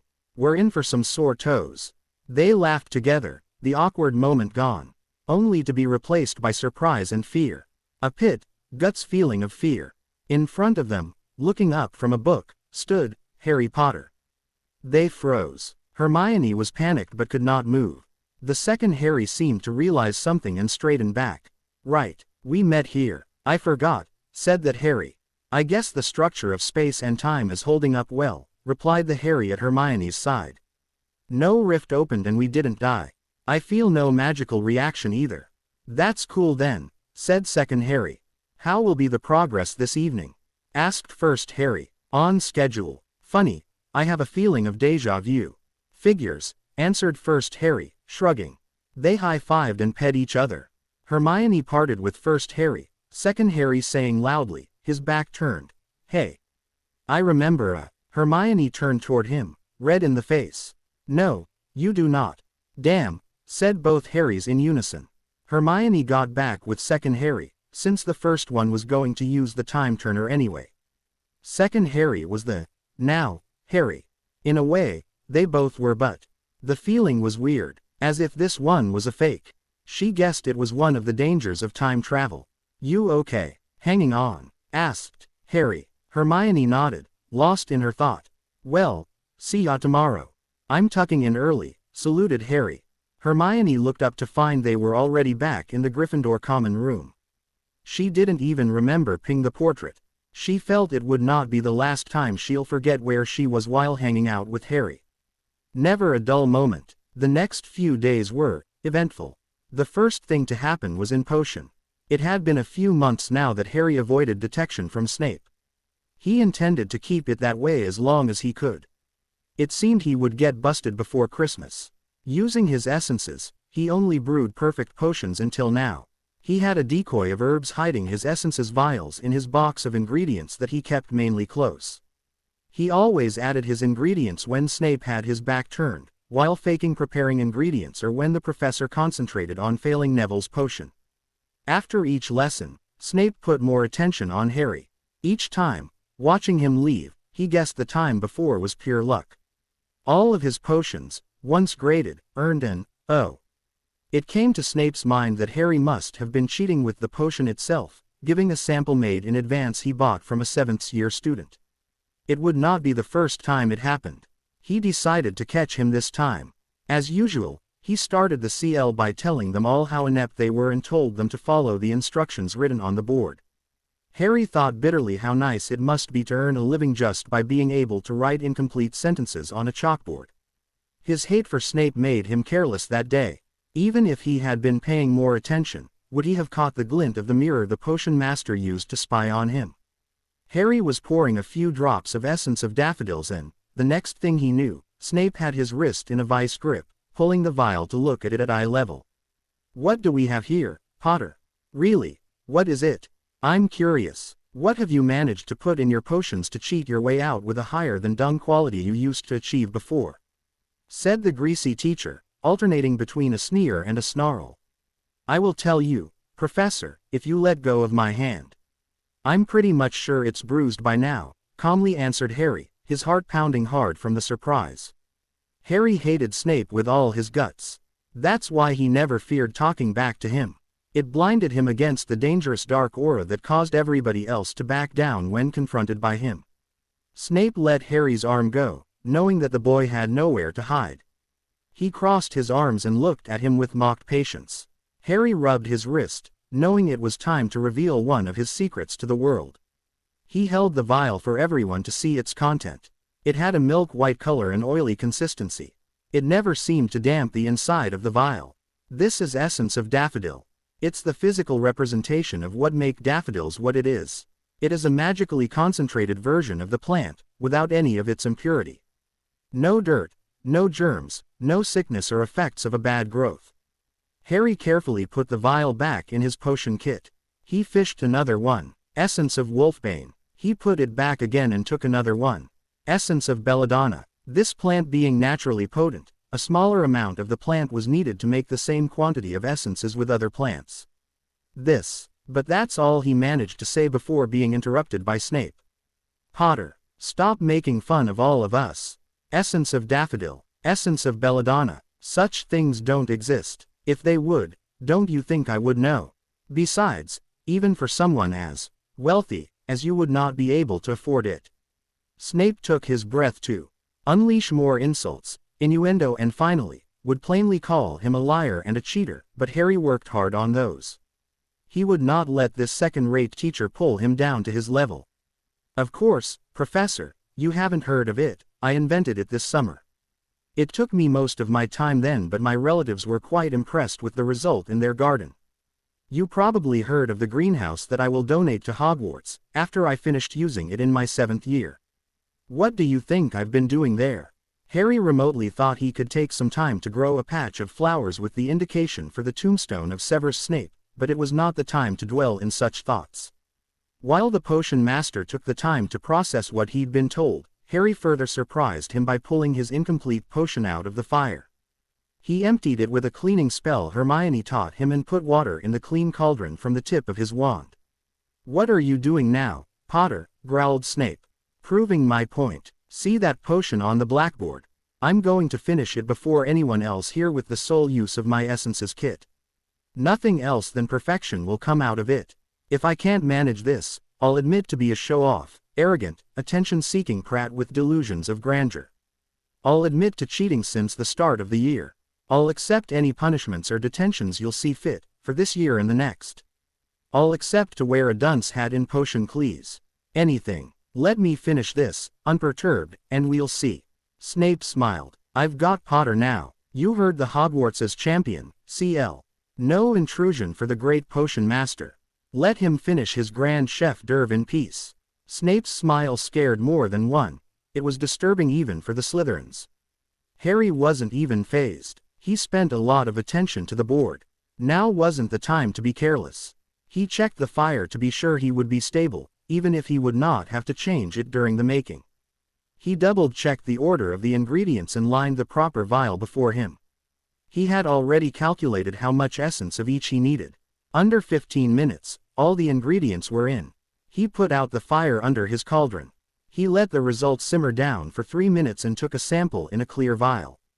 He walked toward the front of the CL, whose most of the students still had to put the last ingredient in their own work. All eyes were on him. Harry gave the vial to a grinning Snape. He should have realized by now that Harry wasn't one to G. He looked at the potion and his face fell. He uncorked the vial and smelled it. He cast a charm on it and the vial glowed blue.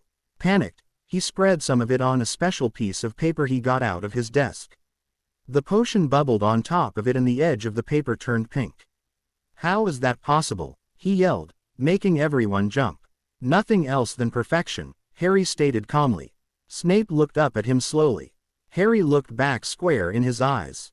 Not a trace of mirth. No trace of self-indulging. A simple serious rock stare.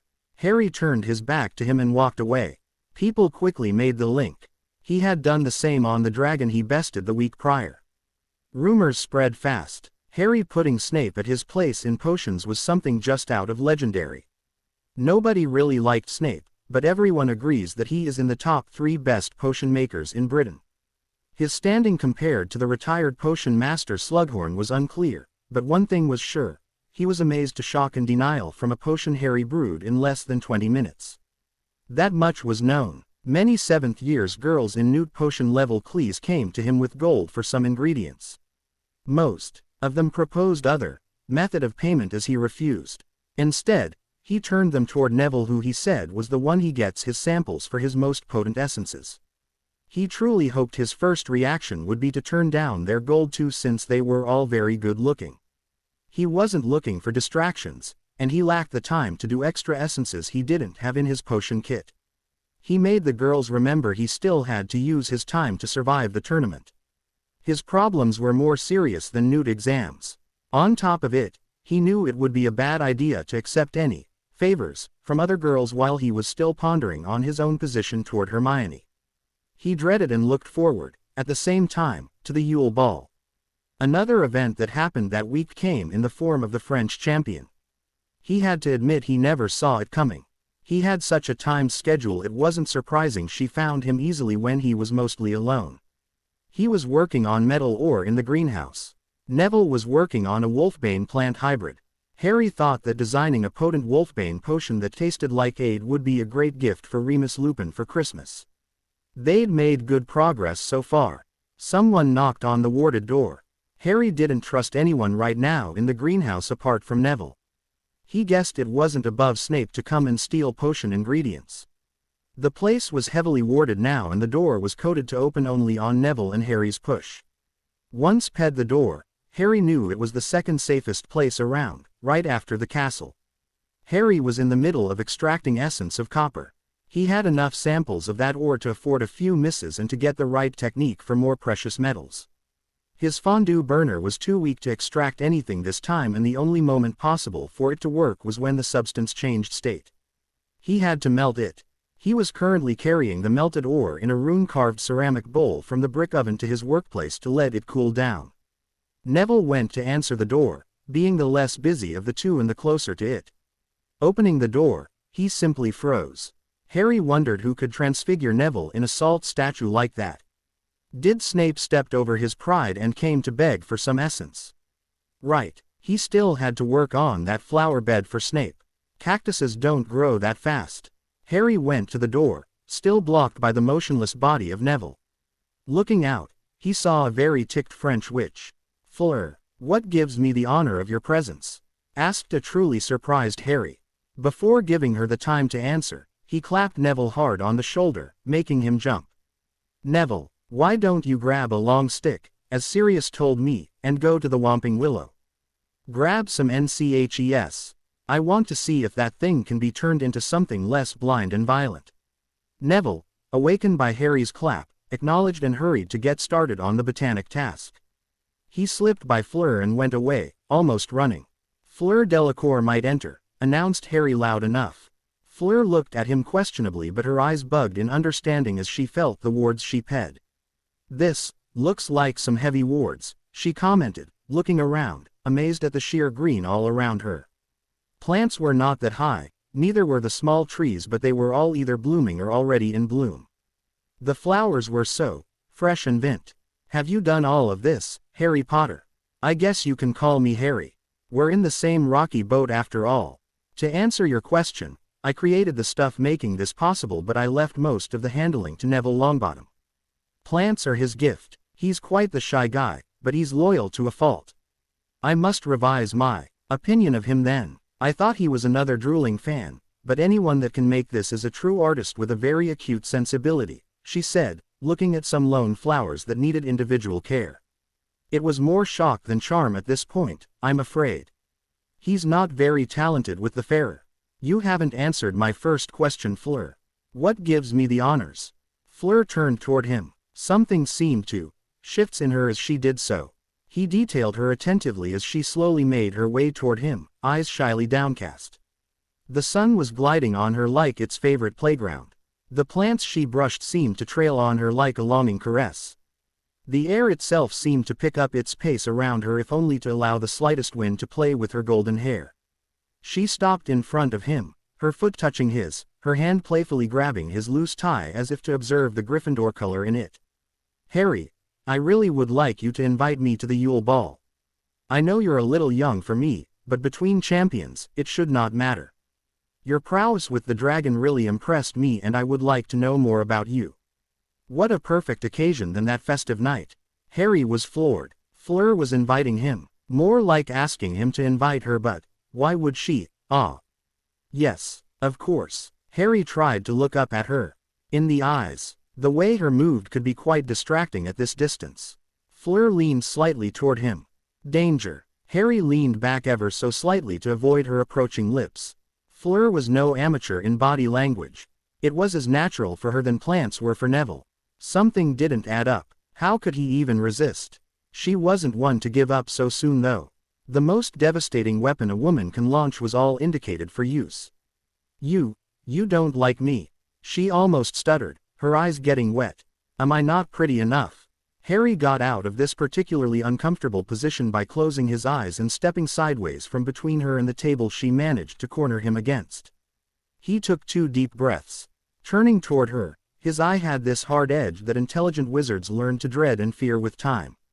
You took me by surprise with that Vila aura of yours. I know I'm not immune to it, only resistant. To be the lone target of it is a new and interesting experience. I can't say your intentions are evil, but they certainly are selfish. I guess we all use the tools given to us to reach our goals, don't we? Harry started walking around, a finger tapping his lips, as if pondering. It's not really stripping a man of his will, more like directing it all on lust. Careful there, Fleur. You might find a man, one day, so aroused by your charm that you'll lose control of him.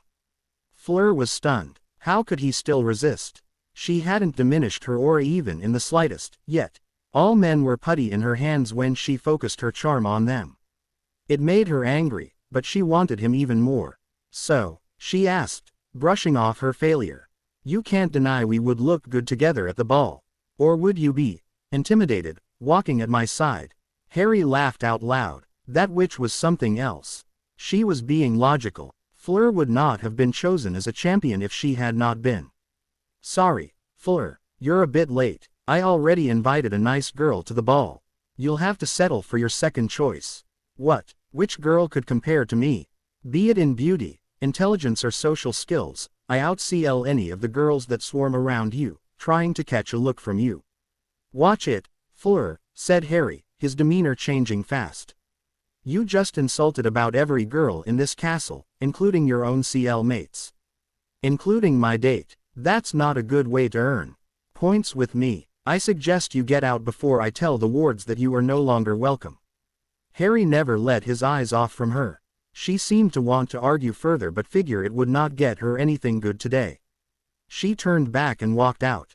Harry sighed. Too bad, Harry thought. It would have been fun to grab that bum in public while slow dancing. He figured he would have to try it on Hermione instead. At the moment the thought played the scene in his mind, his face flushed bright red. Right, as if he would dare. Days Ped and Harry was putting more and more time on his egg. The second task was coming in fast and he had to figure what this screeching was all about. He figured it had something to do with water since Crumb took the habit to take an early swim in the lake every day. He opened the egg for Hermione and Luna without much luck at first, but it was weeks before the task that something finally came of one of their instorming sessions. Water, said Harry for the 12th time. A clue? Did we try to play it backward? Asked Hermione. Yesterday, answered Luna, putting a finger in an ear to block some of the present screeching. It was a pain in the Luna language, said Hermione automatically. Water language, mused Harry suddenly. Both witches turned toward him, eyes sparkling. Mermaids, they both said with finality. Harry smiled, closing the egg. The silence was deafening. Harry's voice seemed to ring after the long period of loud noises. "There are mermaids in the lake. How can we translate their speech?" "There must be a spell," said Hermione, browsing in her books. "Or you can listen to it underwater. The language is pretty much the same if more Shakespearean. It's simply distorted out of the water," Luna said distractingly. "Cool. Who can transfigure us a bowl filled with water big enough for this?" asked Harry, looking at them intently. The two witches were so enthusiastic to finally learn what this was all about that they didn't even bother to tell him to do it himself. Once a bowl big enough for the egg and their 3 heads to be totally covered by water was conjured, they listened to the water folks. Many times, out of breath, they lay beside a desk, Hermione vanishing the spilled water and Luna turning the bowl back in the chair that it had been prior. "So, something dear to me. Basically, I'll have an hour to get it back from the bottom of the lake, where the mermaids will hold it from me. I wonder what it'll be. My firebolt, my collection of essences," Harry said, looking up. Luna whacked him lightly on the head, smiling. "Boys," she said, "always thinking about their toys. Think deeper than that, Harry. It's not necessarily something, it could be someone." At that, Harry blanched a little. "Oh God, I'm so sorry to have involved you two girls." He leaned his head in his hands, not realizing his own words. The said 2 girls, one at each of his sides, were looking at him and at each other, their cheeks quite pink. The casual and evident way he stated it, Luna cuddled against his right side and Hermione did the same on his left. He was her date after all. "Don't worry, Harry," Luna said. "If ever they were to kidnap us and detain us in the underwater mermaid castle, I'm sure you'll come in your shiny Quidditch robes mounted on an engorged seahorse to save us."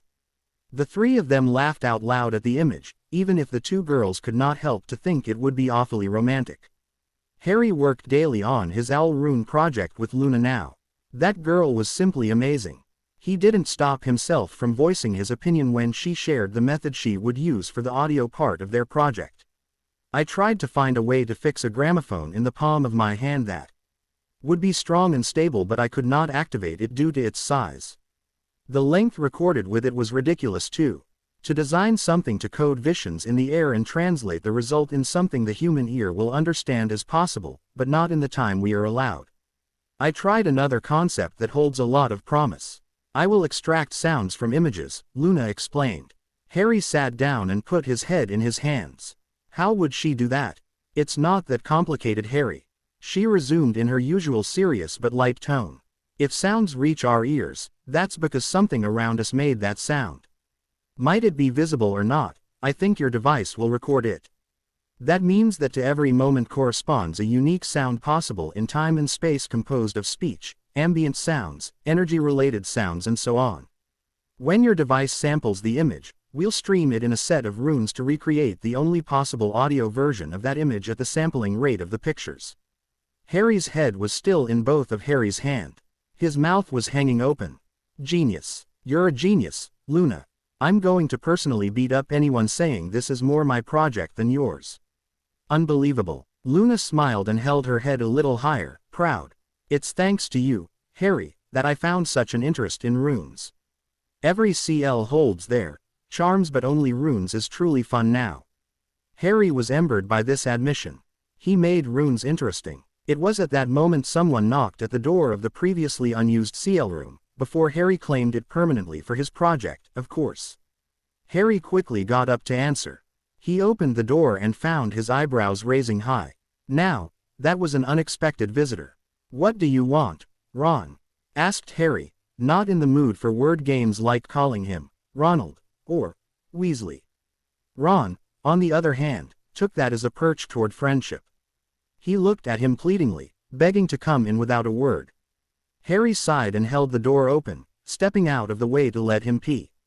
Ron looked at Luna, who seemed to be in no mood to move from her wide table from where she was drawing quadrant cases as if possessed. Harry took his burner, in which the tip of his carving pen was already resting, and moved it carefully to the other side of the room. There, the wall was stripped raw all the way to the stone. Runes were carved, in the right corner, from ceiling to floor. They started back from there from the bottom right toward the bottom left in a twisted double line. Harry was already halfway. He wanted to frame the whole wall if the present work was any indication. I'm busy, as you know and can see, Ron. Before you start on anything, it better not be upsetting as I need all my concentration to do this. If I'm taking the time to tell you this, if I let you enter, that's because I'm curious to hear what you have to say. Harry turned back toward his work by melting the stone in a regular rune pattern. He found funny he managed to rune his pen, allowing it to absorb a lot more heat and making stone carving as easy as leather. Ron didn't take Harry's lack of attention as an offense, for once. Having to say what he had to, he was glad not to face him. He sat down, his eyes at his feet and talked. I'm a big idiot, Harry. I know you know, and I know that by now, everybody knows too. I've tried to come out of my brother's shadow for so long that, well, I had to, I don't know, develop a pride of some sort. Each time you did something, it was like being beaten by one of my brothers all over again. The things I'm good at are so insignificant compared to your gift. Chess. Talk about something. I realized it even more after the first task. You were right, I betrayed you by not telling you about the dragons. I was thinking along the lines of, if he's so great, he'll just order it to move away. Ron laughed bitterly. And then you did better than that. You bounded it, subdued it. I realized something that crushed that pride I tried so hard to build. Look at me, Harry. Please. Harry had stopped carving quite some time ago. He turned around and Ron was looking straight at his eyes. You're better than me, mate. Simply put, you outdo me. In everything. Your potion skills got out of anyone's correction grid. Whatever the way you did it all on your own. Your runes abilities are unheard of. Your dueling skills were always above mine and that's not going to change with all the training you're under right now. You can cast spells that some adults can't. You're able to do all this and not G about it.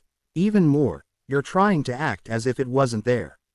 You forgave me more time than I'd like to remember my childish jealousy and tantrums. You never asked Hermione to stop talking to me in all of our rows. What else? I'm sure we can still find some. I'll never be able to reach your level. I still would like to be your pal. I want to stick around and be amazed of what you can do. I'm not of those who can become great. I'll just stay in the shadows, watching your back, making sure nobody tries to stab you from behind. Every hero need a sidekick, finished Ron nervously. Harry never, in his craziest dreams, thought that Ron could or would apologize like that. He expected a mumbled apology and the proposition of a chess game when he would find the time, but this. He was moved, and glad. He finally had an answer to an old question now. Yes, Ron was truly a good friend. Ron, if what you say is true, that you really mean it, then I'd be the biggest prat in Britain to tell you to sod off. But then, I wouldn't be the great wizard you just described, would I? Ron laughed loudly a moment before answering, relieved. Exactly. Harry Potter must keep his image intact after all. But really, you should design something to tame your hair. How will you ever be taken seriously otherwise? Teased Ron, feeling the ground was safe once again. Oh, now you can sod off. I'll tame them when you lose your bowl cut. Luna smiled serenely from where she sat, hearing the two friends trade verbal jabs. Boys. The following days were sweet. Harry even indulged in some off time, simply playing chess or lounging. Right now, nothing seemed to be taking down his feeling of warm, cozy laziness. Sometimes, he simply lay next to the fire in a sofa, letting ideas drift around in his head until sleep took over for a light rest. He thought about his metal samples. Some he had fully transformed in essences, as he saw no real use for them. Silver was one truly beautiful thing. Its essence looked like bottled moonlight rays. That's how it felt. Any lunar rituals or spell used with this essence would be pure, powerful and mysterious. Other metals were harder to describe, but the crystals were simply amazing. It was practically essence in earthy, material form. Extracting essence of it only made their use easier. Quartz makes the most potent magical recipient. It was no surprise to see that rubies had an affinity with fire spells and sapphires with cold ones. The surprise was that the affinity itself, not some pigment, gave the crystal its color. Everyone, Muggle included, saw those colors. Did it mean that every living being are, in some way, magical? That would shut some pureblood mouths. He'd have to publish that theory after he'd gained some notoriety. The first little dent in his rest came a bit later, when Professor McGonagall told them about the dance lessons. Seeing Ron trying to ballroom dance with the Transfiguration teacher was priceless. That evening, Ron was teased mercilessly by his brothers, one sporting a dumbstruck face and the other a stiff frown, both dancing around, stepping on each other's toes freely. "Those two idiots," mumbled Ron. "I'm sorry about Cho, Harry. Too bad she hooked up with Cedric. We're going to have to learn to dance right so not to humiliate ourselves and to find a date." "But who, well, I'm a little ahead of you in that department there, mate," said Harry, hesitant. "Really? You asked someone out?" No girls could say no to our local hero after all. "So, who's the lucky one?" teased Ron, mistaking Harry's source of discomfort. "Hermione. She's going to help me practice dancing too. You know, being the champion and all, I'll have to open the dance," he replied to Ron, looking at the twins now dancing tango. Ron was looking at him speechless, mouth opening and closing like a goldfish. "Good," he finally said nervously, a little too loud. "Good," he repeated, more quietly. "At least, it makes one of us, cased. So, you and Hermione, huh? You, going out with her. Is it a first date or?" "I don't know yet," Harry said, slowly, reading his friend carefully. "It might. She has been there for me and I really could do worst for a girlfriend. I guess we'll see that at the ball." "Great, great, good for you. Do you think we could practice dancing all the three of us? Not that I fancy dancing with Hermione or anything or." "Yes, Ron, it's okay. I'll ask her. I don't think she'll mind too much. But in exchange, could you do me a favor?" "Of course. What do you need?" answered Ron hastily, eager to be of some help. "Ask Luna to go with you. Show her a good time and dance with her at the ball. She stuck by me all year long too and has been a lifesaver with my rune project and spell research. Don't overdo it or she'll know. Believe me, she'll know. Just be nice." Ron smiled an honest smile, leaning against his chair. "Hey, that's a rich idea, mate. It solves most of my problems too. We could even invite her to our little dance practice. Seeing her step on Hermione's toes would be something making me wish I had a camera like Colin's." They scheduled the first dance practice that very weekend. Harry was delighted to see Dobby in the kitchen when he went to ask the elves to bring some snacks and popcorn. Sitting and watching two people trying to ballroom dance was just as funny as trying themselves. They got a lot better, going so far as using the stuff lying around in the Rune Project room as an obstacle course. Then, Ron produced a wizard wireless radio from somewhere and they tried to dance over the music of the Two Sickles, Lounging Zombies, and the group of the moment, the Weird Sisters. A most hilarious moment was spent when Harry and Luna danced in all dignity over the weather report. As always, every good thing must come to an end, and it came in the form of the potion CL they had on Monday morning. Harry was taking good notes on the potion he made, always keeping many doses of each one for possible uses. He was going to make whoever possessed the vial company very rich. He was already receiving advertisement forms by owls with discounts and vial storage products. Today though, Snape had something else in mind. As Harry opened his potion kit, Snape was already standing behind him. "What is this, Potter? No herbs. You can't make a potion in my CL without such. I'm afraid you'll have to leave. As long as you're not correctly supplied, you're not going to set foot in this CL again. Of course, it shall be considered as unattended CL and, if you take too long, it will stop you from attending your owls, even if they are next year." "What a pity," he finished, grinning. Harry looked at him, eyes comically bugging out. Not that he was really surprised, he just felt like playing the part. "But you must be confused, Professor. These are simply ingredients prepared in an alternative method. I read the school curriculum before bringing this in CL, you. It is all perfectly allowed. A student has the right, and is even encouraged, to grow his own supplies. I know that you're not qualified to evaluate, or understand, this rather exotic way of potion making, but I assure you that I will pay my exams and that I will be allowed to use these to take my owls. Even newts, if I fancy potions worthy of my time." Snape was seething. Unqualified. Too stupid to understand. I should hex you where you stand, insignificant little insect. Instead, I will simply flunk your exams. Oh yes, I can. I have all the liberties to do so and, believe me, the headmaster can't save you this time, said Snape, his face very close to the one of the Gryffindor champion. You will flunk my final exams? Asked Harry, his face neutral. Yes, this year, yes. How much do you bet, dumb? Asked Harry on an even tone, raising one eyebrow. His posture was a screaming challenge. The CL room was already quiet. No one dared to even move or breathe too loudly. Seeing any teacher in that state was a frightening sight, let alone Snape. But that last comment had them all cringe with a feeling of dread. How much do I bet, dumb? Snape very slowly repeated. Yeah, put your words in actions for once. How much do you bet? Hey, I know, I bet an exemption of this CL until minute exam. And, if by some cosmic event, you lose, said the teacher on a deceiving calm voice. Easy. I failed the tournament on purpose and resigned from Hogwarts. I'll even give you my wand. Snape had a feverish stare as he uttered, Deal. You are going down, boy. Harry smiled and put all his barely unpacked things back in his bag. He shouldered it before saying one last thing. Nope. You are. Read the rules of the tournament, wise guy. I'm exempt of all of the course's exams as a champion, automatically ping them all. That includes potion, dumb. The potion master's mouth opened slowly, not a single sound finding its way out of it.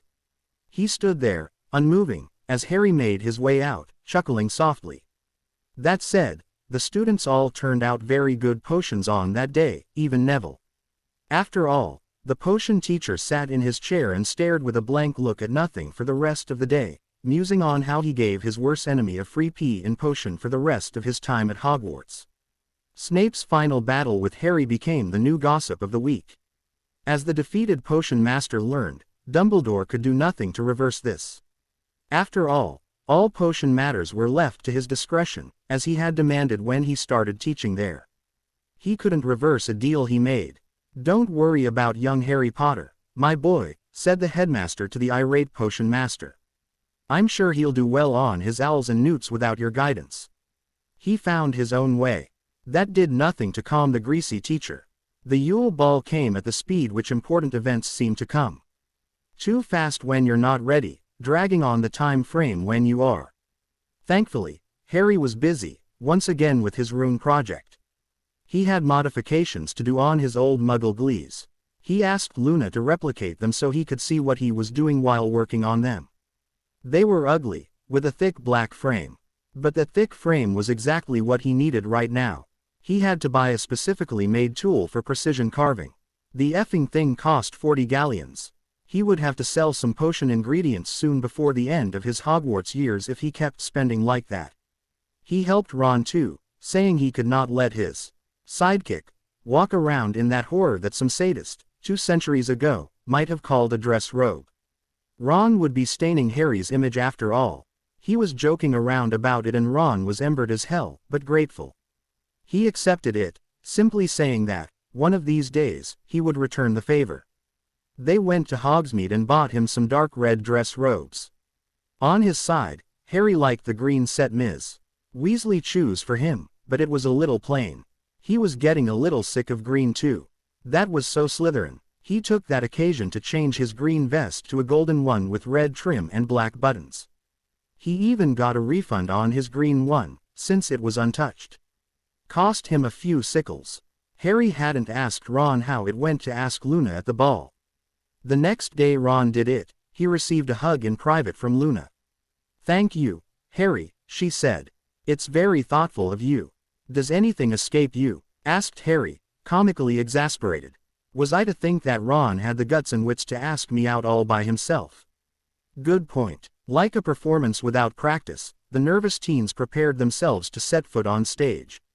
The great night came and found 2 nervous Gryffindors to wait for their best female friends to come down the stairs of her dorms.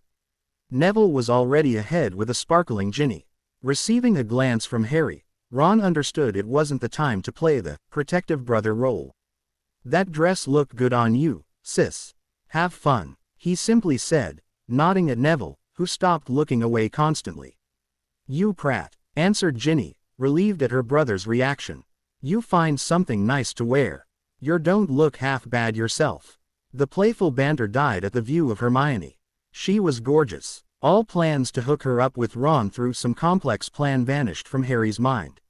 She was his date. Come on boys. It's nothing you haven't seen before, day after day, said a grinning, but blushing and perfectly bushy hair-free Hermione. It's not who we're looking at but how she presented herself, said Harry, barely above a whisper. You're beautiful enough to be a king's ransom. Ron didn't know where to put himself. He simply turned his back, pretending to give them the moment, when, secretly, he was drying his eyes, confused from his own reaction. He collected himself pretty fast. He could not act like a fool. He simply said, half-turned, I'll let you two lovebirds to yourselves or I'll be late to greet my own date. See y'all later. He went off as Harry offered his arm to Hermione, escorting her. When they finally got to the Great Hall, the place was unrecognizable. It truly looked like an ice palace. Ron showered Luna with short but heartfelt compliments of how good she looked and that her new radish earrings were a welcome change from all the costly jewelry around. He was doing his very best. They had fun during dinner, the headmaster regaling them from random gossip, making Harry wonder if he had any Lovegood blood in his veins. The feast was grand, but even the dessert came and the tables were pushed back against the walls, simply moving out of sight, leaving the hall free and showing how vast it really was. Harry took Hermione by the hand and walked with her to the middle of the place. He didn't have to be told it was time. He knew. The other champions followed a split second later with their partners. Quiet music began to slowly fill the place. Nervous? Asked Hermione. A wreck, Harry told her truthfully. But I believe in who I'm with. The dancing began and it was enchanting, so to speak. The champions, all of them, were as impressive on the dance floor as they were on the battlefield. After the first verses, Dumbledore himself showed his experience in the matter, Minerva McGonagall following his lead with equal grace. She wasn't the dance teacher for nothing. Hagrid had an amazing and most surprising grasp of ballroom dancing with Madame Maxime as a partner. Slytherin would have a hard time calling him an uneducated oaf now. Dancing took a turn for the worse for the older generations later as the Weird Sisters replaced the cliquical aura. The young group leveled the dance floor. The biggest surprise was to see Professor Dumbledore get on it, break dancing and twirling around on his head with his beard flying around. After a good 5 minutes, Professor Dumbledore changed in a laughing George Weasley. The joke was greatly applauded and the real Dumbledore, standing to the side of the room, said he never looked so young. Ron took his promise to heart and danced a lot.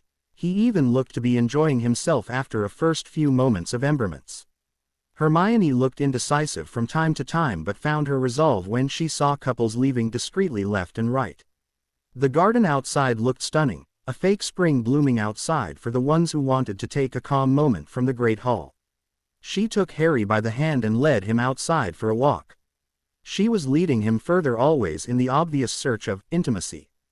As she began to walk a little faster, Harry slowed her down, squeezing her hand. Relax, Hermione. It's a beautiful night. Enjoy the moment, he said, smiling. But Harry himself didn't know how he managed to say that looking so calm. What would he do? What did he want to do? Would he do it or know when to do what he didn't know even what when? Did that make any sense at all? They finally reached a bench and Harry, like a gentleman he learned to be that very night, gave his vest to Hermione to protect her from the chilly night air. Oh Harry, it's as if you know exactly what to do in this situation. It's not fair, said Hermione, frustrated for once to be the one totally clueless. Harry chuckled as he sat beside her. The wonders of teenage angst, he thought, amused that he was able to see it and to be affected by it at the same time. Would it worry you to know that I'm about as calm as when I was fighting the dragon? So, I'm an evil fire-breathing monster to your eyes right now, is that it? Of course not. You know what He never finished that sentence as he was cut off. Hermione's lips were over his own now and his mind went blank. He could only think strange thoughts. It wasn't like he thought it would be. Hermione was the first to pull back, looking down. I'm sorry Harry. I think. She trailed off. Ron, stated Harry. Her fist closed but she nodded. Thought so. This was my first too, as I guess it was yours. It was really nice, by the way. It's just that the feeling behind it was not the right ones, I guess." Hermione smiled and let out a breath. Harry stretched out and reached around Hermione, putting an arm around her shoulder. She looked at him, surprised. "Hey, we just had a moment. We had a cool party and a kick dance. Let's enjoy the stars a while before going back." Hermione snuggled against him in search of more heat and sighed, looking at the stars above. She had no trouble saying what she thought at that moment. Harry made things really easy for her. "We may not be a romantic couple, but I still love you, in a way. You're unique. I'm glad being best friend with you. I'm one lucky girl. Thanks. I'm one lucky guy to know you too. Now, all that's left is to use this situation to make another lucky guy." Hermione slowly looked up to see his evil smile. She shivered. That's the face he had when about to play a great prank. "And you're going to play your role, Hermione Granger," he stated firmly. Hermione could not help but to laugh. It was finally settling. Everything was good with Harry and her feelings were sorted. Maybe, just maybe, she wouldn't have to hammer a Cupid's arrow in Ron's head to make him understand how she felt. Many couples were still dancing late into the night when Harry took Hermione back to the common room. It made no sense to prolong the night if everything was perfect as it was. Harry relieved his sore neck of the tie and climbed the stairs to his dorm after dropping Hermione at the base of the stairs to the girls' rooms. Ron was already asleep, snoring lightly, even though he had been there less than an hour. In deep sleep, Ron could snore like the Hogwarts Express itself.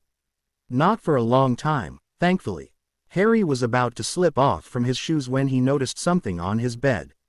A rose. It was freshly cut and looked awfully like one around his greenhouse. He took it in his hand and groaned. He recognized too well from the pulling feeling behind his navel what was about to happen. Harry stumbled as he landed from the portkey travel, almost staying on his feet.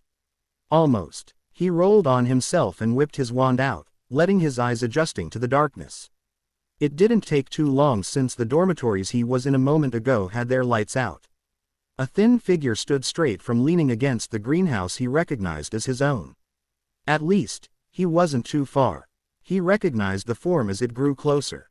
Fleur. Harry stopped aiming at her and put his wand back up his sleeve. He found a nice groove for it in his vest. "Good evening, Harry Potter," she said in a soft voice. She was still in her clothes from the ball, pretty much like he was. "You could say, good night, at the hour we're at," said Harry, trying to stay civil. He had been forced to be there after all. "Could we talk inside?" she asked, not fazed at all. Harry wasn't sure what this was all about. Was she still mad about his refusal? He opened the door, quietly announcing to the ward the presence of the guest. He held the door open for her and she went past him, not looking at him. As soon as the door was closed, she tackled him against it, ing him with abandon. Harry was surprised, to say the least, and barely found the wits to answer back. After a few minutes, having her body pressed against his, rubbing on him without much shame, she parted for air. Harry was seeing stars but grinned nonetheless. "Wow, wicked," he said with great sagacity. Fleur grinned in turn, a hungry look in her eye. "I'm not a little girl, Harry. I saw you with Hermione. I followed you with an invisibility charm. When I saw you ing her, I was ready to give up, but it was so sweet that I had to watch. Then I heard what happened, Harry. You're more mature than any guy my age I've dated." At this point she could not keep up without stealing at least a small. "Maybe I'm a little princess, and you would be right to say that I always get what I want. Right now, I have this urge to have you. I'm so glad you had your first from a cute, nice and innocent girl like Granger. Now, I can show you the rest without any guilt." The next morning was, fortunately, a Saturday.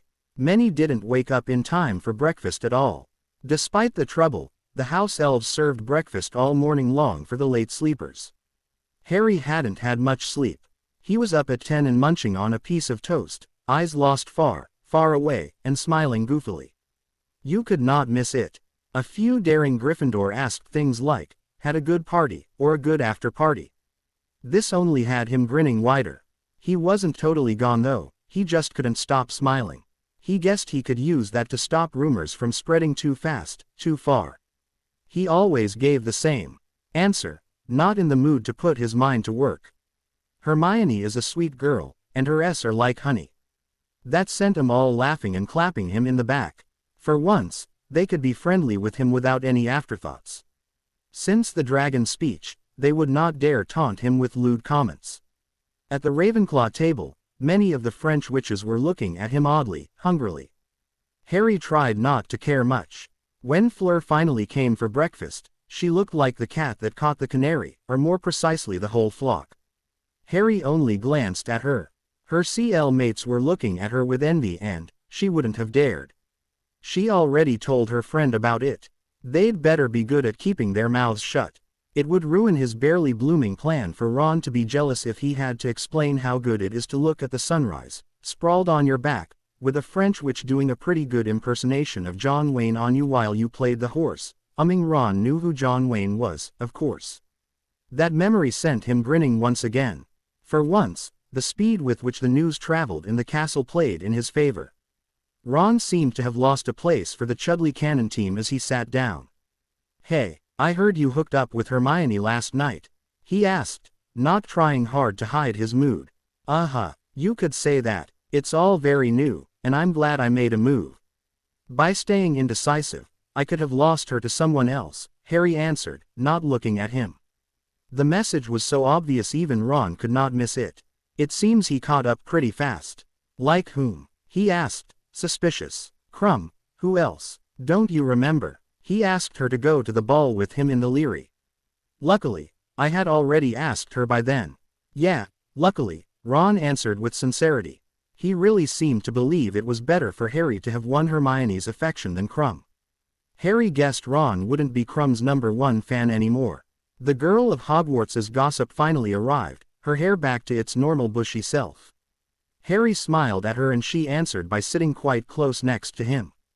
Harry would have chuckled if he could. Hermione was slipping in the act pretty quickly. It takes an incredible amount of hair gel to get it to look like it did yesterday. "It takes forever to wash out too," she said with a small grin. "You don't need it, Hermione. You're perfect like that," said Harry, looking love-struck. Ron jumped on his feet, panicked. "Hermione, he started, not really knowing how to finish this sentence. Well, thought Harry, that game was won fast enough. "What is it, Ron?" asked Hermione, trying to sound casual. "Say it now, as I intend to spend the day with Harry so we can learn about each other better." That didn't make sense, really, since they knew each other from first years. But Ron had sirens blaring in his head, despite Hermione's terrible declaiming skills. Thankfully, Ron was as thick as the castle walls. "I don't want you to go with Harry today. Come with me instead." Let's go to Hogsmeade." "Why would I do that?" asked Hermione, getting up to face him, already nervous and ready to crack any seconds. Neither one seemed to notice the hall had gone silent, watching them. "Because Harry rolled his eyes and thought that Ron sounded like a broken Mexican record and he'd had enough. He would have to put his foot down. He did so, hard, on Ron's butt, pushing him on Hermione. Their lips met, probably a little painfully, but Hermione kept them locked there for a while, grabbing the back of Ron's head. Many in the Great Hall snickered while others were looking at them in confusion. "Wasn't Hermione going out with Harry?" "Finally," said Harry loudly, throwing his hands up in the air. Hermione broke her cheek as pink as Harry remembered them last evening, in the garden. "Thanks for the hand, Harry. He would have taken forever." Harry brought 2 thumbs up. Hermione took a confused Ron's hand and pulled him away, planning on finding a private place to explain the situation to Ron, and inform him of his new status as her boyfriend as well as explaining what she expected of one. Harry turned back to the breakfast table and his eyes were quickly attracted by a young French witch's amused face. He winked at her and she rolled her eyes. She got up and, to everybody's surprise again, sat next to him. What did happen at that ball? "So, this was the help you promised Hermione yesterday. Interesting, that foot technique. Ron has many flaws. One of them is to always act once it's too late," Harry told her, not at all uncomfortable by her close presence. "So, You made it look like it was too late so that he admits his feelings. Click'll set up. Yeah, but he always crashes down when the moment to make the step comes, so I gave him a little push, finished Harry, proud of himself. Harder than that and you would have broken both their noses, mocked Fleur lightly. If that's what it takes for Ron to touch her. By now, there were eavesdroppers all around, trying to be as subtle as possible. As good a time as any, thought Fleur. I don't remember you needing a push to touch me last night, she said casually. Fountains of pumpkin juice erupted at the Gryffindor table. Fleur acted as if she'd said nothing special, like she hadn't noticed the reactions. Harry looked at her, amused. He made his decision too. Thankfully I didn't need any. I was busy enough trying to handle a wild cat, thanks Merlin for silencing charms. New rows of coughing, as the fountain students didn't have any time to catch their breath back. Harry didn't care much. For once, the gossip about him would be about something good. Fleur seemed to have found what she was looking for. She seemed contented. How about you take your day off to show a foreign witch around, Mr. Potter? I've seen the sights but I bet you could do better than those guides trying to find the darkest corners to take me to, she said in an innocent tone. By now, Harry knew she was nothing but, I guess I can push my work back a little. It's a Hogsmeade weekend. I could make you visit further than Madame Puddifoot's closed boot, Harry said generously. That would be nice, answered Fleur, sounding sincere. Harry spent the day with his new girlfriend. She was always flirting, full of innuendo.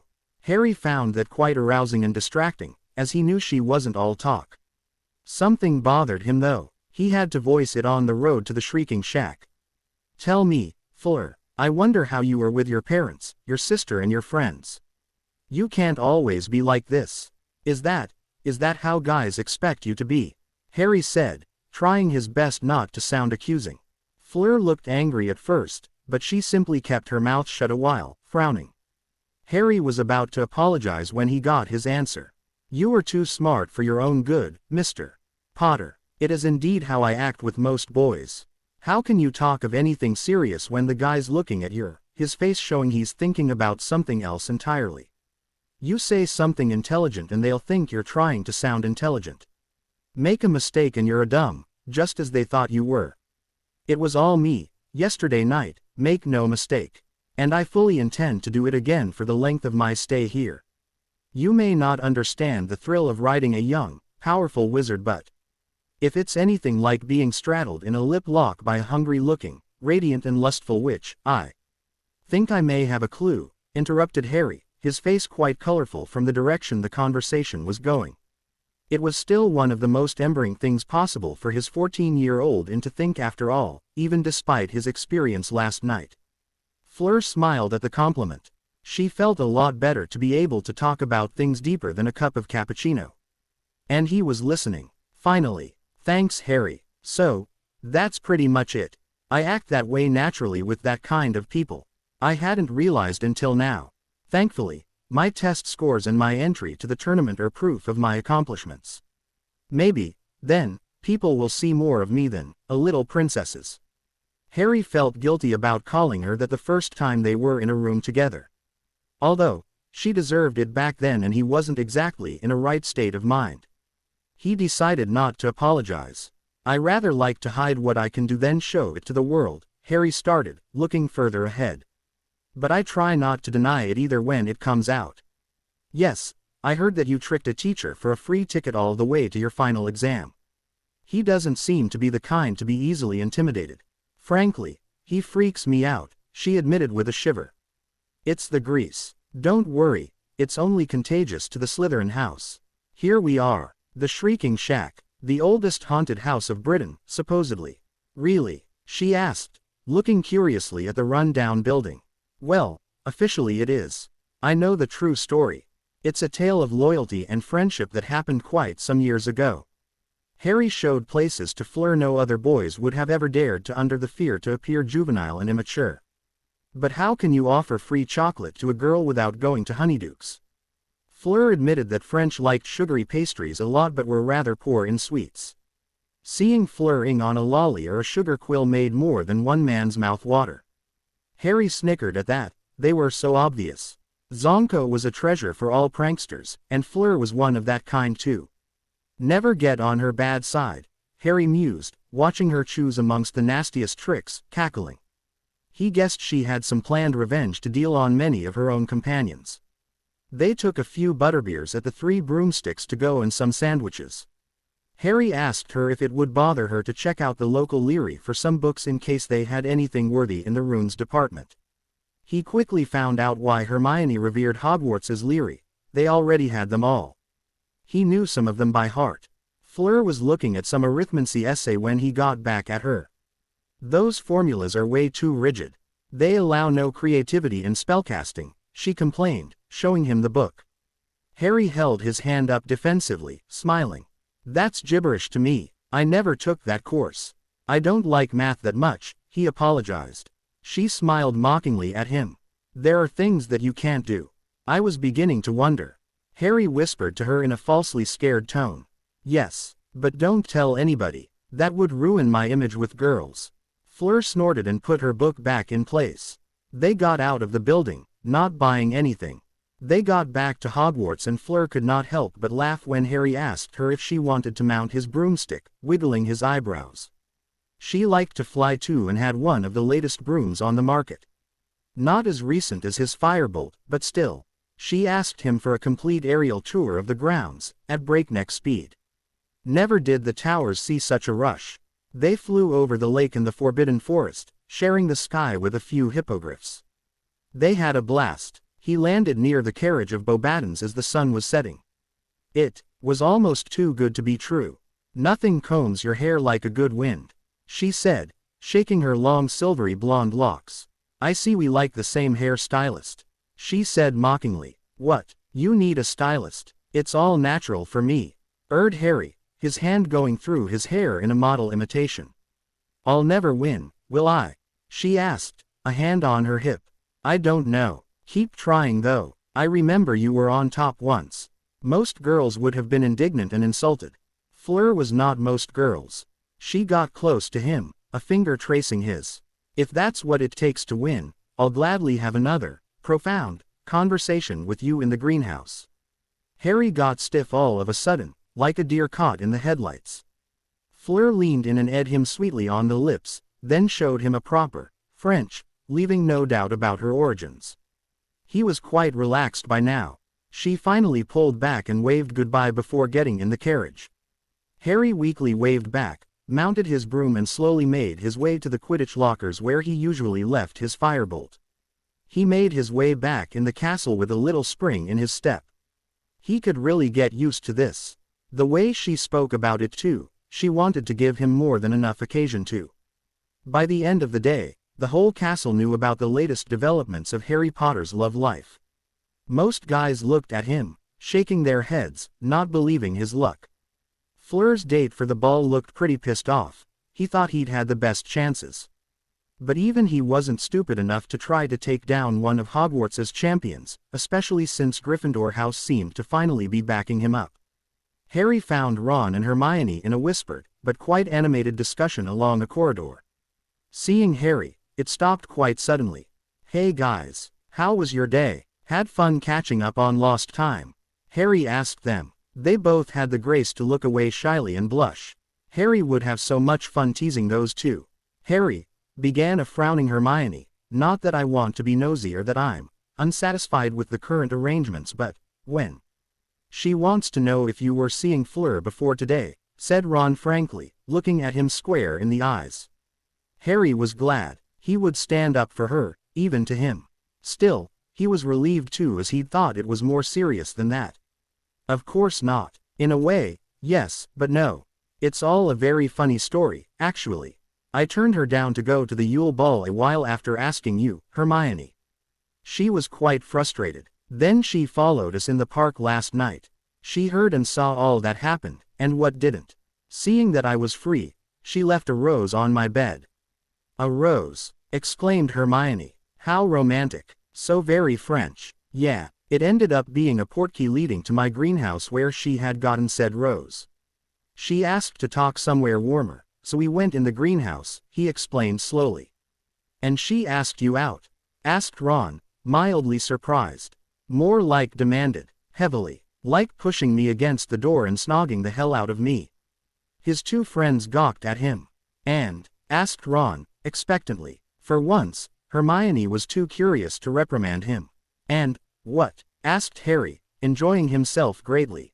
You want to know if the rumors are true. If what was said, in public, with obvious eavesdroppers, was true. One thing I learned today is that Fleur is a very cunning and malicious witch. I think she timed her little tirade when a maximum of people around us were drinking. But, then people said that you said that, began Ron. Of course, the most beautiful and popular girl of a foreign student exchange program claimed loudly she had fun riding you all night long and I'm going to go in denial. Smart move. You can't entertain rumors about that, Harry, said Hermione, indignantly. That's not. Well, she started them, laughed Harry. She's the first to enjoy them. Since the dragon episode, it seems it became a contest of, which will Harry Potter first, in the Beauxbatons carriage. If that's what started it, Potter, said a drawling voice from behind, then they might have an encore. Draco, pinged them by, smashed a Daily Prophet not so gently in Harry's and walked away. Harry took the paper and read the headline of the front page. The Hungarian Hornetail wants a rematch. Harry read in the headline. It's coming, Potter. They lost it at the reserve. Better prepare for a live performance, without any chains around its neck this time, said Draco loudly from further down the corridor. The next few days, Harry did worry. What if they were right?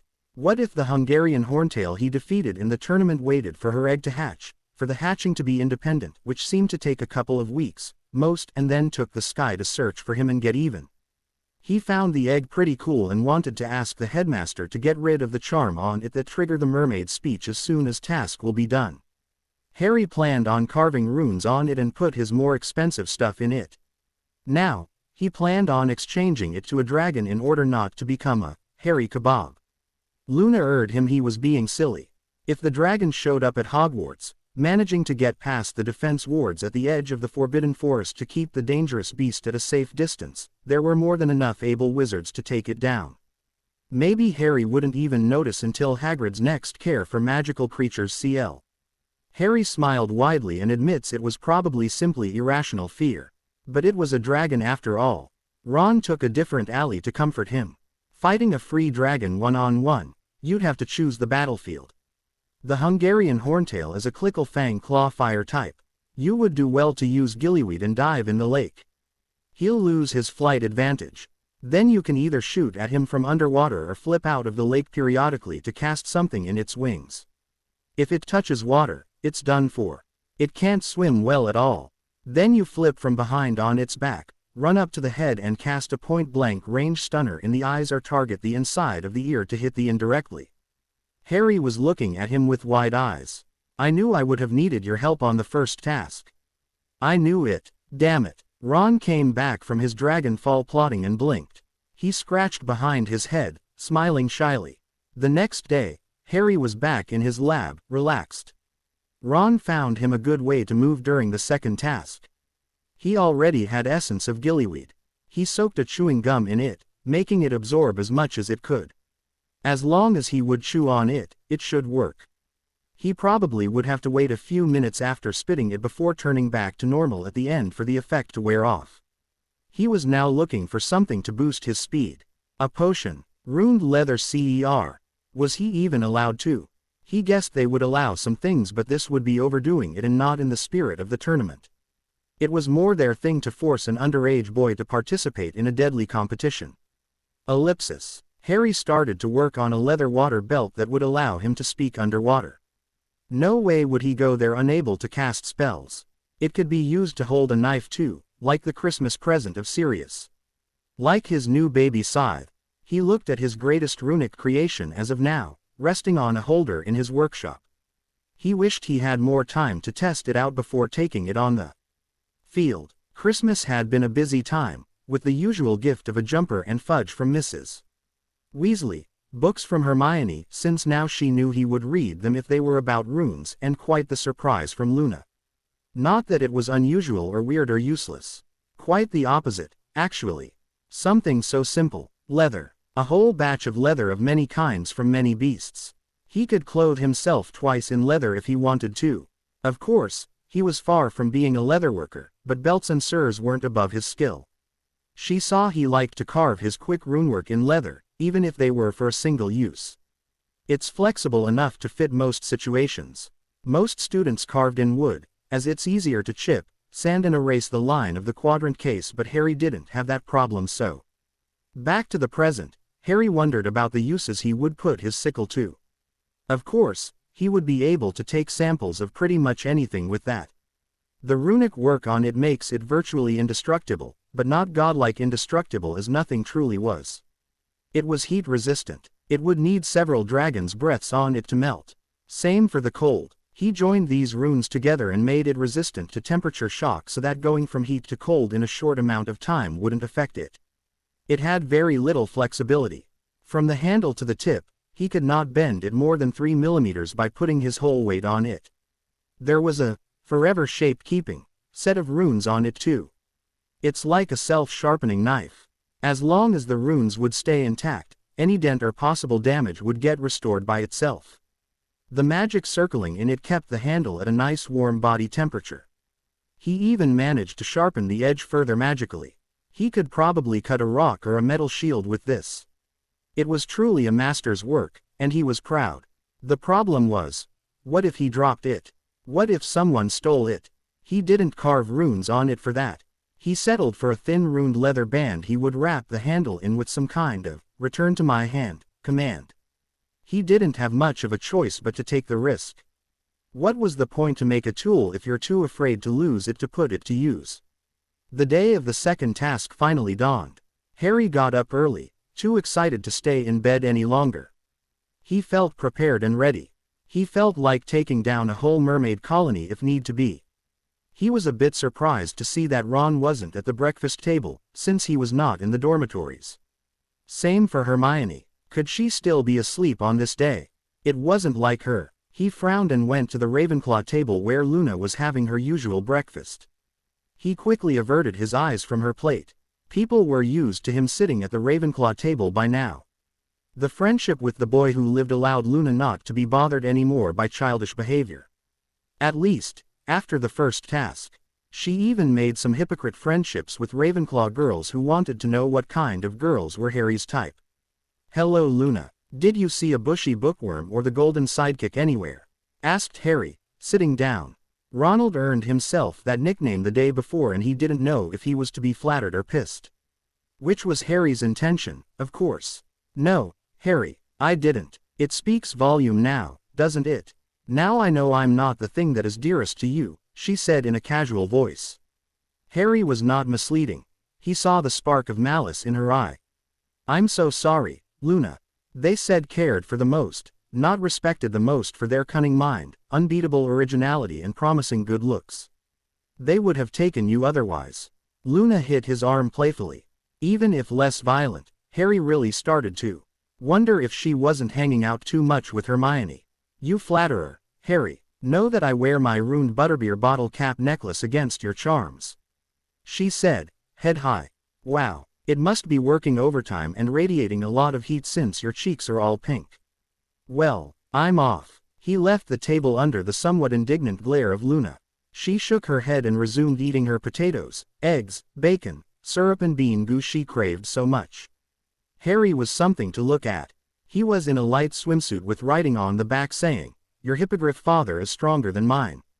Wait till I tell my dragon mom," with moving flames under it. He would have to thank the Weasley twins for making it in time. He was tan too. Spring was still a wish, but the time in his sunny greenhouse and working with melting metals in light clothing gave him a nice hue. His flying and past of Quidditch Seeker gave him a wired kind of look and, for once, he didn't have to repair a summer of privations before coming back in shape.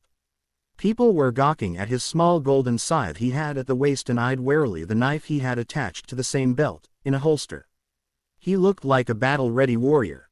His attitude of self-confidence and jumping on his feet to warm himself up helped to maintain that image too. On his side, Harry was trying hard not to take the gillyweed gum at once and jump in the water right there. He held himself, waited for Mr. crouched to say his robotic speech, repeating what he already knew. Then the cannon blew. Early. Again. He dove head first into the water, enduring the shock of cold, almost challenging it to douse his eagerness. He pulled out his gum and shoved it in his mouth, quickly chewing on the enhanced candy.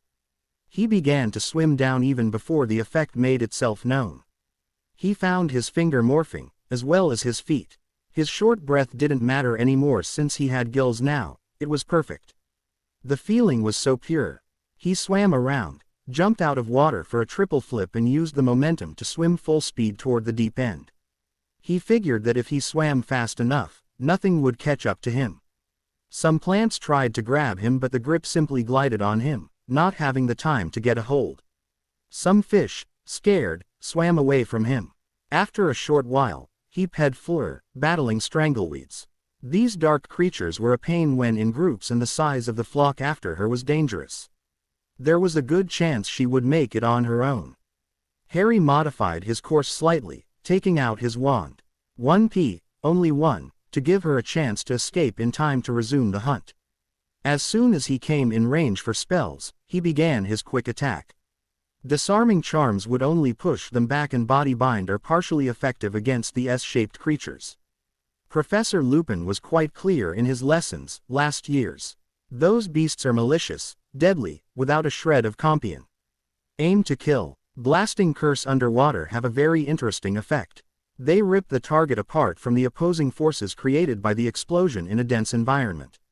A few blinding spell and a little special he learned from the twins, Fangbat Volley Hex. Harry's spell ped a surprised Fleur. He never stopped to look at the underwater flight of attacking bats and went down. It was up to her now.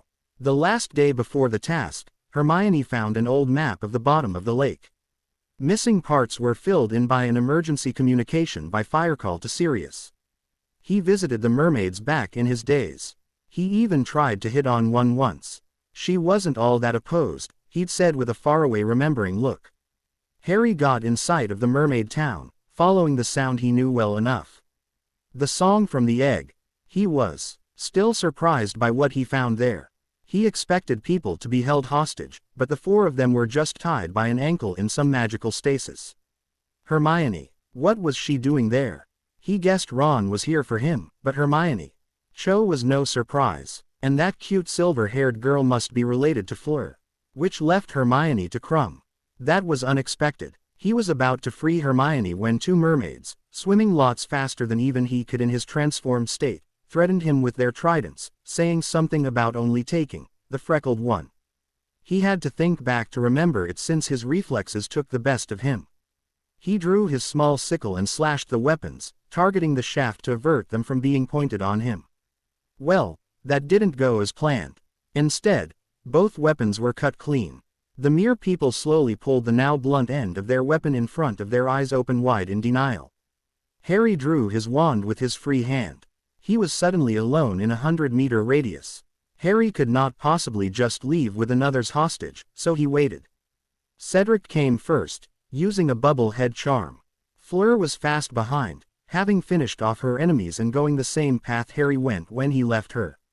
She looked at him blankly and he nodded, understanding her silent thanks as he cut the rope tying her hostage to the bottom of the lake with his scythe. Now Hermione was the last left. She must have been surprised to learn she was Crumb's dearest one around. Said Bulgarian came around, half human, half shark. Harry cut Hermione's rope, and presented it to the other champion so he could hoist her up by it. He took the back of Ron's robes and began to pull him up. Even with his lost lead, he surfaced a second before Crumb. Gillyweed beats shark, at least, in speed. Ron started coughing and spat water as soon as they surfaced. Come on mate, be on your best damsel in distress behavior. There are people watching, teased Harry. Ron wanted to slap him but Harry pushed him fast toward the wooden platform, going back underwater. As expected, he would have to wait a little while after spitting the gum for the effect to drop. Harry waited a few minutes underwater while Dumbledore was conversing with one of the mermaids. If it was any indication of his size, the very deadly-looking weapon he had with him and the fact he could speak with Dumbledore out of water, Harry figured it must be their leader. Finally, the effect wore off and he pulled himself out of the water. He went to Ron while Crumb was fussing around Hermione quite uselessly. He was rather put out when she went to Harry to ask him what kept him underwater so long. Harry noticed Crumb's glare, which could have frozen the whole lake. Fleur was staring at him too, but with a strange blank look. Harry wished he could understand the meaning behind that look. She wasn't mad at him for the help he lent her, was she? He simply smiled at her and sat content on a small wooden bench, accepting the towel misses.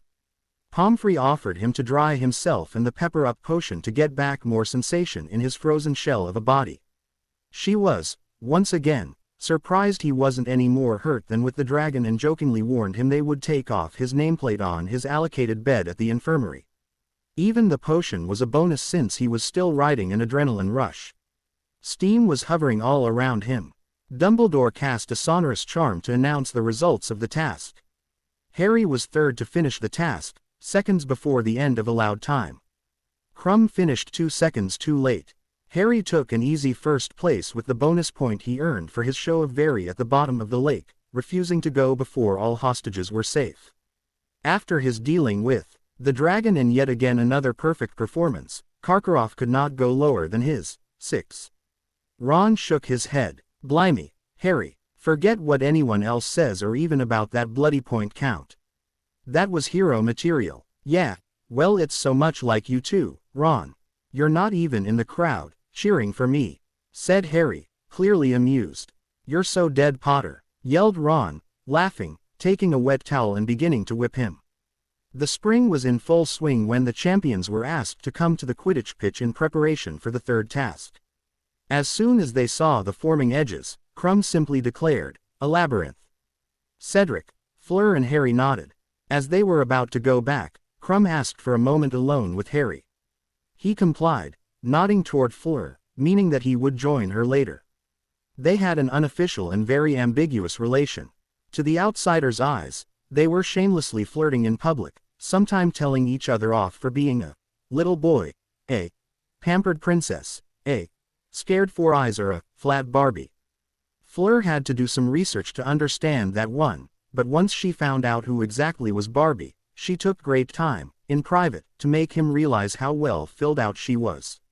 Harry knew that part of her anatomy quite well by now, for both their enjoyment. They agreed, despite how well they were doing together, that this relation would not last past the school year.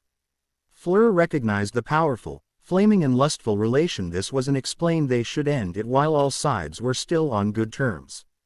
Harry was sad, since he liked her a lot. He admitted to her that he would try make the most of the time they were allowed together. How could she blame him? She was incredibly hot after all. Harry wondered if she'd like to keep light correspondence or if she'd think he's trying to stick around too much. He had to shake his head lightly as it would not be a good idea to be distracted while speaking alone, far from eyes, with the Bulgarian champion. He was prepared to go for his wand if needed. Who knew what goes in his head? Harry Potter, what is your relation with Hermione Granger? He asked directly. Harry blinked twice. Of all the questions, he wanted to speak about girls. He was looking at him seriously, almost intimidating. Angry. Why? Isn't he aware of his status with Fleur? He'd be the only one. She's my best friend. Why? He asked curiously. I heard, he began, uncomfortable, that I was going out with her. I thought that the gossip about Fleur and I was more than enough to outdo that one about me and Hermione at the Yule Ball. So, you're not involved with her, Crumb stated clearly. Nope. Like a forever best friend to me, answered Harry happily. Crumb looked relieved. I left that to my other best friend, Ronald Weasley. To be romantically involved with Hermione, that is. They hooked up the day after the ball. The expression on Crumb could have been funny if Harry was a heartless bastard. What? Who? Asked the Durmstrang champion, looking panicked. Ronald Weasley, the red-haired boy I had to rescue from the lake in the second task. Victor's memory kicked in and he smiled crossly. Him. That won't be an obstacle, he said confidently. Harry's eyes and demeanor changed. Don't take him lightly. He packs up more than he looks. I would not trust my back to an incompetent man. He's still only 14. Like yourself, by the way, Crumb stated, menacingly. And you're arrogant, which level the playing field. You're the perfect target for a surprise attack. You underestimate him from his looks. Victor grimaced. You should not stay out late, Potter. The dragon might come and get you, Crumb sneered. Harry smiled crookedly. I don't think about it much. Ron designed for me a 3-point plan to beat it in less than 5 minutes. Try to talk to Hermione though. She might agree for a long-distance correspondence. Victor looked at him, confused. Why are you telling me that? Harry caught something on his peripheral vision. Because. But then he lost all traces of a smile and drew his wand in a flash. The speed he used took Crumb so much by surprise he simply froze. It was he who had his guard down. Behind you, Crumb. Get over here, Harry told him, looking at something over his shoulder. Seeing that he already had him, Crumb figured Harry had no reason to make things up. He wiped out his wand and turned to see a stumbling form come out of the woods. Oh God, whispered Harry, seeing the state Mr. Crouch was in, looking totally lost. The Forbidden Forest is exactly that, forbidden. Didn't you read the school rules, Mr. Crouch? Said Harry, catching him before he fell to the ground. Potter, Dumbledore, get, and then his face lightened up. He started spouting things about Newt, a son, a wife and some other nonsense. Crumb looked as lost as he felt. Harry's gears turned again, trying to make something out of this. It looks like some kind of memory spell damage or something, Harry stated, trying to figure it out. Post-Impero shock syndrome. Piss, Crumb said matter-of-factly. A lasting one I'd say. What you said helped me remember that. It's the first time I've actually seen one. Or even heard of a case, since Voldemort's last rise to power, ended Harry, seeing Crumb wince and looked up at Harry in surprise. Which means that either he or one of his Death Eaters did this. We can't let him out of both our guards. We have to get him to the hospital wings, wands drawn, Harry stated. Victor acknowledged the plan and they each took an arm of the delirious man to practically drag him forward. Moody came running to them, limping, from their right side. Potter, what's happening? I saw something in one of my faux mirrors and I came as fast as. You, leave me alone. Let me go. Let go of me. Get out. Get out. Get out. Yelled Crouch at Moody, trashing in Harry's and Victor's support. Moody stopped, looking panicked and unsure. Harry saw something strange in his eyes. Maybe Crouch was insane, but he wasn't violent a few seconds before. He was about to ask Moody what Crouch meant but he didn't have to. He locked eyes with Mad Eye. Harry simply knew this wasn't Alistair Mad Eye. The imposter realized he'd just been found out. He drew his wand but Harry already had his out. Expelliarmus. The man in front of him managed to dodge sideways, out of the way of the curse in an impressive show of reflex. Avada Kedavra. Harry thought that was it, for a moment, but Crouch chose that moment to escape his loosening grip and tried to get away. He walked straight in the spell's paths and fell down on the ground, eyes empty of all life. Crumb and Harry aligned the murderer with both their wand and prepared to launch some nasty curses while the enemy was sprawled on the ground, having fallen down from his sudden dodging earlier. The imposter tugged something in his coat and disappeared. The boys stared in shock at the empty spot in front of them, wands still at the ready. Victor put it away, looking around. I doubt he activated an invisibility device. More like an emergency portkey, he said. Harry sighed loudly, tired. Yeah, must be it. Damn it all. What does it all mean? Crumb shrugged his shoulders. Harry took a tissue and engorged it enough to cover the body of the dead ministry official. Crumb cast a mobilicorpus and they made their way inside.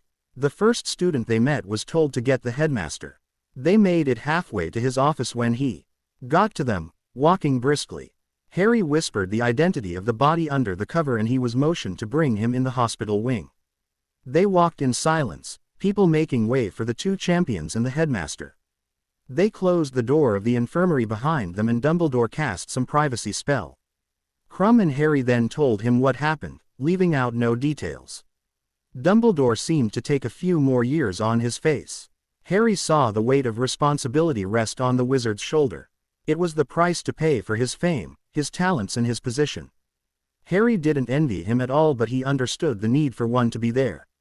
Headmaster, I request some time in the next few days for a talk, asked Harry seriously.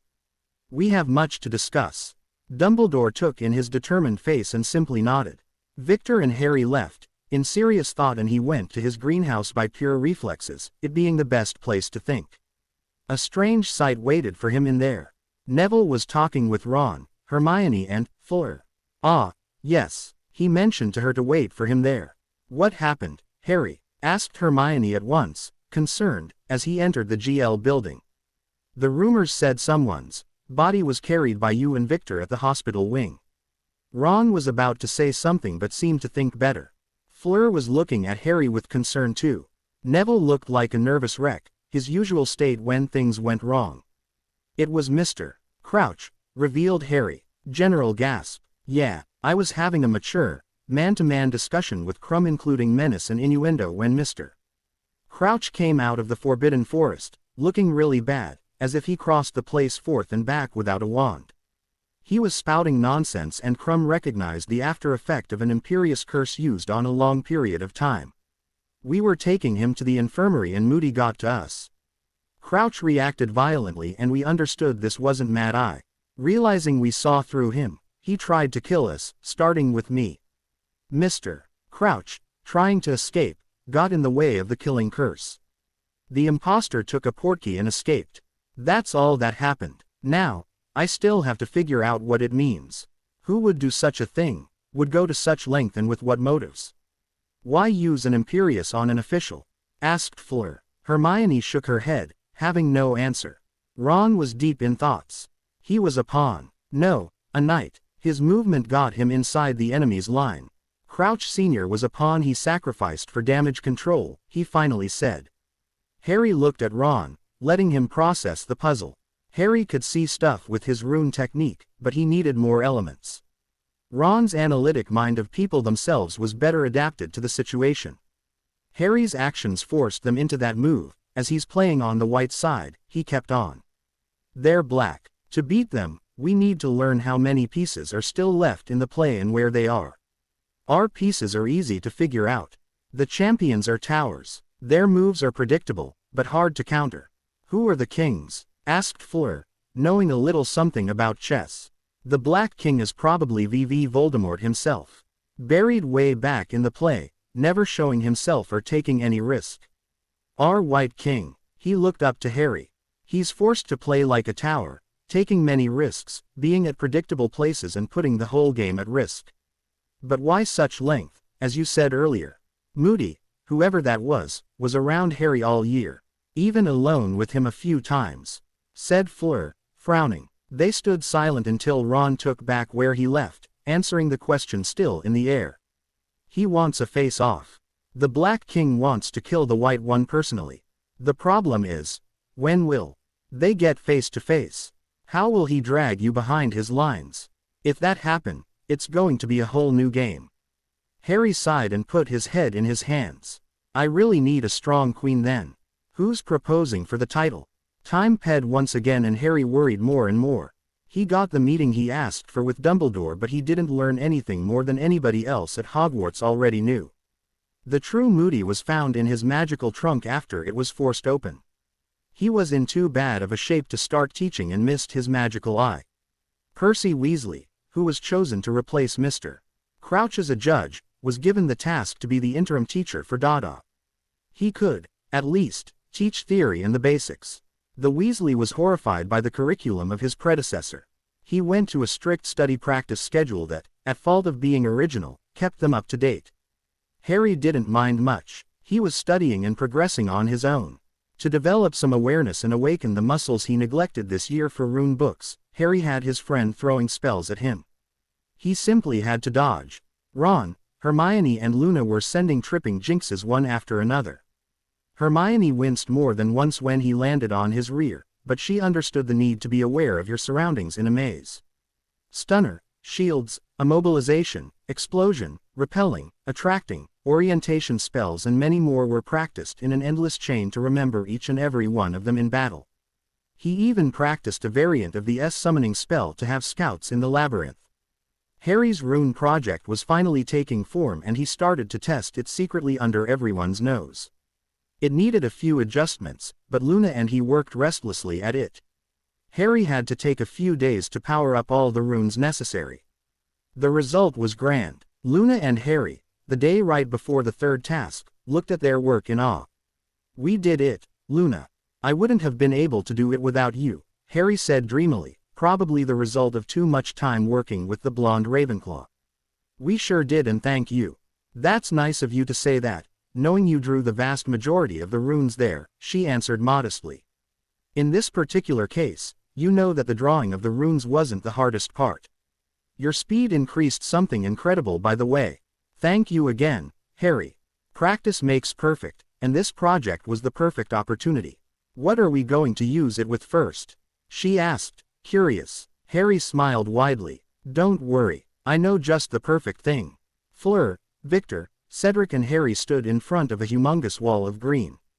Harry wondered how they would clean the field once they would be done. The champions will be going in one after the other, depending on the score they had. The more points they gathered, the earlier they get in. The order will be Harry Potter, Fleur Delacour, Cedric Diggory, and finally but not the least, Victor Crumb. Cheers for those 4 courageous souls that will face the unknown in this last task. Harry really thought that this man was enjoying this far too much. Wasn't it a few weeks ago that a judge was imperious and killed? Harry and his friends kept their speculations of that event for themselves, but they didn't forget. This was the perfect occasion for Voldemort to trap him. Harry's moves would be predictable to an extreme in this task. But how could Voldemort even try to get him? Last time, he didn't even have a body. His rare dreams along the years showed him that much. He had a form, nothing more. No matter. He was as ready as he could be, given he wasn't allowed anything other than his wand. But wasn't cheating a part of the tournament as well? He had one other thing with him, his trump card. He simply had to have the enemy in throwing distance. Bang! And there he went, running alongside the green walls. He figured that a running target would be harder to hit. If Voldemort was, somehow, waiting for him at the middle of this place, he had to reach him before anyone else. He ped a Bogart in a Dementor form, but Harry wasn't in the mood to laugh at him. He sent a powerful wind at the ragged Dementor's form. He went over his feet, landing in an undignified position, his underrobes showing white boxers. Harry couldn't help but laugh despite the seriousness of the situation. The Bogart weakened a lot, a shadow of what he was, but managed to escape. This little fellow wouldn't be scaring anybody anytime soon. Harry took back to running and almost collided with a creature he hoped never to see again. A blast ended Scroot. The thing tried to burn his fingers all year long. He evaded 3 fire shots in quick succession and sent a disarming charm. It bounced on the natural armor of the hybrid monster. It tried to snap him in his pincers, but Harry's quick shield held him at bay. The boy shot a blasting curse under his numerous legs, flipping him over by the side. The belly, looking weaker, made a perfect target for a full-body bind. It snapped all his insect-like legs together, neatly folding them on his belly. He still tried to fire with his unaffected tail, but Harry had his footing intact while he was flaying around. He barely had to dodge. He took a rock and transfigured it in a stone bell. He put a sticking charm on it and, after carefully approaching the struggling creature, fixed it on the end of the tail. "There you go, little pest. Burn your tail a few times by shooting with it. You'll learn how it feels." Harry sped away again. He realized he forgot to summon his SS scouting party at the start and, by such, didn't know where he would have to go next. He used a point me spell to find north, then rushed away. He jumped headfirst into a strange spell barring the whole path and found his world upside down.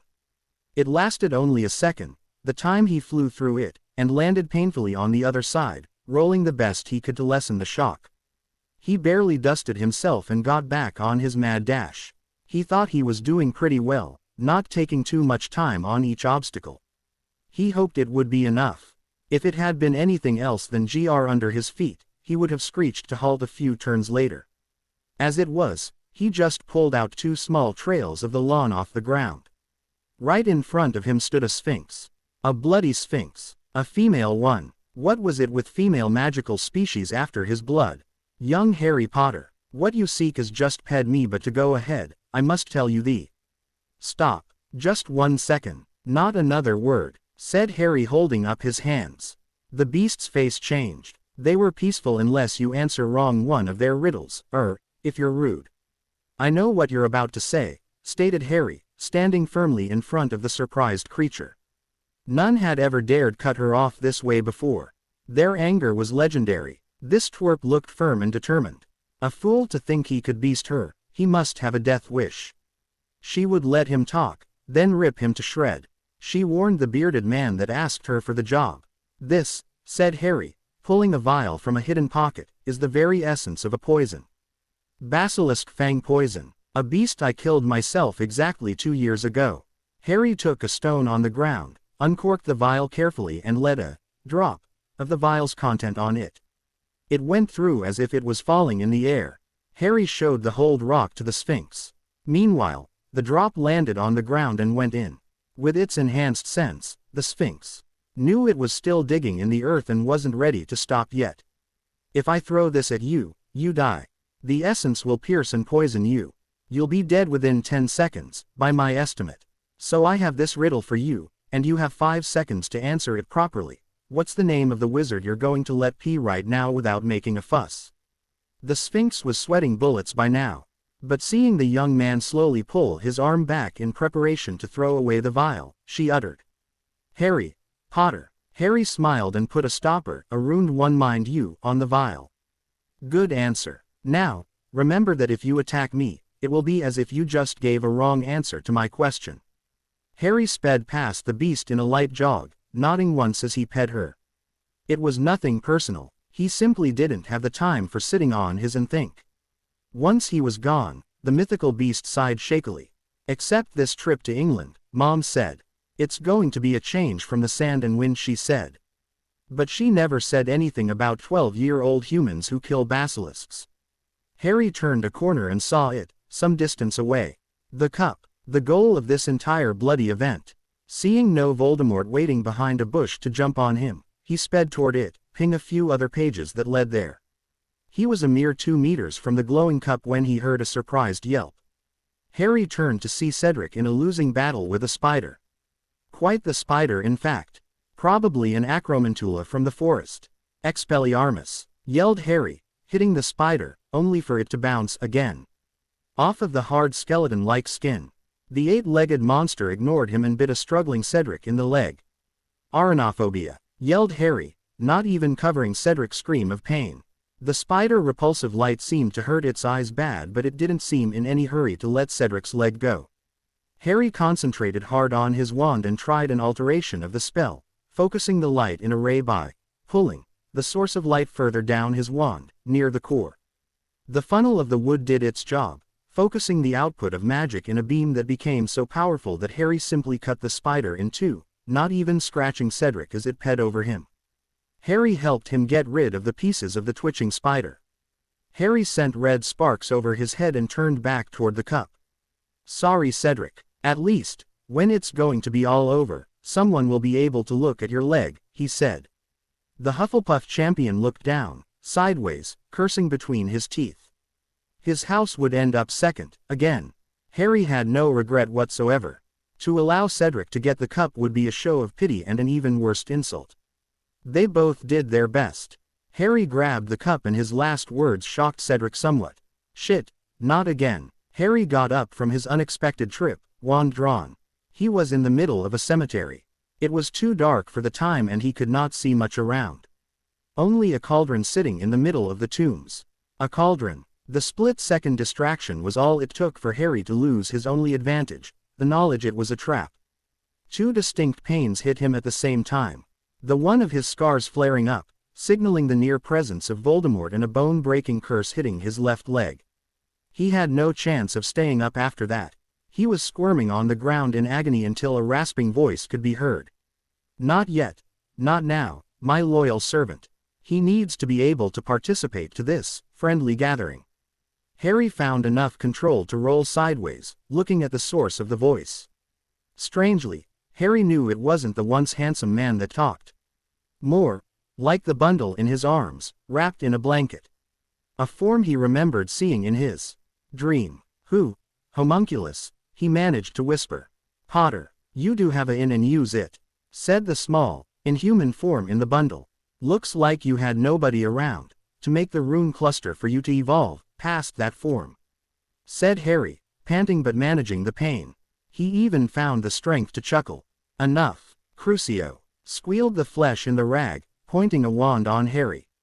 The pain came back tenfold, so intolerable he could not distinguish it from the one of his scar. He was quickly let out of it, spasms of pain running through him, worsening his leg injury. Enough, he heard a weak voice say in a daze. Let's begin. The man smiled like only a fanatic could. He lit the cauldron and sent the water to boil in a few instants.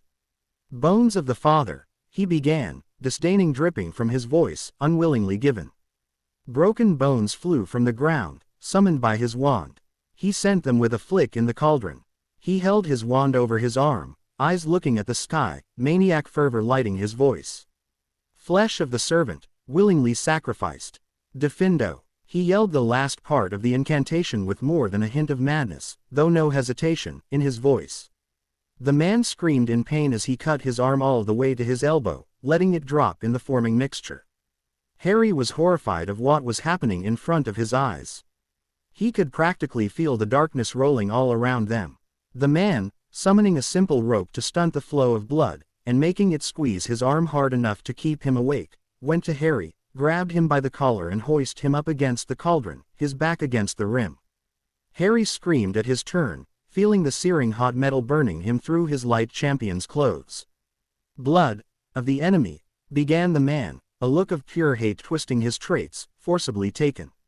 With his untouched hand, he grabbed a long dagger and stabbed Harry right through his shoulder.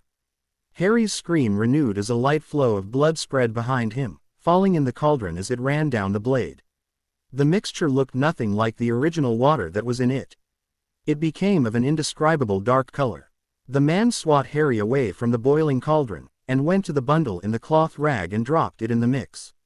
A part of Harry screamed, yes, let it drown, boil it alive, but his rational side told him the horrors of the night were only beginning. Unfortunately, his rational side won. The bulging form that rose from the cauldron was undeniably human. The flesh was pale, of a grayish white, playing over sizable muscles. The thing looked at himself, as if getting used to its new form, relearning how to move around. He presented a pale, long hand to his knelt servant, who seemed to have trouble keeping his balance. He gave some kind of bony wand to it. Harry could not deny the truth anymore. This thing, it, was Voldemort. Tom Riddle was reborn. Your arm, Crouch, he said, barely above a whisper. Crouch, thought Harry, confused. Mr. Crouch had a Death Eater son.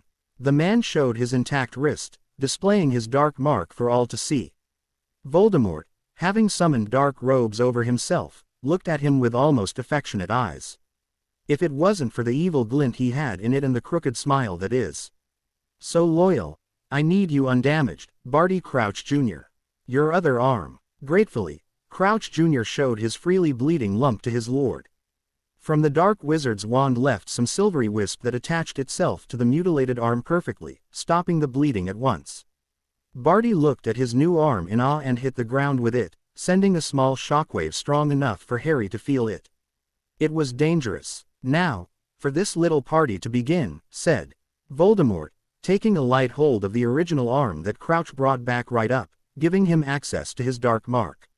As Voldemort put his wand on it, Harry saw Crouch clench his teeth, shaking, but never letting a sound out. Forms in dark robes began to appear in quick succession all around them, in a circle, taking a very precise place, kneeling. Voldemort seemed to have forgotten about Harry. Thought he knew it was merely an illusion. He was just setting the stage. Where would Harry go anyway? His left leg was shattered, his left shoulder was burning up, bleeding lightly, and he didn't even have his wand. He lost it after the first Cruciatus. My loyal servants, my dear Death Eaters. How quick were you all to answer my call, as if we just last met yesterday. Malfoy, look at how good you look. The years have treated you well. You were not disembodied, roaming the realms not alive nor dead. My lord, if I had only the slightest clue you hadn't truly disappeared that night. Fool, didn't I tell you all, that I am immortal? That the path I followed toward eternal life, I followed it further than anyone else. When I was in need of help, where were you? Where? Rockwood, McNair, Crabbe, Goyle, where were you all? Voldemort was ripping masks left and right, showing their faces for all to see. To even consider that this child could be the end of me. Ended Voldemort, pointing a bony finger to Harry. Only now did they seem to be aware of his presence. My lord, dared Lucius Malfoy, how did you get the tea out of Dumbledore's clutches, while he was still attending school? You would like to know now, Malfoy, wouldn't you? But the silver blonde-haired man knew he'd just struck a chord on his master's vanity. Let me tell you how. After this unfortunate event, 13 years ago, I became a wandering wraith. I did not foresee that useless wench to make a blood protection by sacrificing herself for her offspring. Mr. Potter became invulnerable to all spell I would cast on him, including the killing curse. I found out, 10 years later, with the useless Professor Quirrell, that a single touch from this weak boy makes me suffer unimaginable pain to my very soul. I lost all strength I got from drinking unicorn blood, and I fled to Albania's forests, possessing small animals along the way, SS being able to hold me the longest. Then, a true servant came to me. At that, Voldemort stopped in front of Crouch Jr. Many eyes lit up in recognition, wondering how this could be possible. That made two men who came back from the dead that night. Contrarily to what most of you are thinking right now, Barty Crouch Jr. wasn't dead. He stayed loyal to me all along, prisoner of his own father Imperius. How fitting that the son resisted his father, broke the hold and trapped the jailer with the same curse. He traveled all the way to Albania, where rumors of a dark shadow in the woods, leaving a trail of dead animals, indicated my presence. He spent days yelling my name until he found me. He fed me with unicorn blood and Nagini's milk, my dearest pet. His great care gave me enough strength to use a physical presence and be reborn, tonight, using an old, dark ritual. I guess I can touch you now, finished Voldemort, touching Harry's scar with a finger, and there was pain. Again, but only for Harry, always. Voldemort smiled in triumph. Now that I benefit your mother's protection against me, touching you isn't so bad. Except from the fact that you are the filthy son of a Potter, of course. Voldemort was about to tell about the tournament, Barty's ingenious switch with Mad Eye and the trophy turned into a portkey in a last infiltration of Hogwarts's grounds, but Harry, knowing he would die here anyway, decided he would not let this dark jerk do all the talking. Son of a Potter, huh? He said, gathering his strengths. Well, it's better than to be the son of an inbreed witch and a treacherous muggle father. You, who pledge so much on blood purity, are practically the son of a squib and a magicless thug. Ha, some kind of pureblood model you are, aren't you, Tom Marvolo Riddle? Silence. Don't dare you utter the name of that man. I am Lord Voldemort, and you're better to remember it. Crucio. Harry squirmed again, wondering if it would ever end. After a full minute, Voldemort let the curse down. Get up. You think you're something. You think you can beat me, maybe. That I fear you, perhaps. Get up. Let's duel as true wizard. Your luck end tonight. Harry was on his back, panting hard. Up. Crouch. Give him back his wand. Yelled the Dark Lord in a blind fury. Harry was painfully hoisted up, only to fall down once again. Arg, idiot, Harry said, turning to Crouch. You broke my leg when I first got here. How could I stand? On Barty's face ped a look of panic. He didn't want his earlier enthusiasm to displease his already angry lord. He shoved Harry's wand in his hand and threw a spell on the defective leg. It bound it hard and straight. The pain as the bone was forced back into place was brief but sent Harry screaming again, finding his sore voice breaking down in the middle of a shout. The spell did nothing for the pain, but he could stand up straight with minimal effort on that leg. Crouch shoved a pepper-up potion down Harry's throat and another that must be a blood-replenishing one. The Death Eater Circle seemed to greatly enjoy Harry's predicament. Are you finally ready now, Potter? Or do you need a towel? A bossy bookworm to tell you which spell to cast maybe? Oh yes, Potter, I know, purred Voldemort. Harry looked at him, eyes as hard as steel. If he was to die, it wouldn't be as an insecure teen. What are you afraid of, when you look at me, Tom? Asked Harry slowly. I am Lord Voldemort, learn it already. The Dark Lord yelled back. Before he could cast another Cruciatus, Harry kept the conversation rolling. Come on, Tom, We're old acquaintances. We should be more familiar. Call me Harry. Harry knew he would be in a world of pain, but he wanted Voldemort to lose as much credibility as possible. Crucio! Yelled Voldemort, moving his wand deadly fast. Harry leaned on the left painfully, on his bad leg, almost tumbling over. He knew it would not give up on him since the binding made it impossible to bend. To his surprise, the simple move got him out of the path of Voldemort's spell. He would have to check out something, he thought, getting back to his original position, favoring his right leg. Oops, missed. You haven't answered me yet. What are you afraid of? Not of my broken, limping self, that's for sure. Taunted Harry. Impero. Darn. That spell didn't seem to shoot out of his wand like others. It was a direct effect. He didn't have much time to ponder on it though, as his mind was blissfully blank of everything. No more pain. He was simply floating in a never-ending numbness. Let's duel, Potter, said a voice. Harry didn't care, even if he was compelled to obey the voice. Bow before your adversary, Potter. It's simple courtesy before dying. Come on, bow to me. Harry was about to do it, but some nagging memories stopped him from doing so. What was he doing again? Bow, Harry, by the waist. Surely your parents taught you to be polite. Oops. Sorry, they're dead. Come on now, bow. Oh yeah, he was trying to piss Voldemort off. Just like that, with another mental push toward consciousness, Harry regained his free will. But there was no need for him to know that. Harry bowed to him. Harry learned from Ron that pride was a very bad thing to cling to.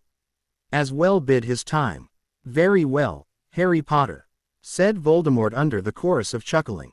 And now, you will.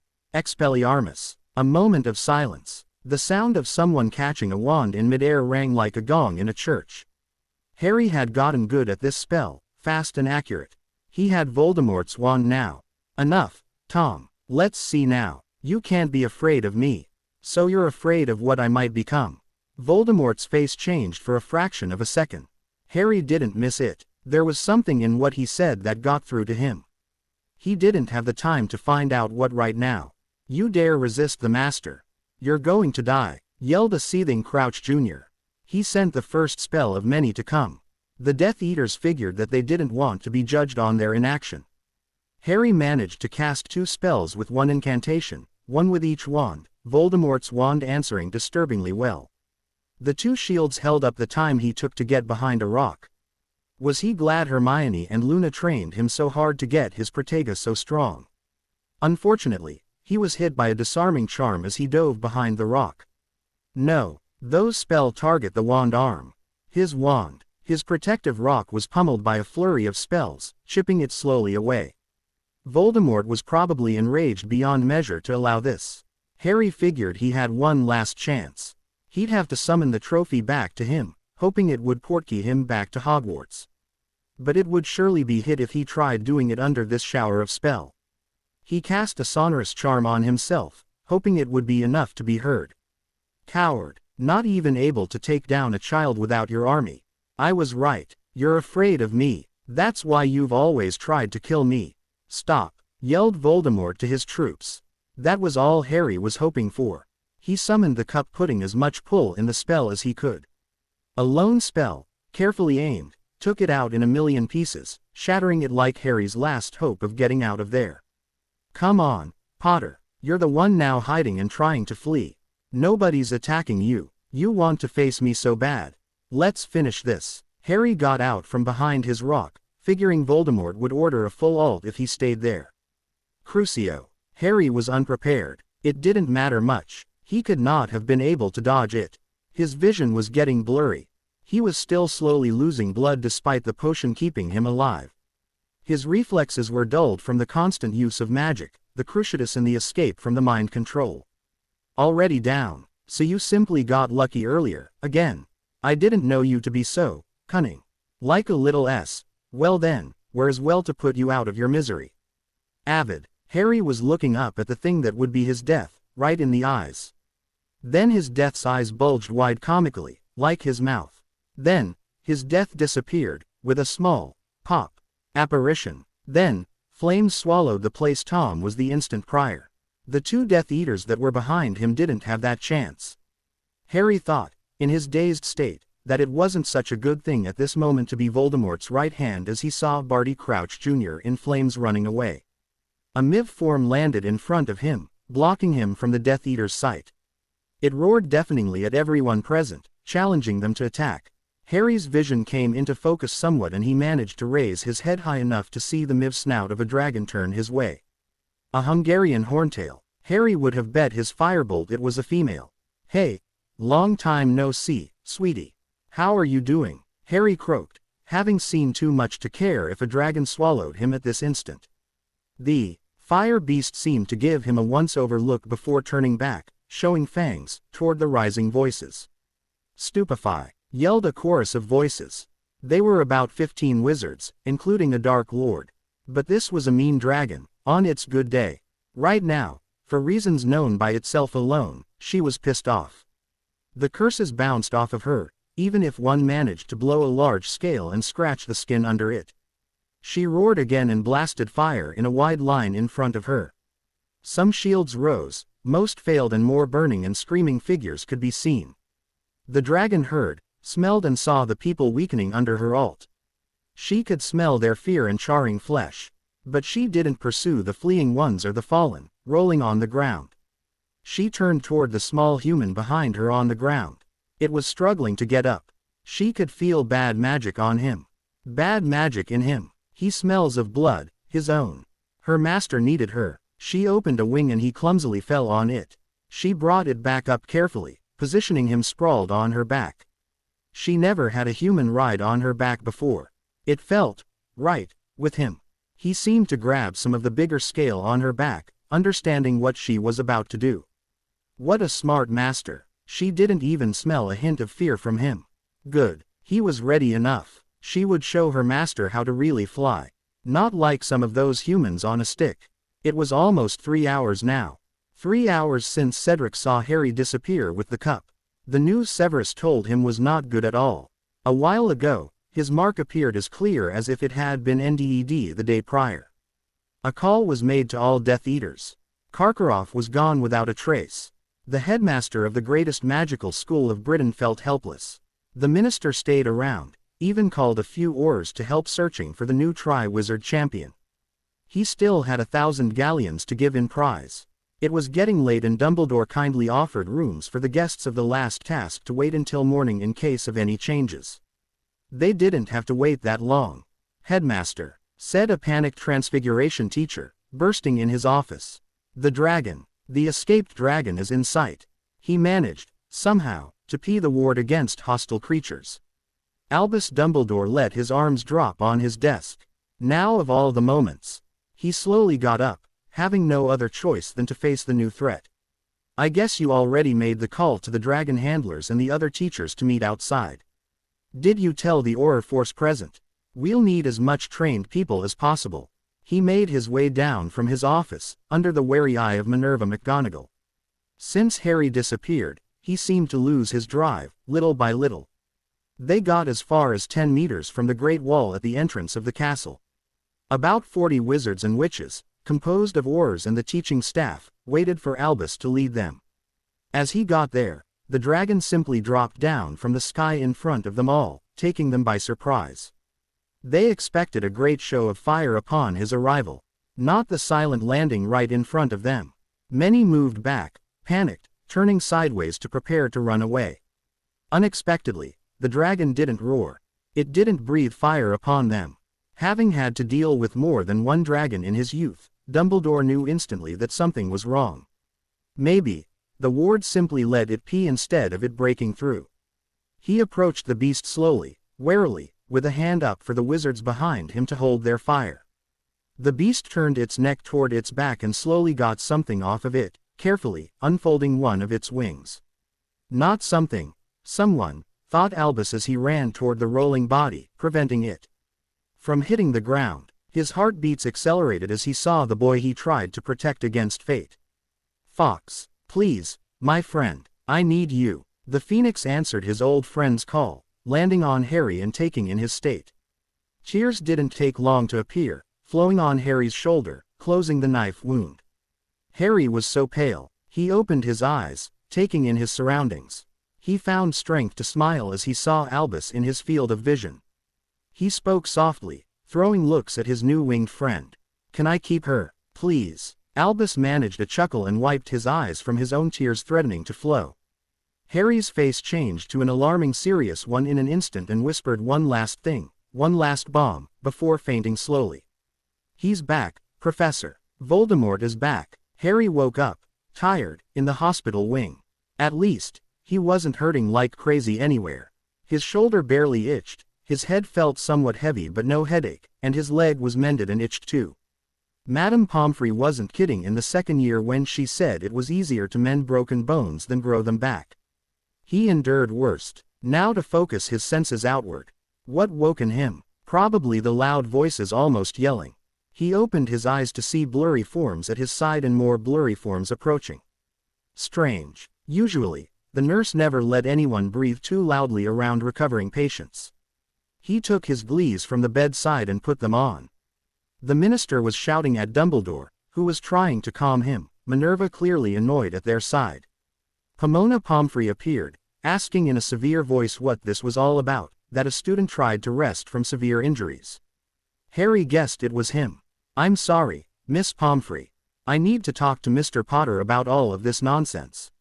The return of you-know-who. After 13 years without a sign. Absurd. Minister. We have evidence. You have nothing, Dumbledore. I let you rule this place without interference long enough.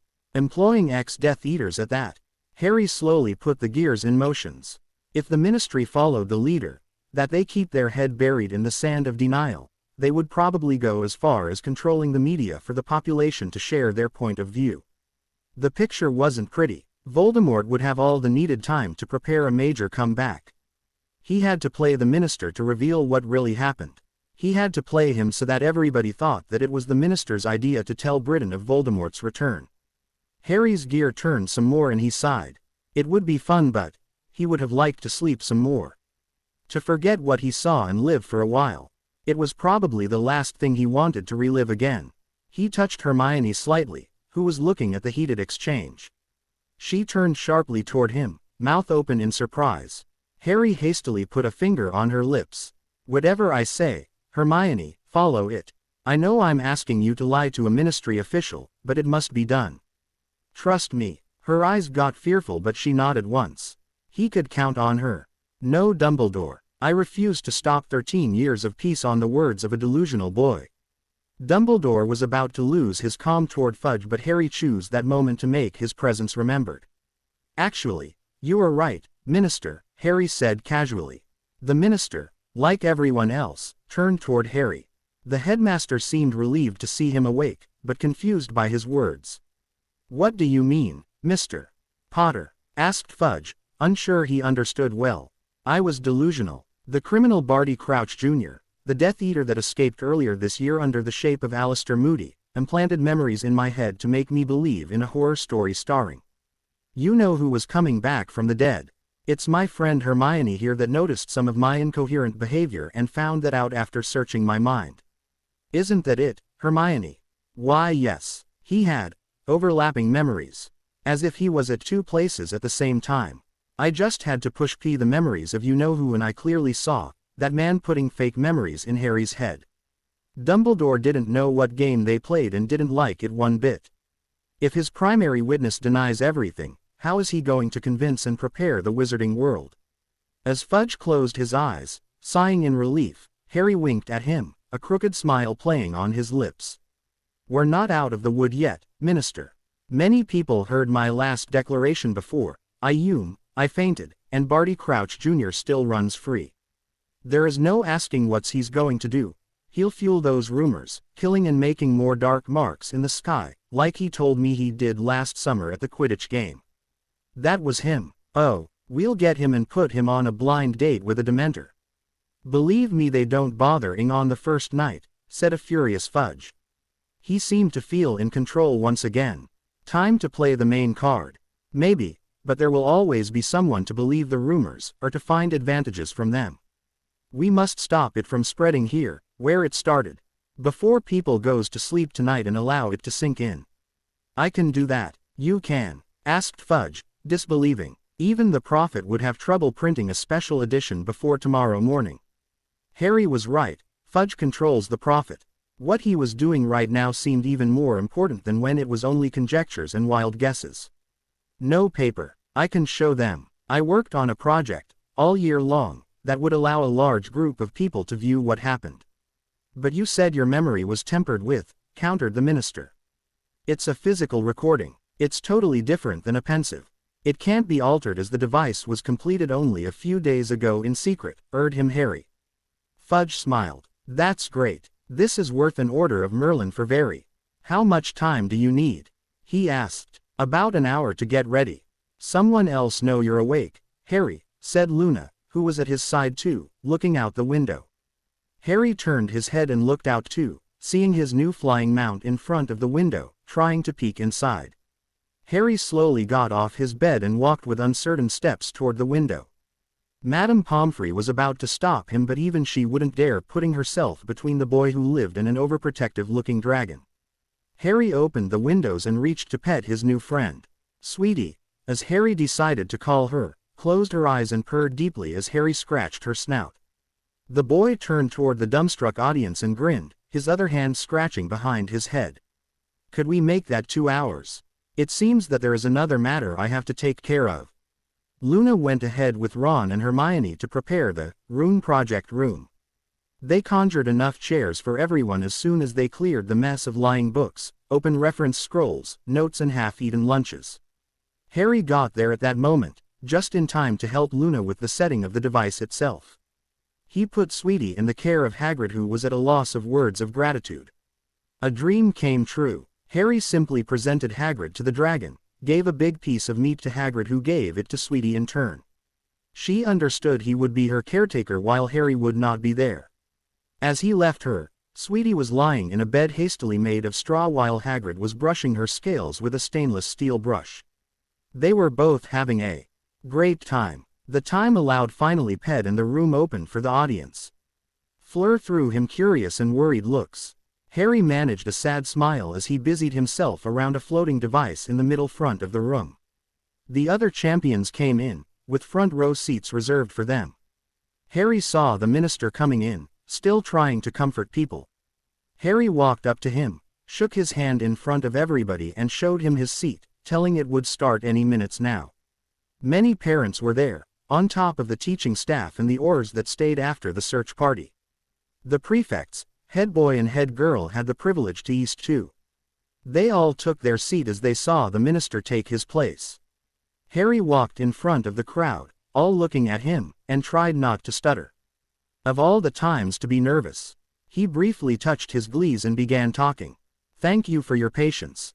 I would usually bore you with the technical details of this project that third-year Luna Lovegood and I worked on this past year, but this is not the time. We have to use it to show a ministry-approved footage. To better explain it, we're going to give you a demonstration instead. Harry touched his glees again and a spiral of misty liquid left them to solidify in his hand. Harry put the resulting round crystal in the device he was standing beside of. It floated back to the ceiling. The lights dimmed to almost nothing and the wall behind Harry lit up to a crystal clear image of themselves. The crowd heard the scene that just happened starting when Harry addressed them replay, in an awesome clarity, from Harry's point of view. The wall turned dark again, the lights came back and the device floated back down at Harry's side, who was sitting on the floor not to bother the viewing.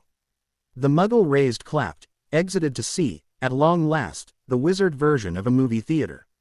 The pureblood wizards were simply awed, having never seen such a thing. Loud overall clapping ended the demonstration. Harry took the crystal that popped out of the projector and pushed it on the side of his glees, making it disappear. Now, for the main program. The events that happened to me right after Cedric Diggory saw me vanish, touching the Tri-Wizard Cup. I had the idea of displaying my performance in the third task as my first presentation, so I recorded the whole event. I want you to remember, before this begins, that even I could not alter the content of this crystal, as it is a physical recording of my environment. It is known by Minister Fudge sitting here, who wishes for everyone to know the truth of the events of tonight, and what to expect next. The minister half rose from his chair and waved gravely to the crowd who applauded politely. Harry took a crystal, identical to the first, put it in the projector and took his seat beside the minister.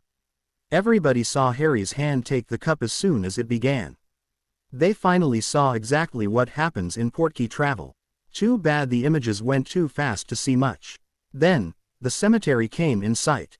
The cauldron. Harry getting cursed. The thing in the blanket. The ritual. Finally, out of the cauldron came Voldemort himself. So caught up they were, so realistic it was, many fought their way out of the room. The other stayed, paralyzed by the images, or remembering that those were exactly that, images. Some simply tried not to attract Voldemort's attention so not to get cursed. Unfortunately, they saw all of this from Harry's point of view. The minister took Harry's arm and squeezed it hard at this point, almost making him scream. "What is this? Why are your implanted memories playing?" he asked, furious. Harry, wincing, turned toward him, serious. "There are no implanted memories. We lied to you saying I had fake ones. We did that seeing you were about to deny the truth to the public. This, what you see right now, is what happened. You can't dismiss it now. In case you haven't noticed, I'm quite popular right now. Tonight, people will see me battle the Dark Lord Voldemort, and get a partial victory. Oppose me, refute this, and a vote of no confidence will be raised against you. Think about this. You can be the leader that pushed us to regain the peace or the coward that will be cast aside for a stronger minister.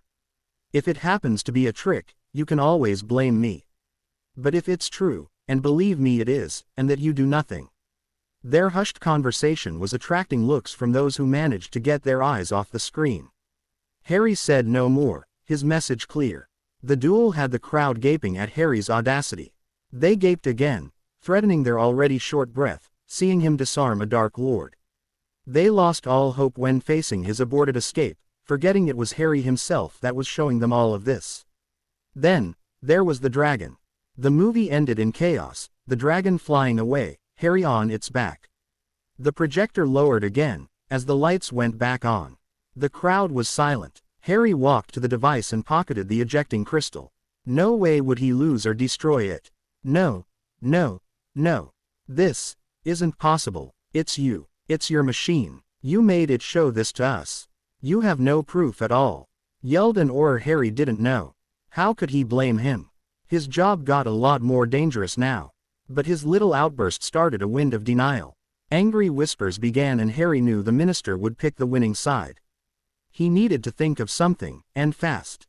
His hand brushed his pocket and he knew what to do. He totally forgot. "Mr. Ollivander," called Harry over the growing tone of the whispers. "I need you to come over here for your expertise," asked Harry firmly. The old man, being the specialist to perform the weighting of the wands, eyed each task to make sure they were always within regulations. He got up and slowly went in front of the crowd, smiling softly, knowing perfectly what Harry was up to. He held out his hand. Harry grabbed the wand in his pocket and handed it to him. "Voldemort's wand. Yes, I know that wand very well, as I made it. 13 inches, rigid with a phoenix feather core. You would. It was sold many years ago to an 11-year-old boy named Tom Riddle. Also known as Lord Voldemort to this day." More gasps were made all around. Harry whispered his thanks to the wand maker. He asked for a talk later, to which the old man agreed with a knowing smile. Fudge got up and held his hands high. "Order. To question a ministry-approved demonstration is absurd. We knew of Theseus' facts beforehand. How come, then, that you told us all, for the last 2 hours before this presentation, that it was only a rogue terrorist attack?" Yelled the hysteric parents, still in shock. "Because it would have sent panic all across Britain like a wildfire without any real facts to back it up," explained Harry, stepping to the side of the minister. "You had to see it by yourself to understand and realize. You know what to be wary of. Whom to be wary of. Knowing your enemy is the first step to defeating it. Nobody can kill you know who. He came back from the dead. He's immortal," stated another concerned parent. "Nobody's truly immortal. This man hasn't even lived a normal man's lifetime yet. He's only so afraid of death that he's trying by all means possible to cheat it," said Dumbledore this time, coming at Harry's side. "We'll get him, be heard of that," stated Harry with more confidence than he felt. To the gathered crowd, a symbol appeared. They saw their minister in charge siding with the boy who lived, who faced the Dark Lord and came back alive, and the only wizard who Voldemort was said to fear. Seeing those three on the same side, hope rekindled. He's only one man, after all, said somebody, surprised by his own words judging by his tone of voice. Yeah, kick riddles, yelled somebody else. Somewhat, Voldemort's real name made them feel he was closer to a mortal man than the feared image of a Dark Lord. The minister decided he could not put this off any longer. He had to strike now, fast and hard, so that the people's confidence stayed his. Aurors, come with me, we have much to do tonight. The room emptied itself of the law-enforcing agents and most of the ministry officials who knew they would not get home tonight. Most other people stayed to talk of what they just saw. Many came to shake Harry's hand before he retired, claiming sudden exhaustion. But instead of going to the infirmary or his own dorm, he went straight for the headmaster's office. The man was more skilled than he to escape large crowds and was already waiting for him. The gargoyle simply moved to let him pee. Harry slowly made his way upstairs, getting tired for real. It was already the middle of the night. Harry, my boy, sit down. You won't have to retell the events of tonight, of course, but take a breath before going back to the infirmary. Pompey will have my head if I keep you up longer than necessary, said Albus, smiling. This time, the usual twinkle was almost gone from his eyes. Harry guessed he wasn't much of a sight right now either. He took the offered seat and closed his eyes a moment. He had to gather his thoughts and ask the right questions, even if he was tempted to simply fall asleep in his chair right now. Professor, did you know of this ritual?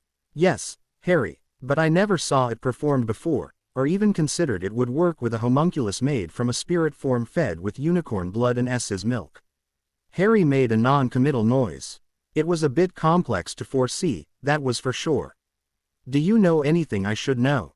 Or that you figure I should learn only later? He asked tiredly, but looking at him. Dumbledore's silence spoke volume. Harry didn't have the strength to be angry right now. If he kept it from him until now, it was probably a good thing. He trusted Dumbledore, but from now on, he would always go to sleep wondering how many people were killed by Voldemort and his Death Eaters that day. Trying to ease his sleep by keeping him in the dark was pointless. Tell me everything, Professor, said Harry simply. Harry, you still have some time before being burdened by all of this. You did well tonight, extraordinarily well in fact. I have never been prouder of your accomplishments than by seeing you come back alive from such an ordeal. Let me, and Minister Fudge, handle this for now. Harry stayed silent a while. He had closed his eyes during Dumbledore's refusal. He opened them back and looked directly at the headmaster, as if he never said a thing, expectantly. Albus sighed. Why so soon? It's too late, Professor. If you trust me and want to spare me from the fear of the unknown, tell me. Voldemort himself seemed to know something about me. If I ever face him again, I'll need to be on even ground with him. I want to be prepared. Harry, or do I have to find it on my own? What if I leave school, do not return to my relative this summer and search for the answer myself? Asked Harry seriously. Harry, you can't do that. You have to return to the Dursley this summer for your protection. More so than ever. I heard it wasn't so bad last time, he asked hopefully. It was the best time I had there ever, Harry admitted. But if you don't answer me, I won't go, or escape as soon as I'm there. And, I'll never put my trust in you ever again. Dumbledore maged the sides of his head, feeling a growing headache coming. He went to the cabinet and pulled a pensive from it. Harry's eyes lit up as he tried to look at the delicate runes carved all around it. Dumbledore could not help but chuckle. This boy would do great things. A pensive, isn't it? Asked Harry hungrily. I've only seen one before in a rune book. I'm guessing you'll show me one of your memories. Albus only nodded. He carefully put the magical bowl on his desk and, his eyes closed, carefully pulled a silver-looking strand from the side of his head. Harry was amazed at the physical form of the memory. It was like extracting the essence of thoughts itself. The headmaster dropped the strand in the bowl and tapped it once with his wand. The face of Harry's ex-teacher of divination, Sibylla Trelawney, appeared. She looked younger, but had the same oversized bleeze. She spoke of fate, of the doom of a Dark Lord and of a young boy in a deep voice he never heard her use in his brief page in divination. Harry stored the words away for Hermione to decipher what he might have missed. So, started Harry as the headmaster put his pensive away, I have to kill him, or he kills me. I have something he's unaware of, that will help me kill him. Harry went in deep thoughts, under the wary eye of Dumbledore. Was that all the reaction he got at the news he would have to kill someone? My dear boy, you don't have to start learning to cast the killing curse tomorrow. It never said when this would come to happen, said Dumbledore, trying to sound soothing. The longer I wait, the more people will suffer and die. I'll have to get ready, Harry said, biting his thumb, looking at the floor. You take this, awfully well, said the headmaster, looking at him sideways. The boy who lived raised his eyes to look at him, surprised. I kind of came to such a conclusion in the cemetery. Why would he care that much about me otherwise if I'm not a specific threat? And about that killing thing, you saw him come back as I did. He's not a dark wizard. He became a dark creature. A monster on the roam that need to be put down. I'm sure I'll have fewer regrets killing him than I had killing the basilisk in second year. At least, the poor beast never chose to be like that. Dumbledore smiled proudly. Maybe it was time after all.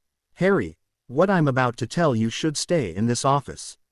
At least for now. Harry snapped to attention at once. There is this really dark technique used to make artifacts known as Horcruxes. Harry went back to the infirmary as the sun was getting up. Dumbledore ushered him away when he saw him dozing off of his chair. He urged Harry they would talk again. Harry, despite all he learned, felt okay. Dumbledore told him many secrets. He finally trusted him and saw him mature enough to handle this all. Someone was waiting for him beside his bed. Somebody he didn't expect to see that night. You know that this will make things hard for me now, do you? Asked Draco Malfoy, speaking in a low voice. Harry sighed, again, and sat on his bed. Draco was sitting on a chair, leg crossed, looking down. He had no trace of his usual arrogance. They probably raided Malfoy Manor by now. My dad will be arrested. My mom will be hysteric. What should I do now, Potter? Everybody knows I spoke in the favor of the Dark Lord in the past. I'm a Death Eater in training for them. Even in my own dorm. Father would probably tell me how proud he is that I can finally join ranks if he would not be cowering in a cell with Dementors over him. I know that I'm not nearly powerful enough to hide anything from him either, no one can. He doesn't even have to use Legilimensy to know if you're lying. So, what now? What do? I won't hide the fact that I blame you for this, Potter, and that I'm scared. Harry had his head in his hands. By the time he spent in this pose, he found a rather comfortable position now. He understood how Dumbledore got most of his white hair.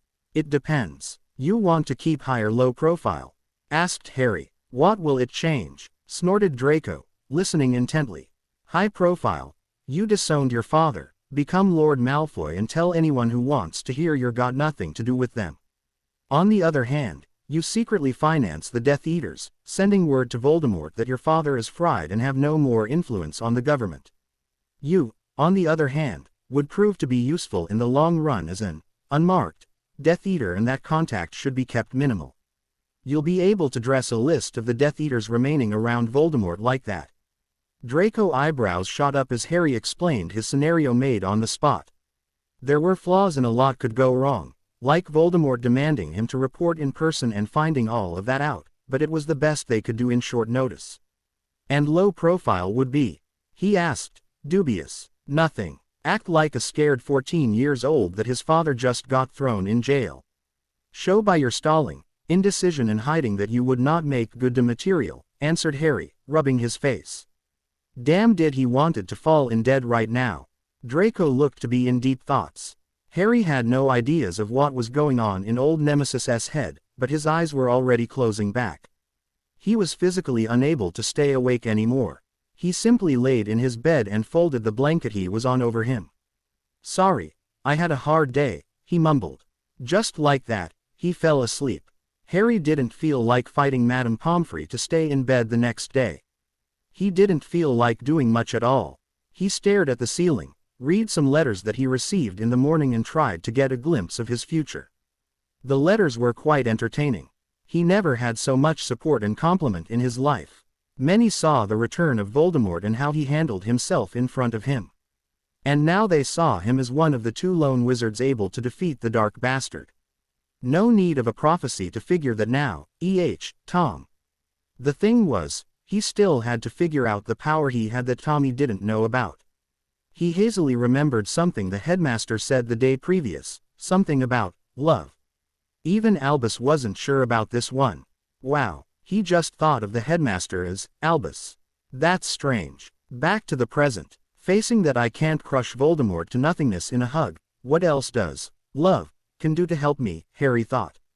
Allies. Friends. He have fear that brought back his Death Eaters in instant submission to his side. And he knew about my friends already. So what? Arrange a blind date with Madame Pants to kill him from boredom.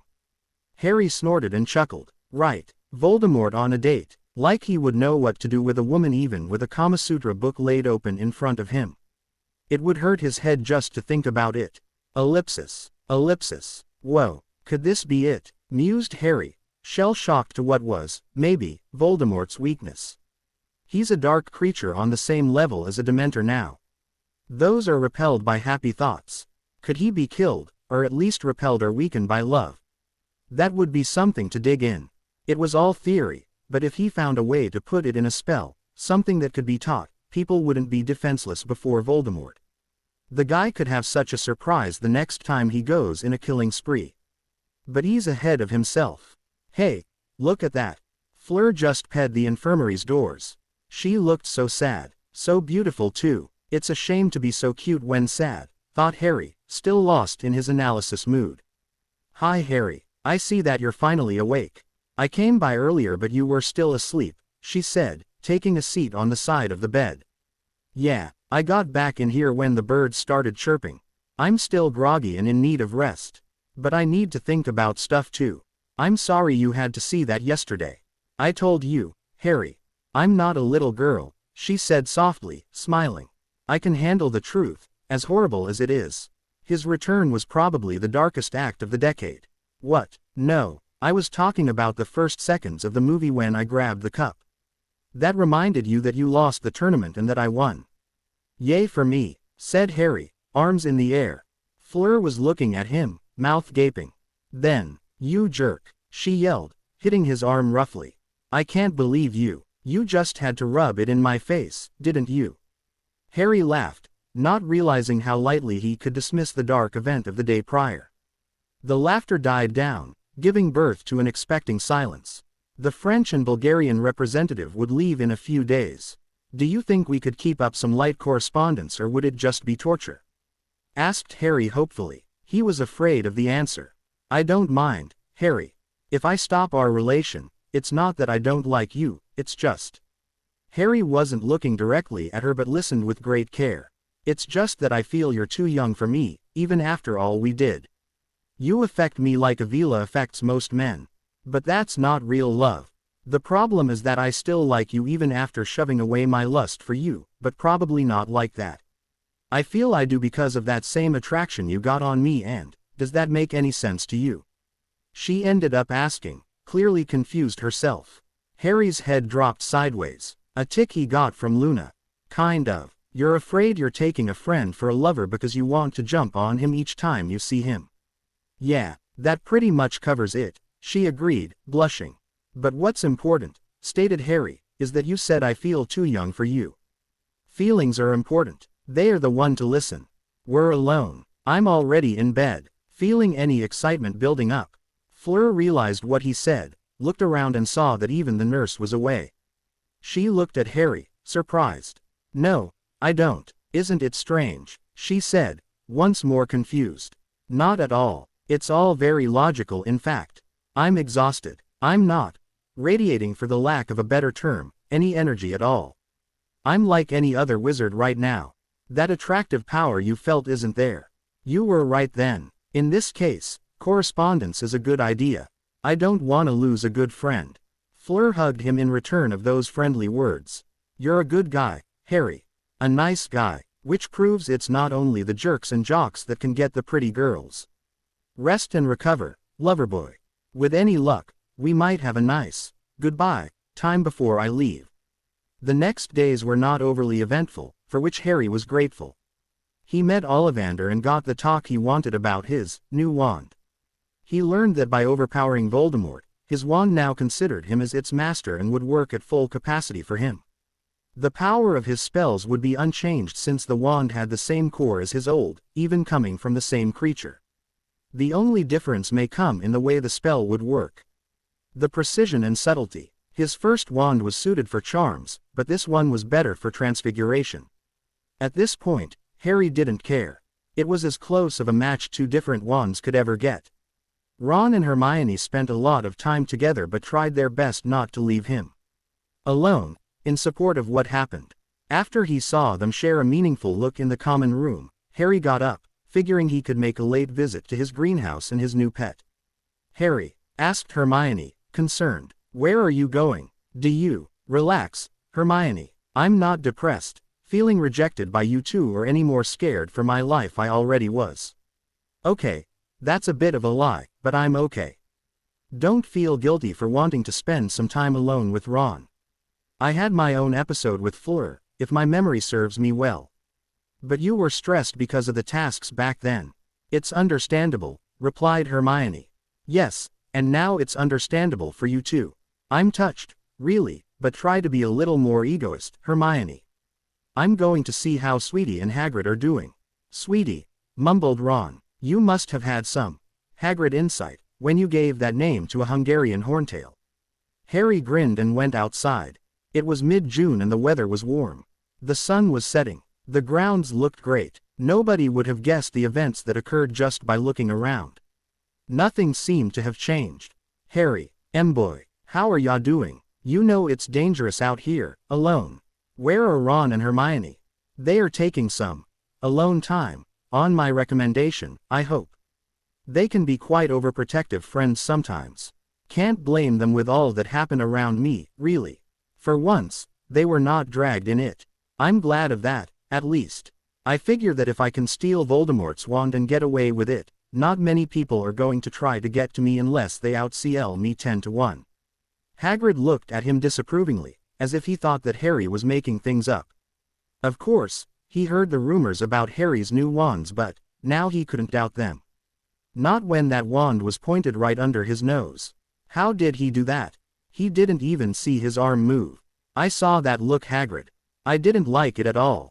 You know me better than that. You know I don't." Harry put his wand away and took a decision.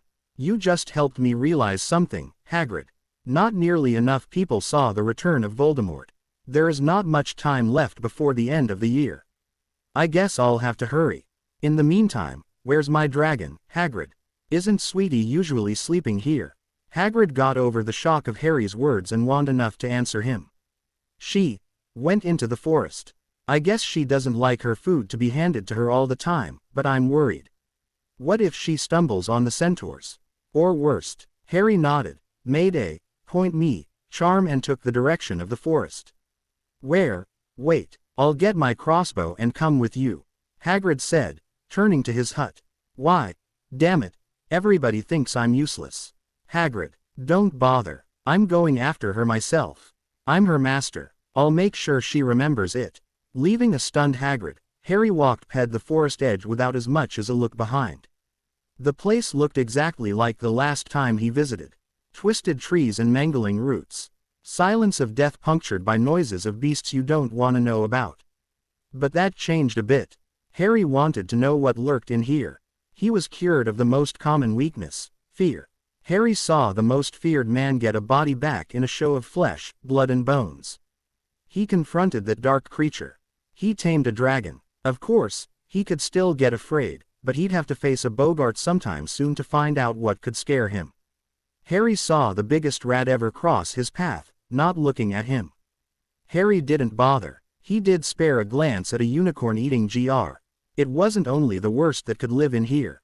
Then, the unicorn lifted its head and ran the hell away. A second later, a roar was heard in the opposite direction the majestic animal took. Harry simply followed the roar, recognizing it. Harry got on the scene Hagrid feared. Sweetie was surrounded by 24 centaurs handling bows as tall as he was. Harry didn't want to experiment if those could pierce a dragon's hide. Sweetie was about to breathe her way out, but Harry did not wish to upset the centaur population either. "Down, girl," he yelled, walking in the circle of horsemen without hesitations. Having their attention on a bigger threat, the centaur didn't notice his arrival until that moment. They had no choice now, as they saw the monstrous beast get down flat on its belly, the head on the ground, almost whining. Harry went to her snout and hit her lightly with one finger. "No attacking the centaurs, understood?" "No." The beast let out a noise that could be considered an acknowledgement. Maybe dragons don't have a human in, but it was brighter than a dog and could understand some commands. "No," seemed to be one of them. Harry turned toward the dumbstruck and downright gaping crowd. "I'm sorry if Sweetie caused any trouble. I'll make sure it doesn't happen ever again. I hope she hasn't done any lasting damage." A centaur in the first line smiled and was about to answer when another beat him to it. "Human, how dare you unleash your monster in our forest? You have no rights to come here in first place. We should kill you where you stand." Sweetie sensed hostility and began growling. Harry didn't do a thing to stop her. "Bane," said the first centaur that was about to talk, "you should not be hostile to this young wizard and his tamed dragon. He stopped it from attacking us and offered apologies. Quit it with your human-loving speeches, Firenze. We can take them out without lowering ourselves to ask for mercy." "And why would you do that when friendship is still an option?" asked Harry, casually walking up to the friendly centaur. "You speak with wisdom, Firenze. You seem to be wiser than most humans, Harry Potter," replied the centaur, smiling and shaking the hand Harry presented. "Blood traitor, how dare you, Firenze!" yelled Bane. Most other centaurs were watching the debate with interest. Harry quickly understood how the centaur hierarchy went. The boss was the one acting the most like the boss. Quite a human trait. Firenze was the calm and charismatic leader. Bane was the proud and fearless warrior. Bane had an edge. He could not let that happen. If he could wedge the hierarchy to his advantage, it would prevent further problems in the forest. "Bane, is it?" Accio sighed. Harry said loudly, wiping out his wand. "Scum, I knew we couldn't trust you. Kill him." "I'm not threatening anyone other than you, Bane. In fact, I'm challenging you. Fight me. If I win, you shut the up and leave. If you win, I guess you can kill me." A golden flash appeared and Harry grabbed the small tool, now turned weapon, that was racing toward him.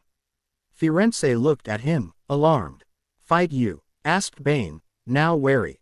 "Do you think I'm stupid?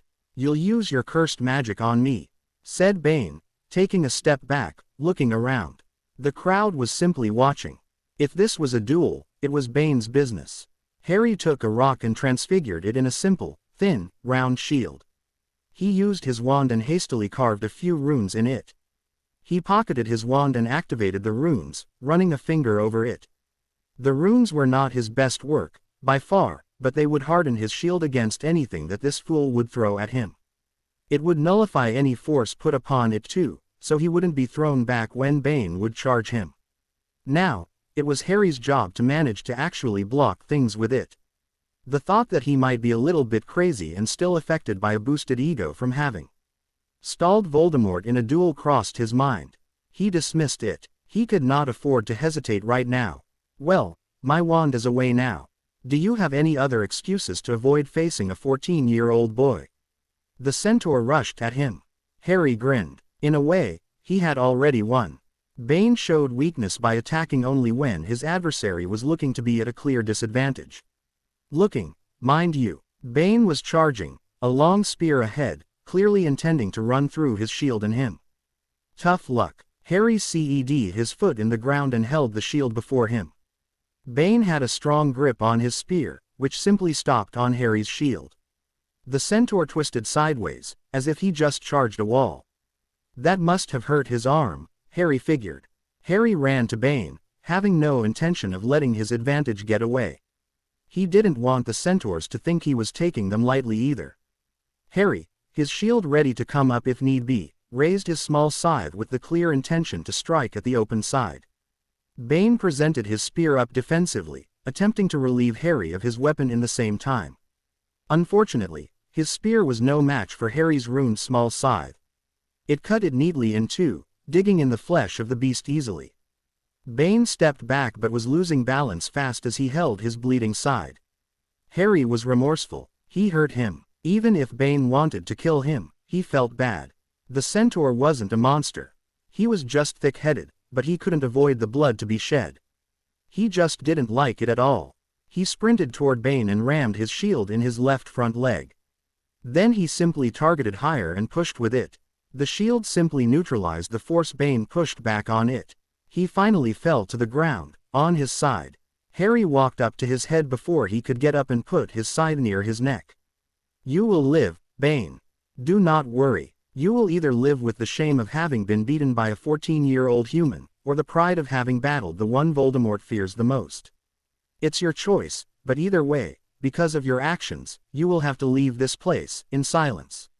Harry turned his back on him and, panting, went back to Firenze. Sweetie was up again and about to rush on Bane. "Down, girl, it's over," said Harry casually.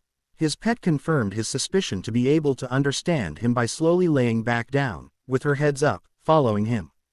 "A gift to the centaur's leader," said Harry, giving his shield to Firenze. "It's not much, and I don't know if it'll last as it is transfiguration work. But it's all I have underhand right now." Firenze chuckled and shook his head.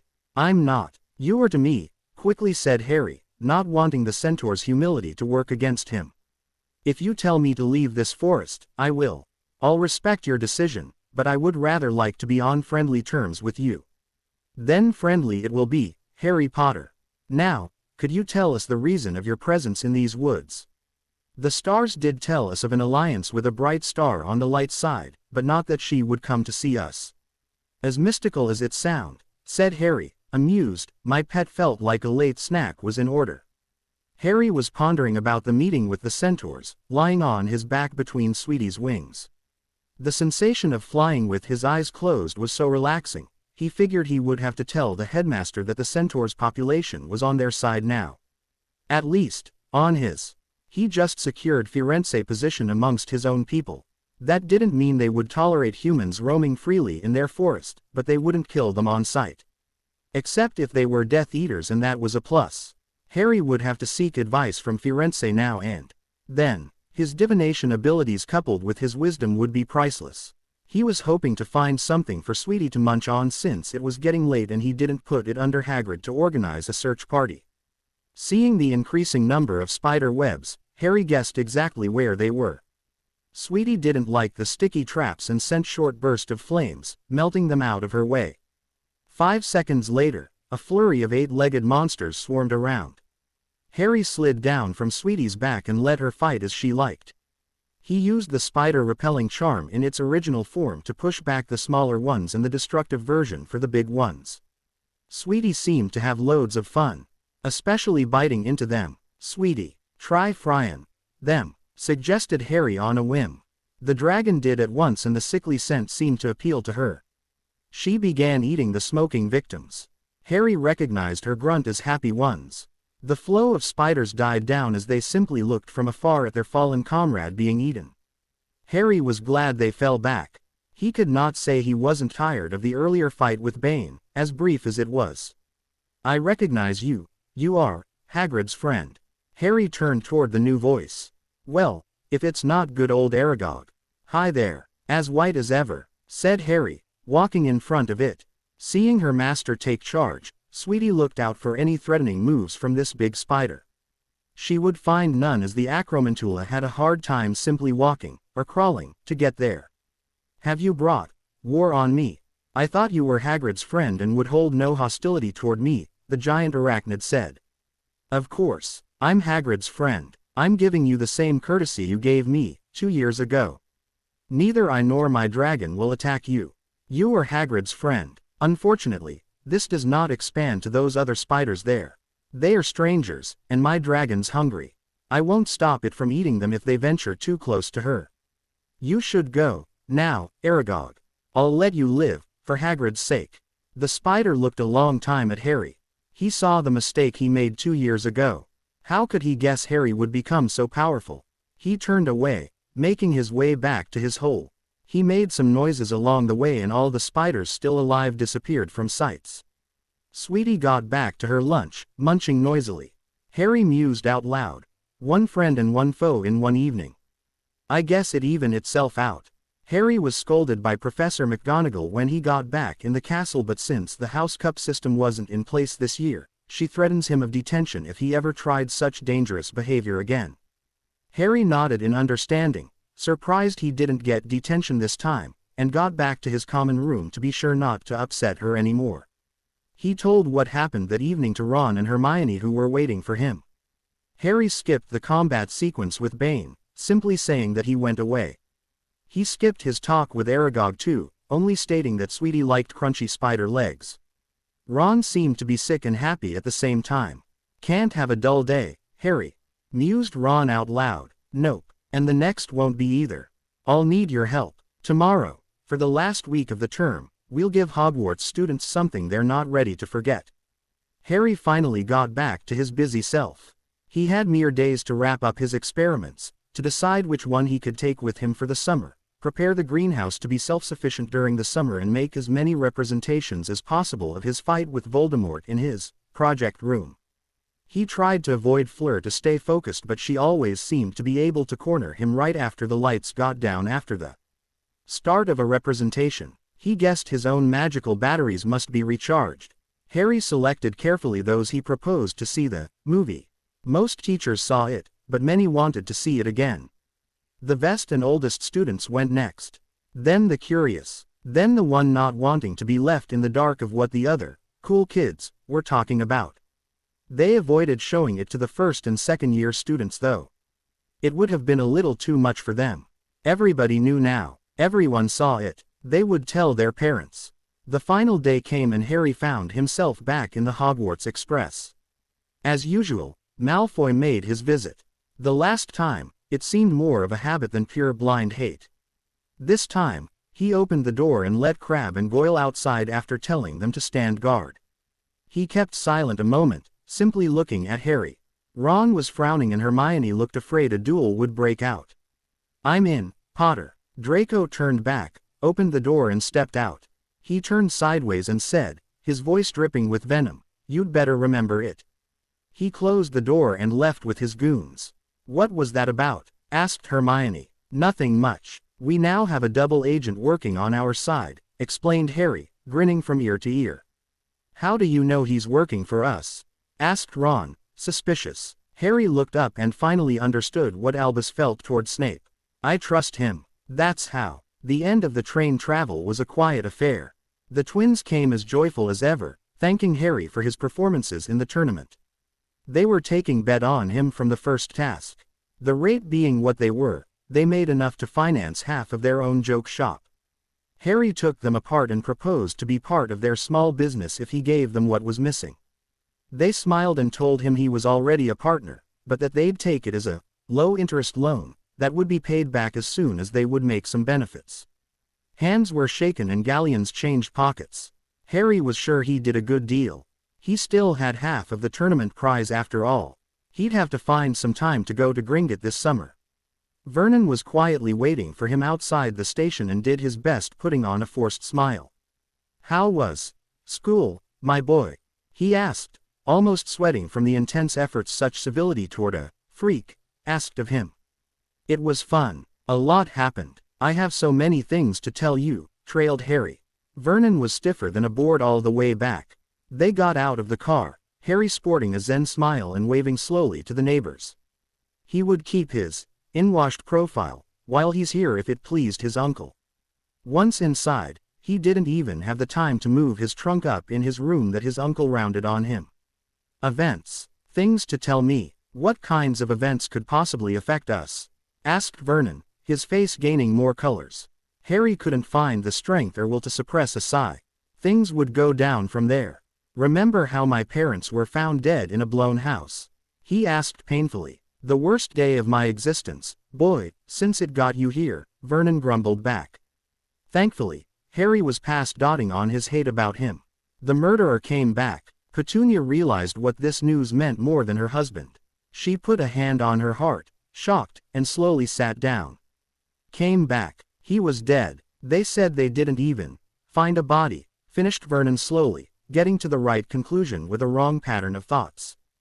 He was, in a way, tried to explain Harry. He's more of a dark creature than a human now.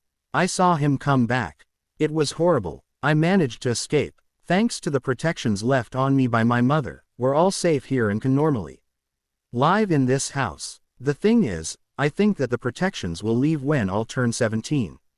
2 whole years. If I manage to defeat him in that lapse of time, you should never be affected by all of this. If I don't, you'll probably have to go into hiding. Hiding, like fugitive, roared Vernon. Nobody's going to make me leave my house. Harry thought wise not to remind him that they managed to make him leave his house when faced to the wizarding mail. And you should not have to. I have to work, this summer, in the garage during the daytime.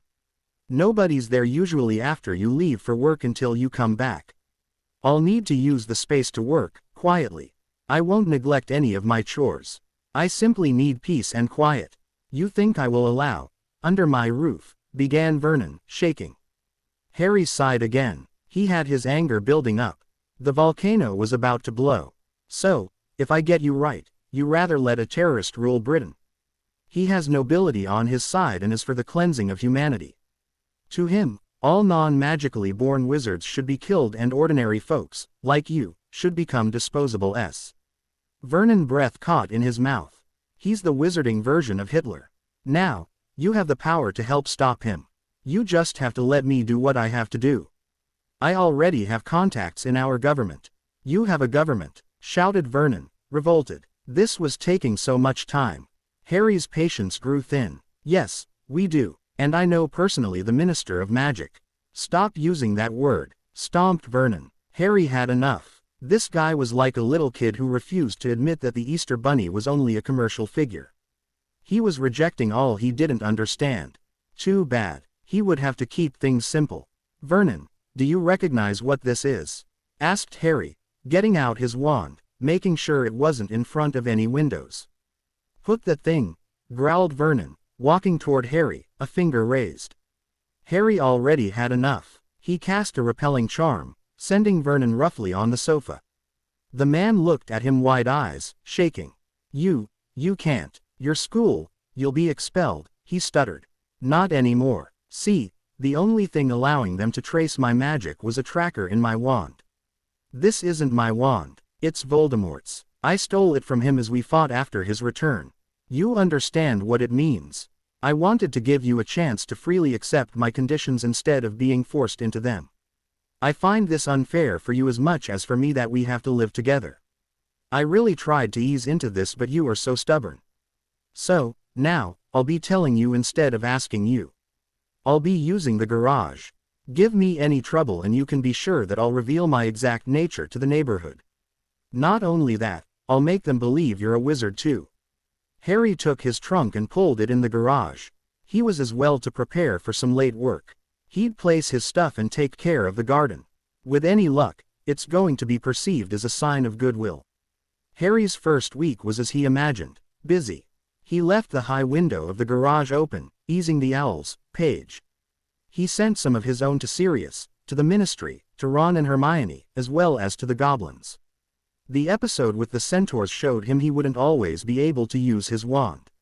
He was no warrior. He'd won against Bane because the centaur had underestimated him, and because he made a shield designed to defeat him. He was untrained. He'd need an awesome weapon to compensate. That must be the hidden motive behind the kindness of the goblins and their offer of metal samples. He would need to design something. The problem was, he lacked the intellectual stimulation he had at Hogwarts. That school was like a medieval castle, with suit of armor at each turn. He was back at the cleanest place on earth, where knives are kept dull so you don't cut yourself. Okay, that was a bit much but it wasn't far off. He needed inspiration. Instorming sessions with Luna were where he got some of his craziest and most effective ideas.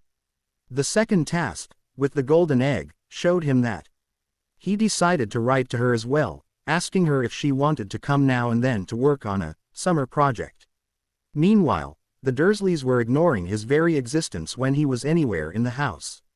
Around the house, they were quick to compliment his gardening work and then to go about their business. 2 days after he sent the letter to Luna, the doorbell rang during breakfast.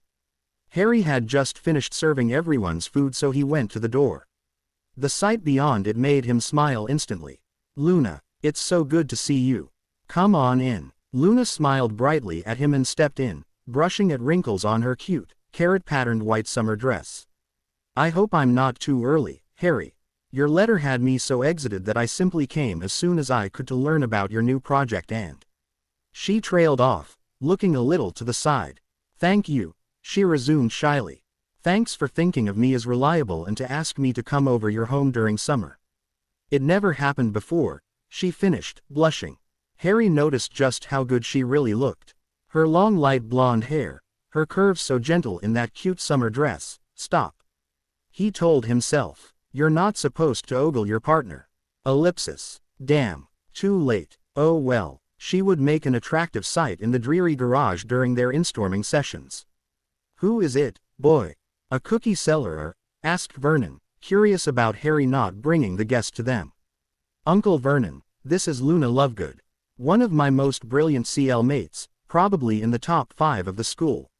She came over to help me with my work," Harry said, stepping to the side to show Luna properly. In the same motion, his wand mysteriously appeared in his hand opposite to Luna, hiding it from sight except for Vernon. "How nice. You should have warned us of her coming here beforehand, my boy. We would have welcomed her properly," the big man said, visibly straining, his eyes going from Luna to Harry's wand. And to the very hard glare in Harry's eyes. "She came by as a surprise. It might happen again in the summer. I hope it doesn't bother you too much," Harry continued, sounding sincere. A feeling that, once again, didn't seem to reach his eyes. "Of course not, dear nephew, but try to stay in the garage, if possible," Vernon managed to say. "Of course, uncle, except for the gardening chores. It's such a beautiful summer," Harry said sweetly. "Of course." And just like that, with barely a nod to their guest, Vernon stomped away, climbed in his car and went to work. Harry guessed Vernon would be working overtime tonight. "Have you had breakfast, Luna?" asked Harry politely. "Yes, in the night bus. Thank you." "Why the garage?" she inquired. Harry led her there, closing and locking the door. He opened the high window and went to the back, to something hidden by a wide blanket. "I figured it had more space than my room for a workshop. The cement floor is less flammable, too." Harry took his wand and conjured 2 wooden chairs. "Harry," Luna said, panicking. "What?" "Oh, that. Don't worry. Remember, it's Tom Riddle's wand. No trackers. Isn't it possible that he put some of his own in it?" Luna asked. Harry realized with a touch of fear that he hadn't thought of that. "Good point. But I've been using it for almost a week now. Either the wards stop it or there are no trackers. Seeing how ready he was to face me, I doubt he would have waited this long. Unless he's planning on destroying your safe house while you're at Hogwarts," Luna shot back. Damn, he had missed that girl. Her reasoning was off the chart. "Even so, Tom thinks he's untouchable. He wouldn't believe that anyone could steal his wand." "I hope you're right, Harry. What's this project you were talking about?" she asked, getting on the subject that they were both aching to get to.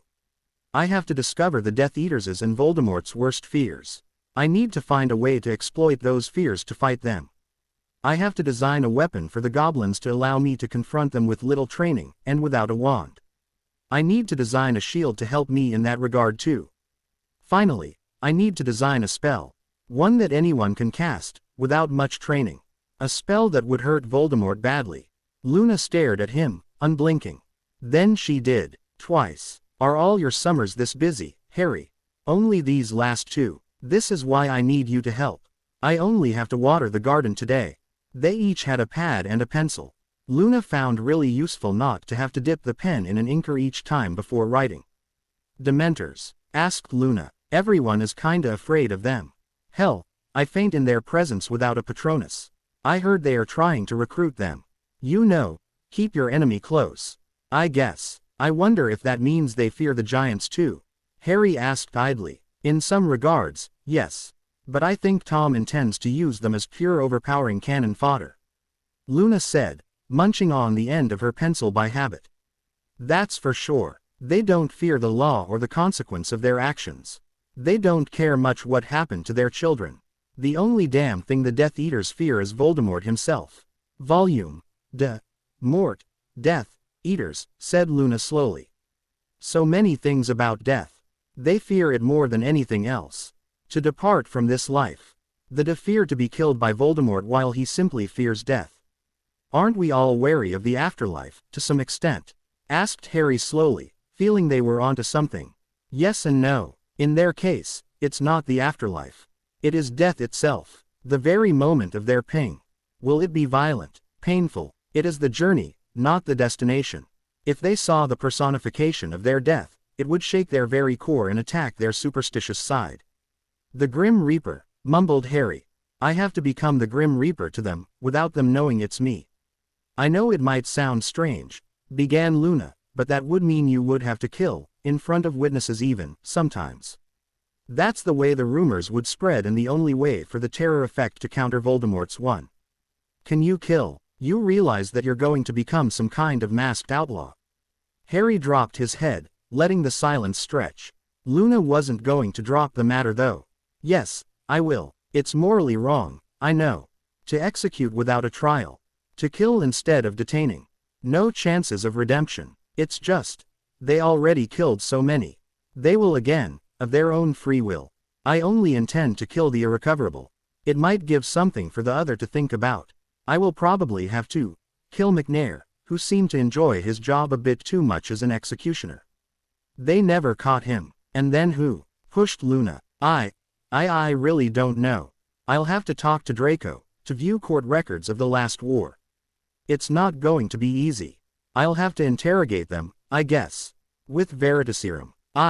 I don't know what else, how to be sure. Luna looked at his slumped form on his chair, his notebook and pen on the side. She got up, walked up to him and took him in a gentle embrace. I care about you, Harry. I don't want to lose you. You're doing the right thing, for the right reasons. Just don't lose yourself in this. Harry circled her in his arm, pressing her against him. His eyes felt moist, but more from the support he had than thinking of the task ahead of him. You'll be my anchor, Luna. I trust you to beat me up if I ever wander off the right track. I can, but it'll be easier if I do this first. She pulled back a little, only to sit on his lap and him deeply. Harry wasn't even surprised. It's as if he had just been waiting for it to happen. He lightly put his hands on her waist, easing her even closer. They pulled back eventually, both feeling better. I've been itching to do that since that smile I saw on your face when you opened the door, she said, looking less dreamy than usual. I'm 10 seconds behind you then, answered back Harry. It crossed my mind when I saw your blushing self in the entrance, in that cute dress of yours. 10 seconds. Guys are so slow on the uptake. I guess I'll have to put up with it, she replied, sighing dramatically. They shared a laugh, enjoying the feeling and letting it wash away the still lingering dark thoughts. Then, Luna put a hand over her mouth. Oh my, I totally forgot about you and Fleur. You were still together when the term ended, weren't you? She asked, looking truly afraid. Don't worry, we're no more than friends now. It seems we were always that, except that she says I have a Vila effect on her. Something about powerful wizards, he said dismissively. We'll keep light correspondence. Aren't you sad? She asked, worried. We knew for a while that we'd break up at the end of term, so I pretty much got over it. We felt it was for the best, Harry explained, feeling it was right. He absently began tracing a finger on her back, remembering how Fleur liked it herself. He discovered that light touches were probably liked by girls in general, Vila or not. Luna looked like she would have purred if she could. Harry kept the moment a while, relaxing. Not that I want to ruin this particularly pleasant moment, but we still have work to do, Harry said. Luna simply lay still against him, letting his finger run chastely all over her body. The shivers he could send just by tracing a finger behind her leg were crazy. This is more relaxing. Death talks and plans tomorrow. You can use your wand. Just transfigure a second bed in your room. Despite his building anxiousness, Harry simply chuckled. Okay, he mused. I could use a break anyway. They eventually got up, much to Luna's chagrin, but to Harry's leg muscles' pleasure. They put the garage back in order, not that they had gotten anything out. They went out for a walk, ending in the park near Privet Drive, sitting on swings. They ate hot dogs from a nearby stand, bathing in the rays of the sun during the late afternoon. Their break ended as four boys came up the street, laughing and pushing each other. "It's Dudley and his gang," said Harry, wary. "If they'd just pee by, I'll be surprised. They sound about as pleasant as your uncle. Only I bet they are more forward," she mused. "Right on one. Bullies to the bone. But they're still teenagers, That could work," said Harry, more to himself, eyes taking a malicious edge. "I learned from the years I've spent around you to fear and enjoy that glint in your eyes. I remember the third year of hell of Draco Malfoy. I expect you want me to stay out of this."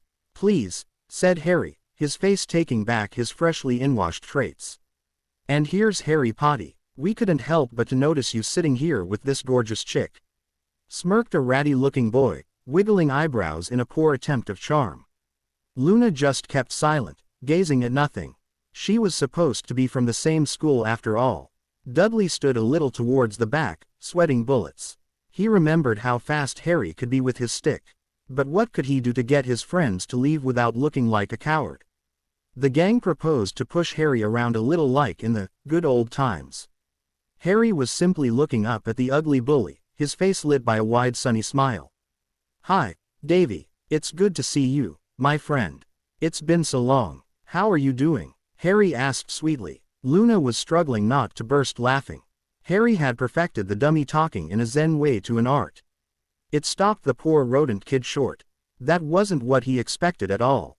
Chuck, the second biggest bully of the band, rounded on him, his heavy frame shadowing Harry's slender ones quite easily.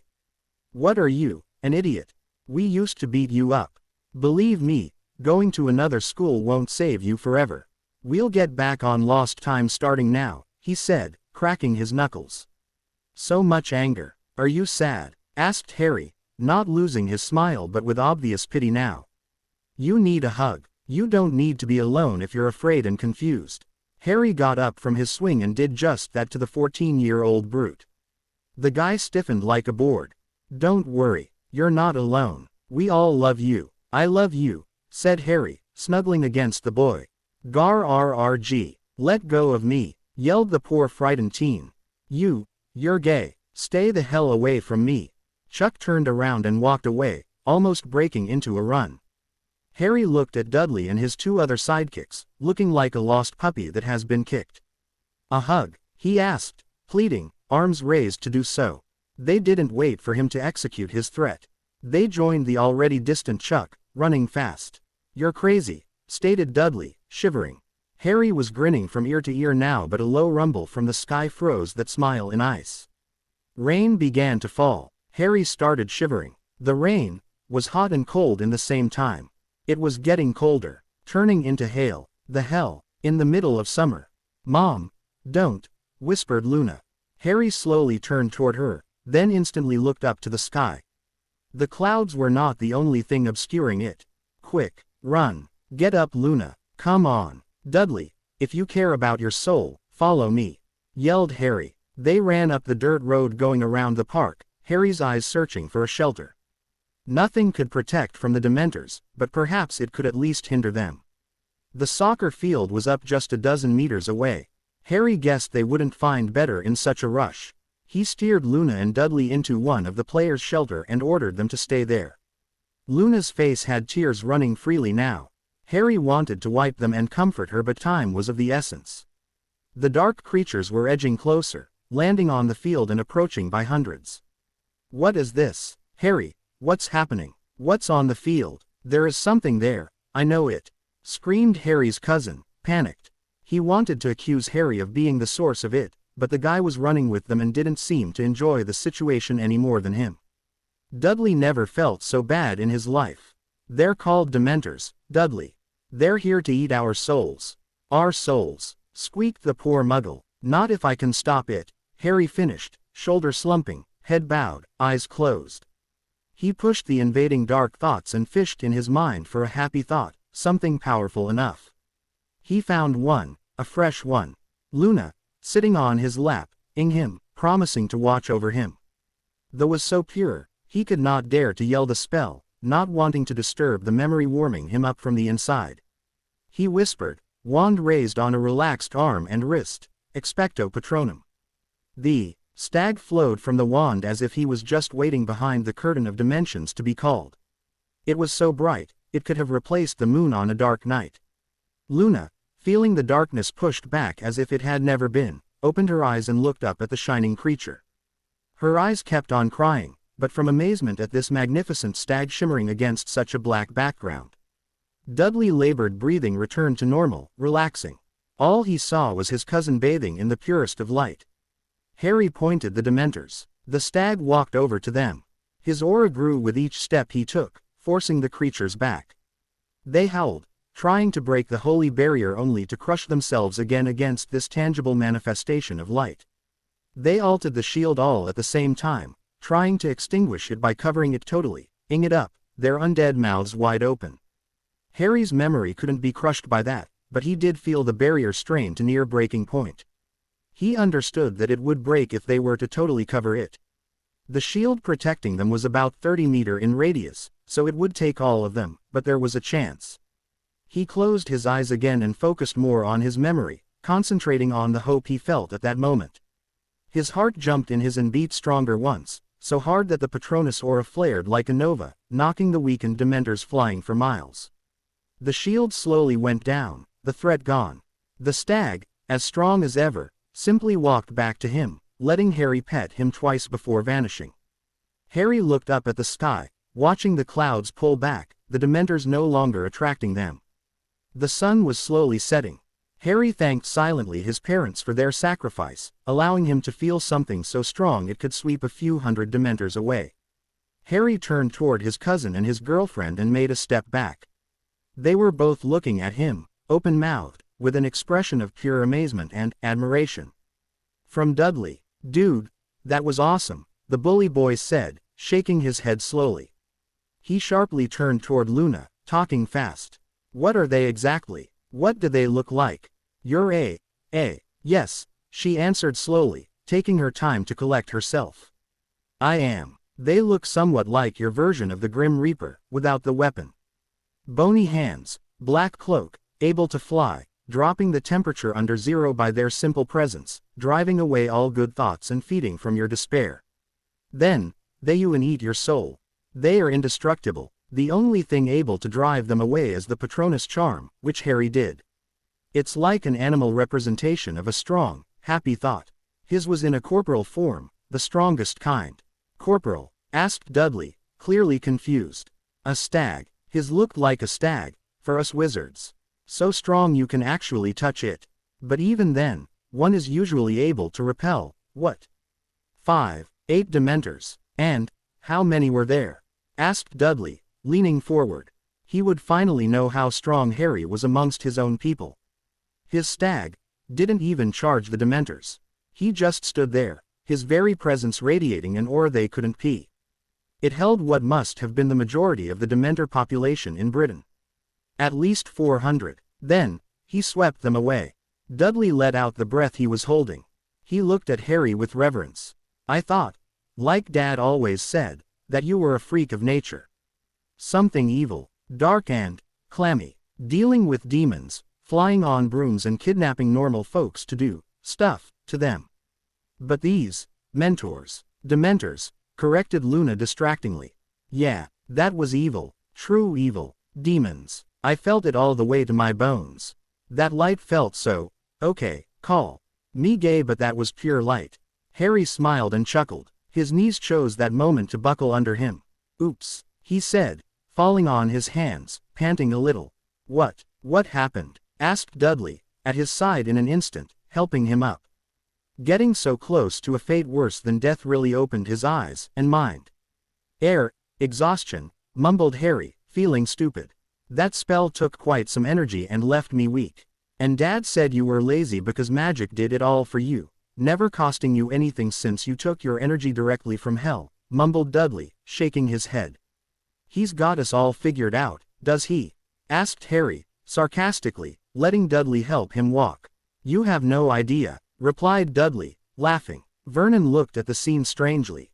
When seeing his dudders help the freak up the stairs, claiming he protected him from something scary. Vernon feared the boy had inwashed his son. He was relieved to hear Dudley close the freak's door and yell, "You stay there, freak." He was so relieved that he never noticed that the girl from earlier followed them all the way up and was now in Harry's room. "Your cousin played his role well," said Luna on a neutral tone. "Yeah, years of practice. I figured he wouldn't want his father to think he went over to the dark side," Harry replied, chuckling. Looking at Luna's blank stare, he promised himself he would make her watch the entire Star Wars series even if he had to loan the whole movie theater. Which wasn't such a bad idea, but not now. Harry cast a privacy charm, cutting the sounds coming from the room and locking the door. Luna taught it to him last year to secure the project room in their absence. Harry pulled a broken desk to the side of the room and changed it in a small four-poster bed. It was easier to change it into a form he already knew by heart. "Sorry, Luna, you'll have to sleep in Gryffindor colors tonight," he said, pointing with his thumb the red and gold blankets and curtains. "It's already thoughtful to think of my privacy." "I think I'll manage," she answered, pulling on the curtains. "Could you lend me your wand a second?" she asked from behind them. Harry obliged, and went to a rudimentary formation of stones and bricks. He took some powder from a pot near it and threw it in its middle, activating flames. "When you're ready, I'll have a fire going if you want to make a call to your father," he said, raising his voice a little. "You have a fireplace in your room?" asked Luna, appearing in PJs at his side. It was still early, but she must have figured they would not leave the room until the next morning. "Only for communication and ping small objects. No travel possible, too dangerous. I pulled a few favors from the minister. He wanted for us to look like we're working together. He doesn't have much of a choice." Luna called her father, explaining the situation that got her to stay at Harry's place for the night. "All right, dear, but tell this boy to behave or I'll tell everyone of his plans to take over the world using scarred muggles." "All right, Dad, good night," she answered happily. She was relieved. Her father could be really protective of her sometimes, but it looked like he trusted Harry. Harry simply shook his head. "Some fruit falls pretty close to the tree." Harry snorted at that when he saw himself in the mirror out of the corner of his eye. Sometimes the fruit was pretty much a copy of the tree. It was his turn to make calls now. He started by calling the minister in person, having his office keyed in his fireplace. "Mr. Potter, you're lucky to catch me. I was working late tonight and was about to go home." Harry had to give him that. Fudge, for once, really looked like he worked. He even looked a little thinner. "Good evening, Minister. I'm sorry to bother you, and force you to work more overtime. Something terrible happened. Are you hurt? Is it a Death Eater attack? Do you need the ores? Did you see his mark floating somewhere near your home?" asked the minister in quick succession. "No, but in a way, it's even worse. You'd better check out on Azkaban right now because it must be pretty deserted in terms of Dementors. They were all here, Minister. On the outskirts of London. I can't be more precise because of the wards." "I understand, Harry, but what make you think those were Azkaban's Dementors?" "It could be a couple of rogue ones," he proposed, looking scared of the possibility that the prison with the most dangerous criminals in Britain could be wide open. "There were about 400 of them, sir." That shut him up. The minister knew his numbers too. That was the number of Dementors guarding Azkaban Island. 400. What happened? He wondered out loud, checking Harry for any indication of a Dementors. "Like death. I kinda chased them away," said Harry, embered. Fudge stayed silent for a full minute, digesting this. He followed a new pattern of thoughts he had discovered out recently, the logical one. "You've never really lied to me before, Harry, and have no advantage in doing so now, when I can easily find out if you did." "I believe Albus is already on it." "Not yet, Minister. I contacted you first," Harry told him, serious. You did, of course. Azkaban must be secured, and fast. It's a ministry matter. The Dementors must be replaced and never be trusted again." "Of course, yes. Thank you, Harry. I'll take care of this at once. Call Albus and tell him about this, please." "Yes, Minister. You'll be busy enough as it is. Thank you for your haste." Harry closed the connection. "Are you sure you aren't AS with a lion's mane?" asked Luna from her bed. "Nah, I'm Harry, not Quetzalcoatl. Luna chuckled and Harry threw more powder in the fire. Dumbledore was worried about this, but congratulated him for his new feat and his quick wits. Fudge is a man who loves recognition and fear my shadow, alas. Showing him proper respect will strengthen our teamwork. A really nice job all around, Harry. Thanks you, Headmaster. I think I might have something else that could interest you. While casting my Patronus, I felt the Dementors trying to cover it entirely. I had the feeling that if they managed to do so, with their body and aura, the shield would have been, not really broken but more like nullified and swallowed whole. Yes, Harry, such an attack has no precedent, but what you're talking about now has been reported far too many times already, bringing about the downfall of many great wizards. I guessed so, but what if we were to do the same? What if, by circling Dementors with many Patronuses, expending their aura all around them, we could nullify their aura of darkness and swallow it in a space of total light? All that would be left is the original body of the deceased wizard. Albus looked at Harry, dumbstruck. Why, Harry, that is a fantastic idea. I will talk to our arithmancy teacher, Mrs. Vector, for a geometrical pattern to try such an action.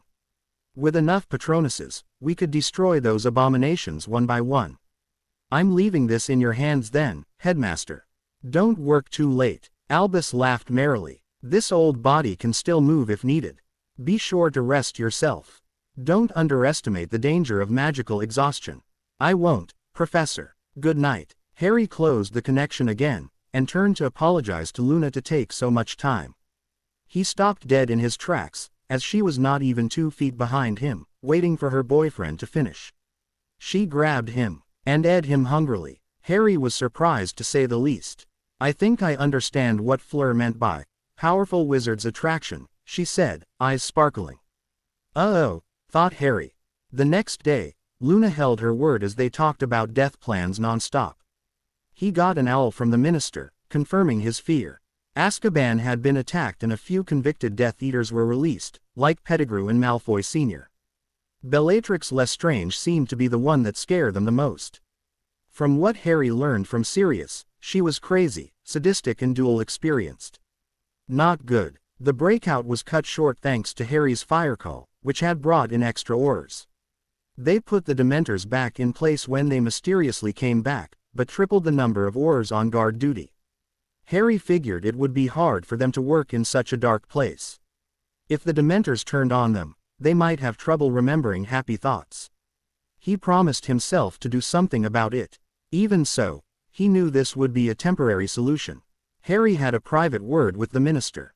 The plan dressed up by Harry was costly, but long-lasting. Harry's best argument was that it would be the greatest ministerial achievement since Azkaban itself.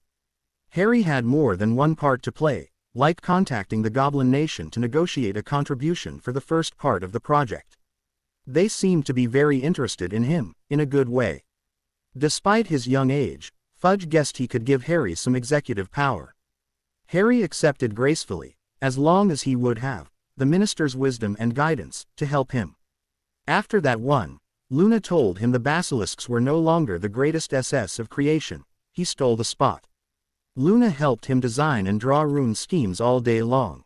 With Harry's ability to carve runes, they could make his new persona over the summer. Luna was concentrating on design an eccentric pattern. Harry figured he would need an official way out of Hogwarts during the school year. They spent hours purely on the concept of Harry's weapon, over many days. Luna got back home late and came back early. She brought lunches ready to eat as they were reluctant to leave their work once in it. The weapon had to come out as symbolic and practical. A scythe, of course, but one usable in battle. A large blade to block and reflect spells. A sharp edge, without any saw-like teeth. Simple. Handle made of oak. Traditional. Rune carved, of course. Even then, such item would take a lot of energy to power up, and then to keep it active as the functions weren't sentient, like a shield, but constantly active. Harry would have to power it often. He brushed that matter away, saying that the goblins had made such weapons before. They would have a way of doing this. The costume was something else. He could not let a 15-year-old hand show from the sleeves. Much less his face. It needed to look empty. Or bony. Harry proposed to use his invisibility cloak under the costume. She agreed, but not his cloak. A cloak is good, when you need stealth. You would have to sew it onto yourself. It would need a glove-like pattern as well so you can hold your weapon in battle, without the danger of it escaping your hands. If it lifts from some wind, it's going to show your feet.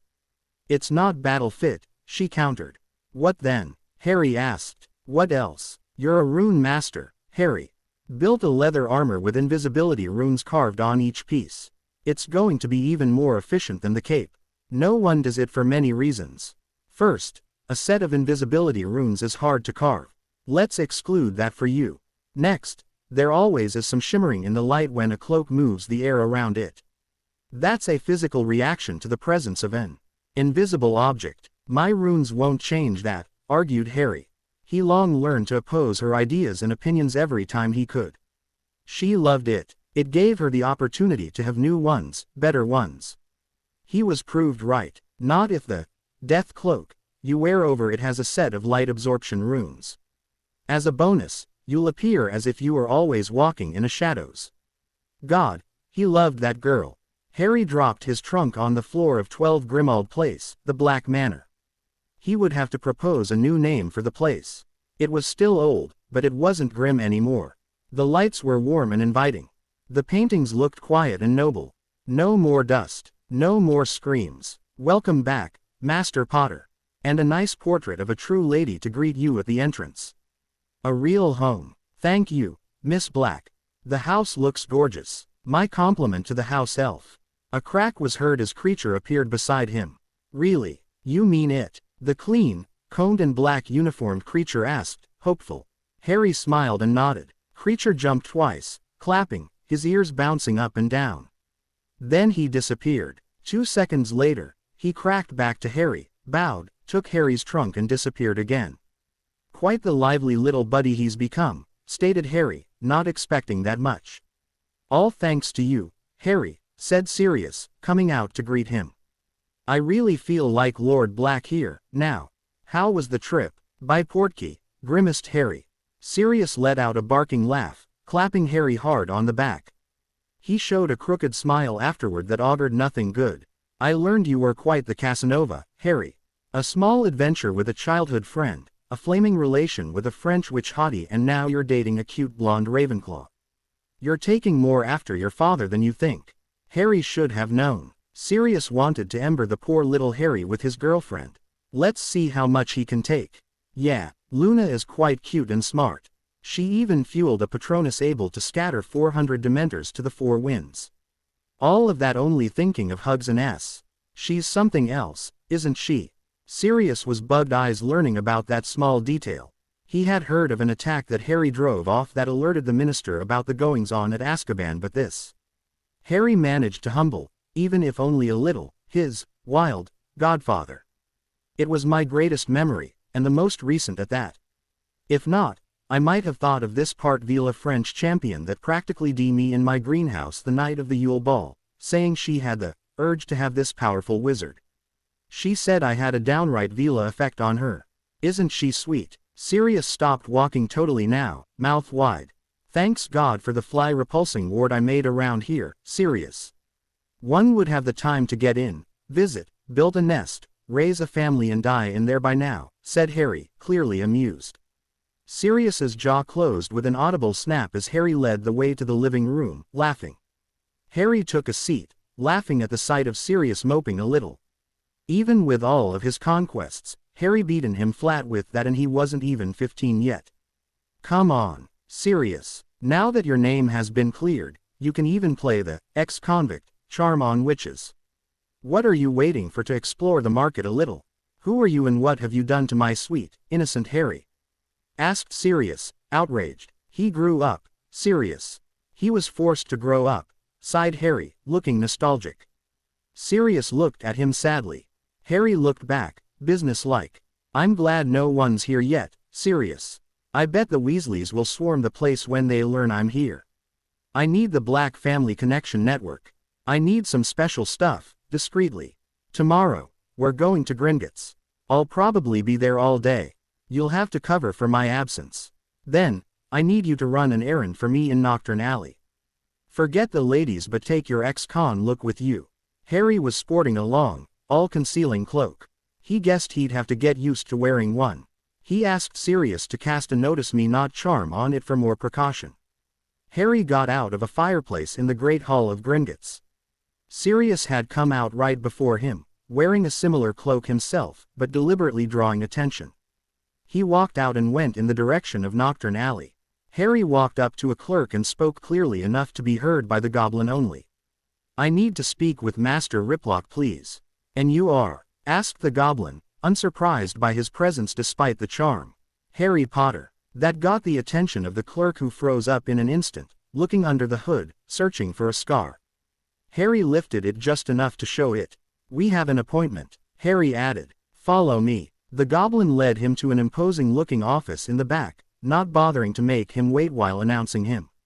He knocked once, entered and walked before the desk where Riplock was sitting behind. "Mr. Potter is here for his scheduled appointment," the clerk said simply, leaving the office. Harry pulled down the hood, canceling the charm in the process. Now that he knew more about goblin culture, Harry sat down on a chair, uninvited. The goblin philosophy was, if you're expected, serve yourself. Don't make us tell you everything. It was the reason they always appeared so impatient with humans. They had to tell them everything. That grated on their nerves. "It'll be water only, Master Riplock." "I've had a good breakfast," stated Harry, getting comfortable. The goblin actually smiled a little and whispered something to his desk. He turned back to Harry. "What can Gringotts do for you today?" he said, showing all teeth.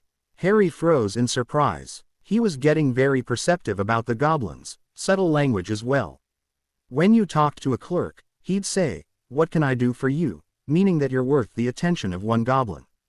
If he said, "What can our accounting service help you with today?" that meant you had one hell of a vault that required many goblins to manage. Now, if he said, "How can this NCH of Gringotts be of use to you today?" you have a very potent political influence on the ministry. What the goblin just said implied that all of Gringotts wished to help him. He figured he could start a new goblin war if he so desired. That was kind of scary. Putting that aside, he had things that needed to be done. "Master Riplock, it is common knowledge that goblin weapons are the best. They are the only ones able to live through the age, longer than their original user. I need a weapon of that caliber to bring doom down on the Death Eater's rank." He slid a sheet of paper with crude drawing of the weapon and its evaluated spec. "The runes, the materials. You have the talented smiths. You have the ore for that particular metal. I've got the runes and the power to activate them.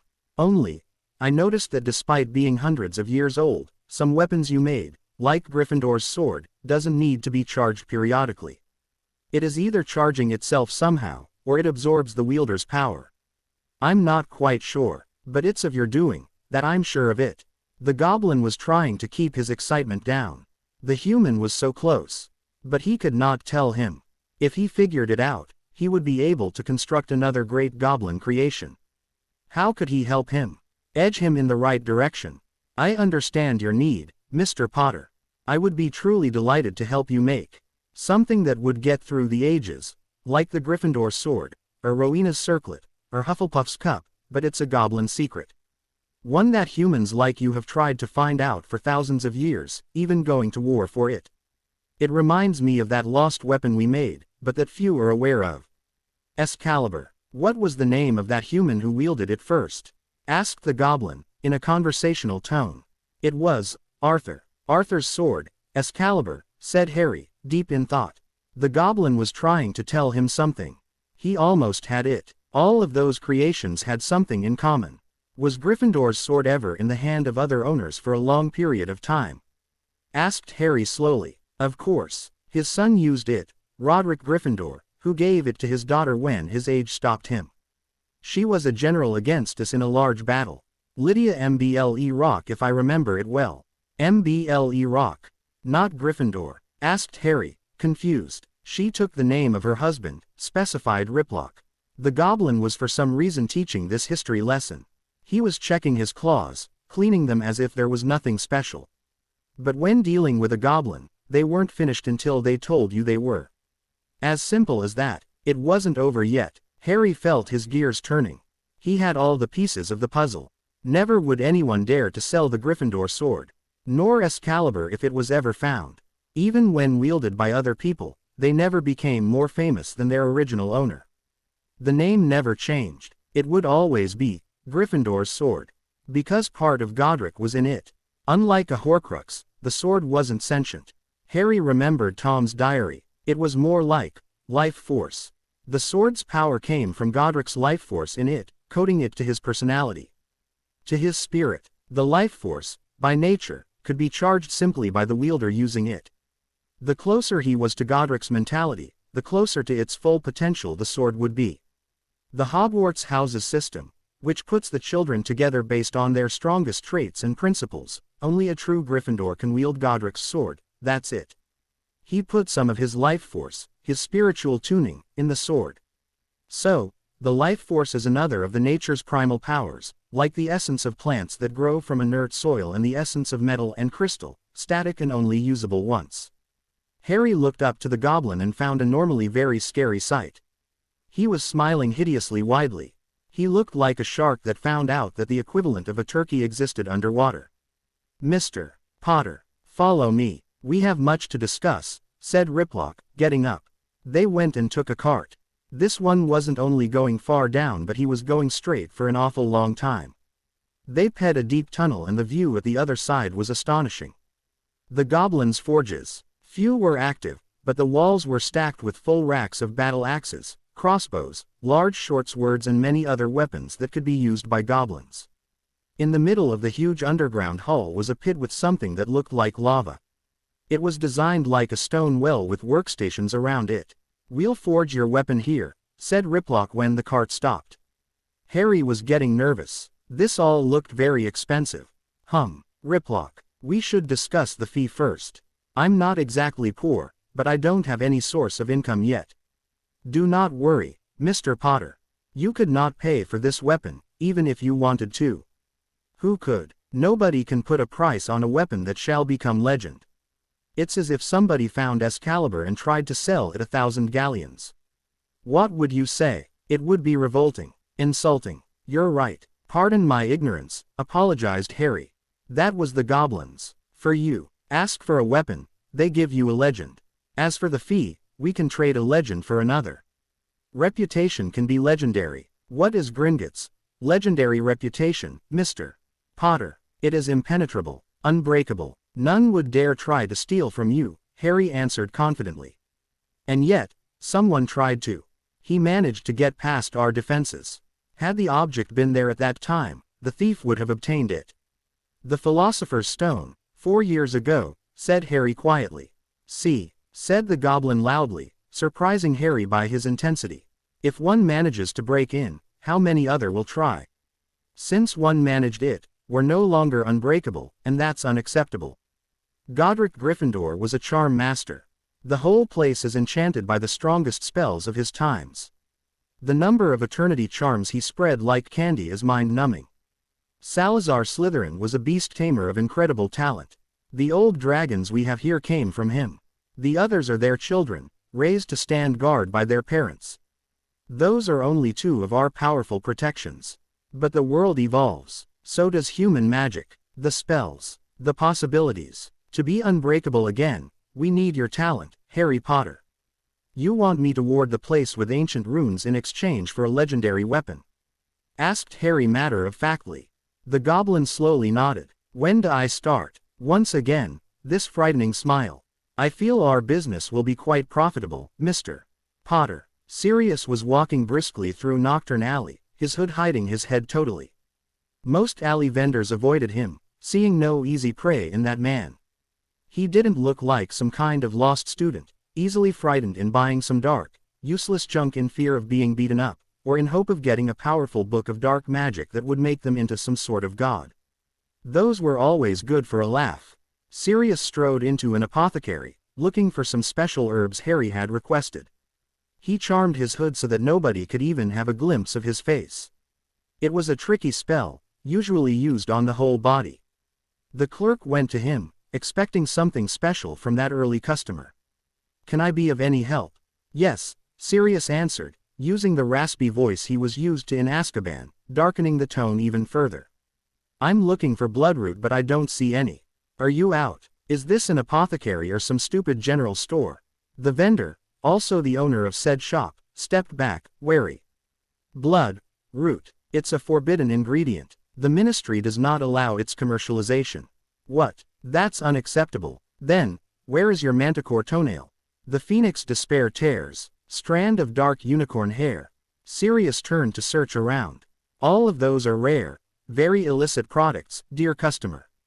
The cloaked man, smelling of rotting herbs and other less pleasing aromas, got very close to the vendor's face. Sirius had worked hard to smell like Snivelus after a long day of work. And where do you keep your very rare and illicit products? The vendor swallowed hard and took 2 steps back. He went to the door, locked it and put the closed sign on. Over here. Come quickly. I don't want anybody seeing us from the windows. The cloaked man walked at his own pace, detailing with mild interest the content of the shelves.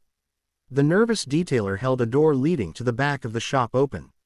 He hushed his customer inside before closing, locking and barring the door. He rolled aside a huge carpet resting on the floor and opened a floor trap, revealing a wooden stairway leading to a small cave. There were shelves with many spooky ingredients that were mildly illegal. The kind that get you a fine and a tap on the nose. The owner pushed a brick of the rough wall, unlocking some mechanism that made said wall twist by the middle. The cloaked man, aka Sirius, followed the herbs vendor without a wand visible, without a hint of hesitation, as if this was all perfectly normal. He might as well have turned a doorknob for all he seemed to care. Getting in the secret room, Sirius smiled. That was it. Being from a dark family, he had been initiated to the darker arts from a very young age. He walked amongst the dark ingredients, evaluating their potential. As if he was simply walking between aisles in a grocery store, he pulled out a simple brown money bag and made to count as if to figure if he brought enough. The bulge of the bag was as big as the owner's eyes at that moment, which could have made a house elf stare in jealousy. He recognized the golden reflection of light from when a large amount of that holy metal is present. The charming sound. He hurried around, bringing up the herbs and other components mentioned earlier in sealed packages. You can look around, if you want. If anything else catches your eyes, just give me a sign and. Sirius did just so, pointing a product or another, sometime not even caring what he put in his purchase, but loving the face of the vendor each time.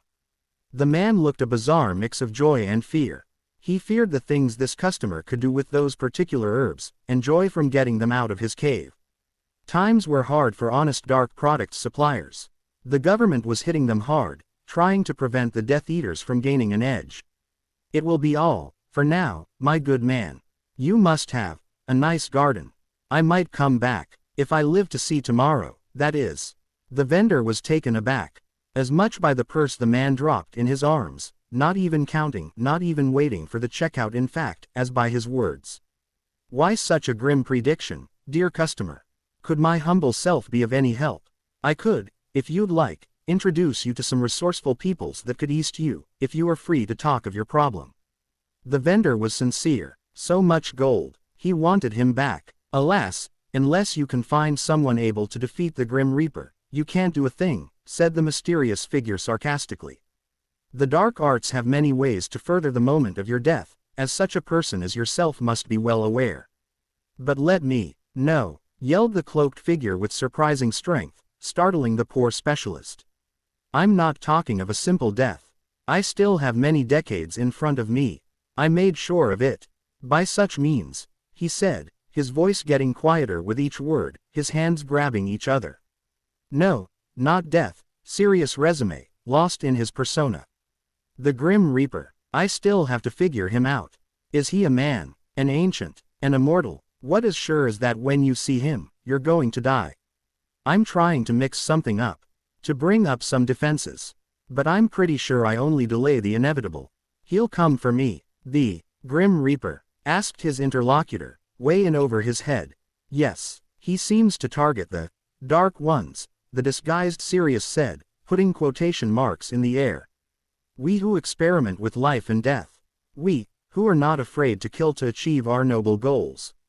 Our experiments. I'm the first on his list right now, as I have lived a long life taking the lives of the fools, feasting on their weak life force to lengthen my own as it is our right to us, pure of blood. But I feel, no. I know that I won't be the last to be struck down. If he's on the move only now, it's because I wasn't enough of a threat. But there has been a resurgence of the dark. Like a comfortable blanket that spread over Britain, herding the half-breeds together, shivering and causing untold nightmares to the Muggles. Yes, it's too bad I might not survive to see the battle between those so-called Death Eaters, and the likely physical form that death took. The man grabbed his bag of dark goodies and left the shop, without another word. The vendor hurried behind him, putting his secret pages back in place, knowing this kind of customer cared little for secrecy. As he closed the front door the cloaked man had left partially open, he ran to his fireplace. He had a lot of fire calls to make. Harry was amused by the goblin's face. He had, between two fingers, a vial containing the essence of silver he had gathered from his samples. The goblin looked at it reverently, not even daring to touch the vial, but looking as if he desperately wanted to. I never tried to touch essence directly, commented Harry. I don't know what a contact with such a pure substance would do to me. He gently pushed the vial into the goblin's hands, which held it with utmost care. Holding it, he felt like when he was working with metals, forging it. He wasn't a great craft goblin himself but knew how to forge like anyone of his race. How did this young man manage to bottle what makes raw materials so powerful? I have essence of pretty much every metal and crystal you sent me samples of. I asked for extra vials for that reason, not because I shattered the previous ones. I need one for each metal. Do you think we could enhance the materials we'll use to make my weapon by soaking it in the essence of the same origin? Or during the making of said weapon? Riplock looked up at him in awe. This was revolutionary. They could make new mixes of metals without having to care about melting temperatures. Began Harry, uncomfortable from the look he was receiving, and by the silence. I figured I could use titanium for its strong nature and inability to rust, but I feel it would not go well with my life force. Just a feeling I have after working with it a little. I feel uneasy with its essence. By the way, you said you'd help me to learn how to manipulate my life force to imbue the weapon. Still more silence. Hello? Asked Harry, thinking he might have broken the goblin. The Green Administrator-in-Chief finally snapped out of it. Yes, the tutorial. Come over here, he said, looking at the vial all the while he reached the back of the room they were in. They were still in the hall of the forge but in a small building that was strangely built inside the hall. There were many open. Harry saw they each contained a fixed amount of the purest ore available. In the back sat a very old-looking pensive. This contains the procedure to life force channeling used by Godric himself and many other great wizards. Use it at your discretion. The goblin's eyes were glued to the silver essence. Harry smiled and guessed it was worth the small bother to make another vial. You can keep it. The goblin's head turned so fast Harry feared he'd just snap it. What? Keep it, he mumbled. Yes, it's not a problem. I can make more of it. This is my first successful attempt at silver essence. It would be my honor if you accepted it, Harry said with respect. The goblin almost had tears in his eyes. He looked back at him, resolute. Master Potter, anything you need, any tools, any specialists or rare ore are at your disposal. You can do all the experiments necessary in this room, and I insist that you make a list of anything you might find of use. The goblin looked downright fanatic. Harry was glad his reputation with the goblins was getting so high, but it frightened him a little too. Thank you, I'll do that very soon. I'll need to take the tutorial about life force channeling and experiment my compatibility with many metal ore, Harry planned out loudly. You can use any ore in this room, exclaimed the goblin, looking straight at him.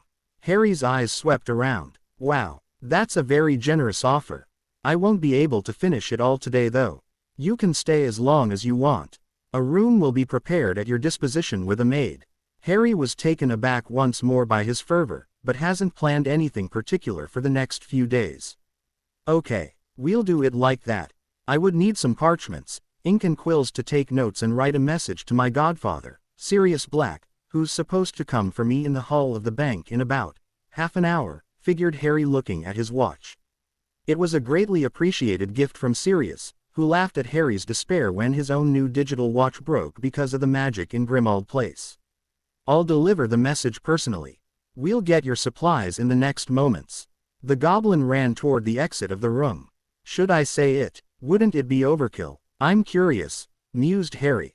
He let himself be tempted. "If you want me to, I could make you essence of a few metals of your choice while I'll be at the forge, making my weapon." The goblin, who was about to pee the door, simply fell on his knees, shaking. He looked up, his back still turned toward Harry, and managed to say, in an unsteady voice, "That would be quite nice of you, Mr. Potter. I'll talk to my colleagues and superiors about such a possibility." He managed to get back up and walk away on unsteady legs. "Wow," thought Harry, "they are really close to metal." Harry went to the pensive and got to work. To be continued. I hope you enjoyed this story. Also remember to subscribe and like this video. See you in the next video.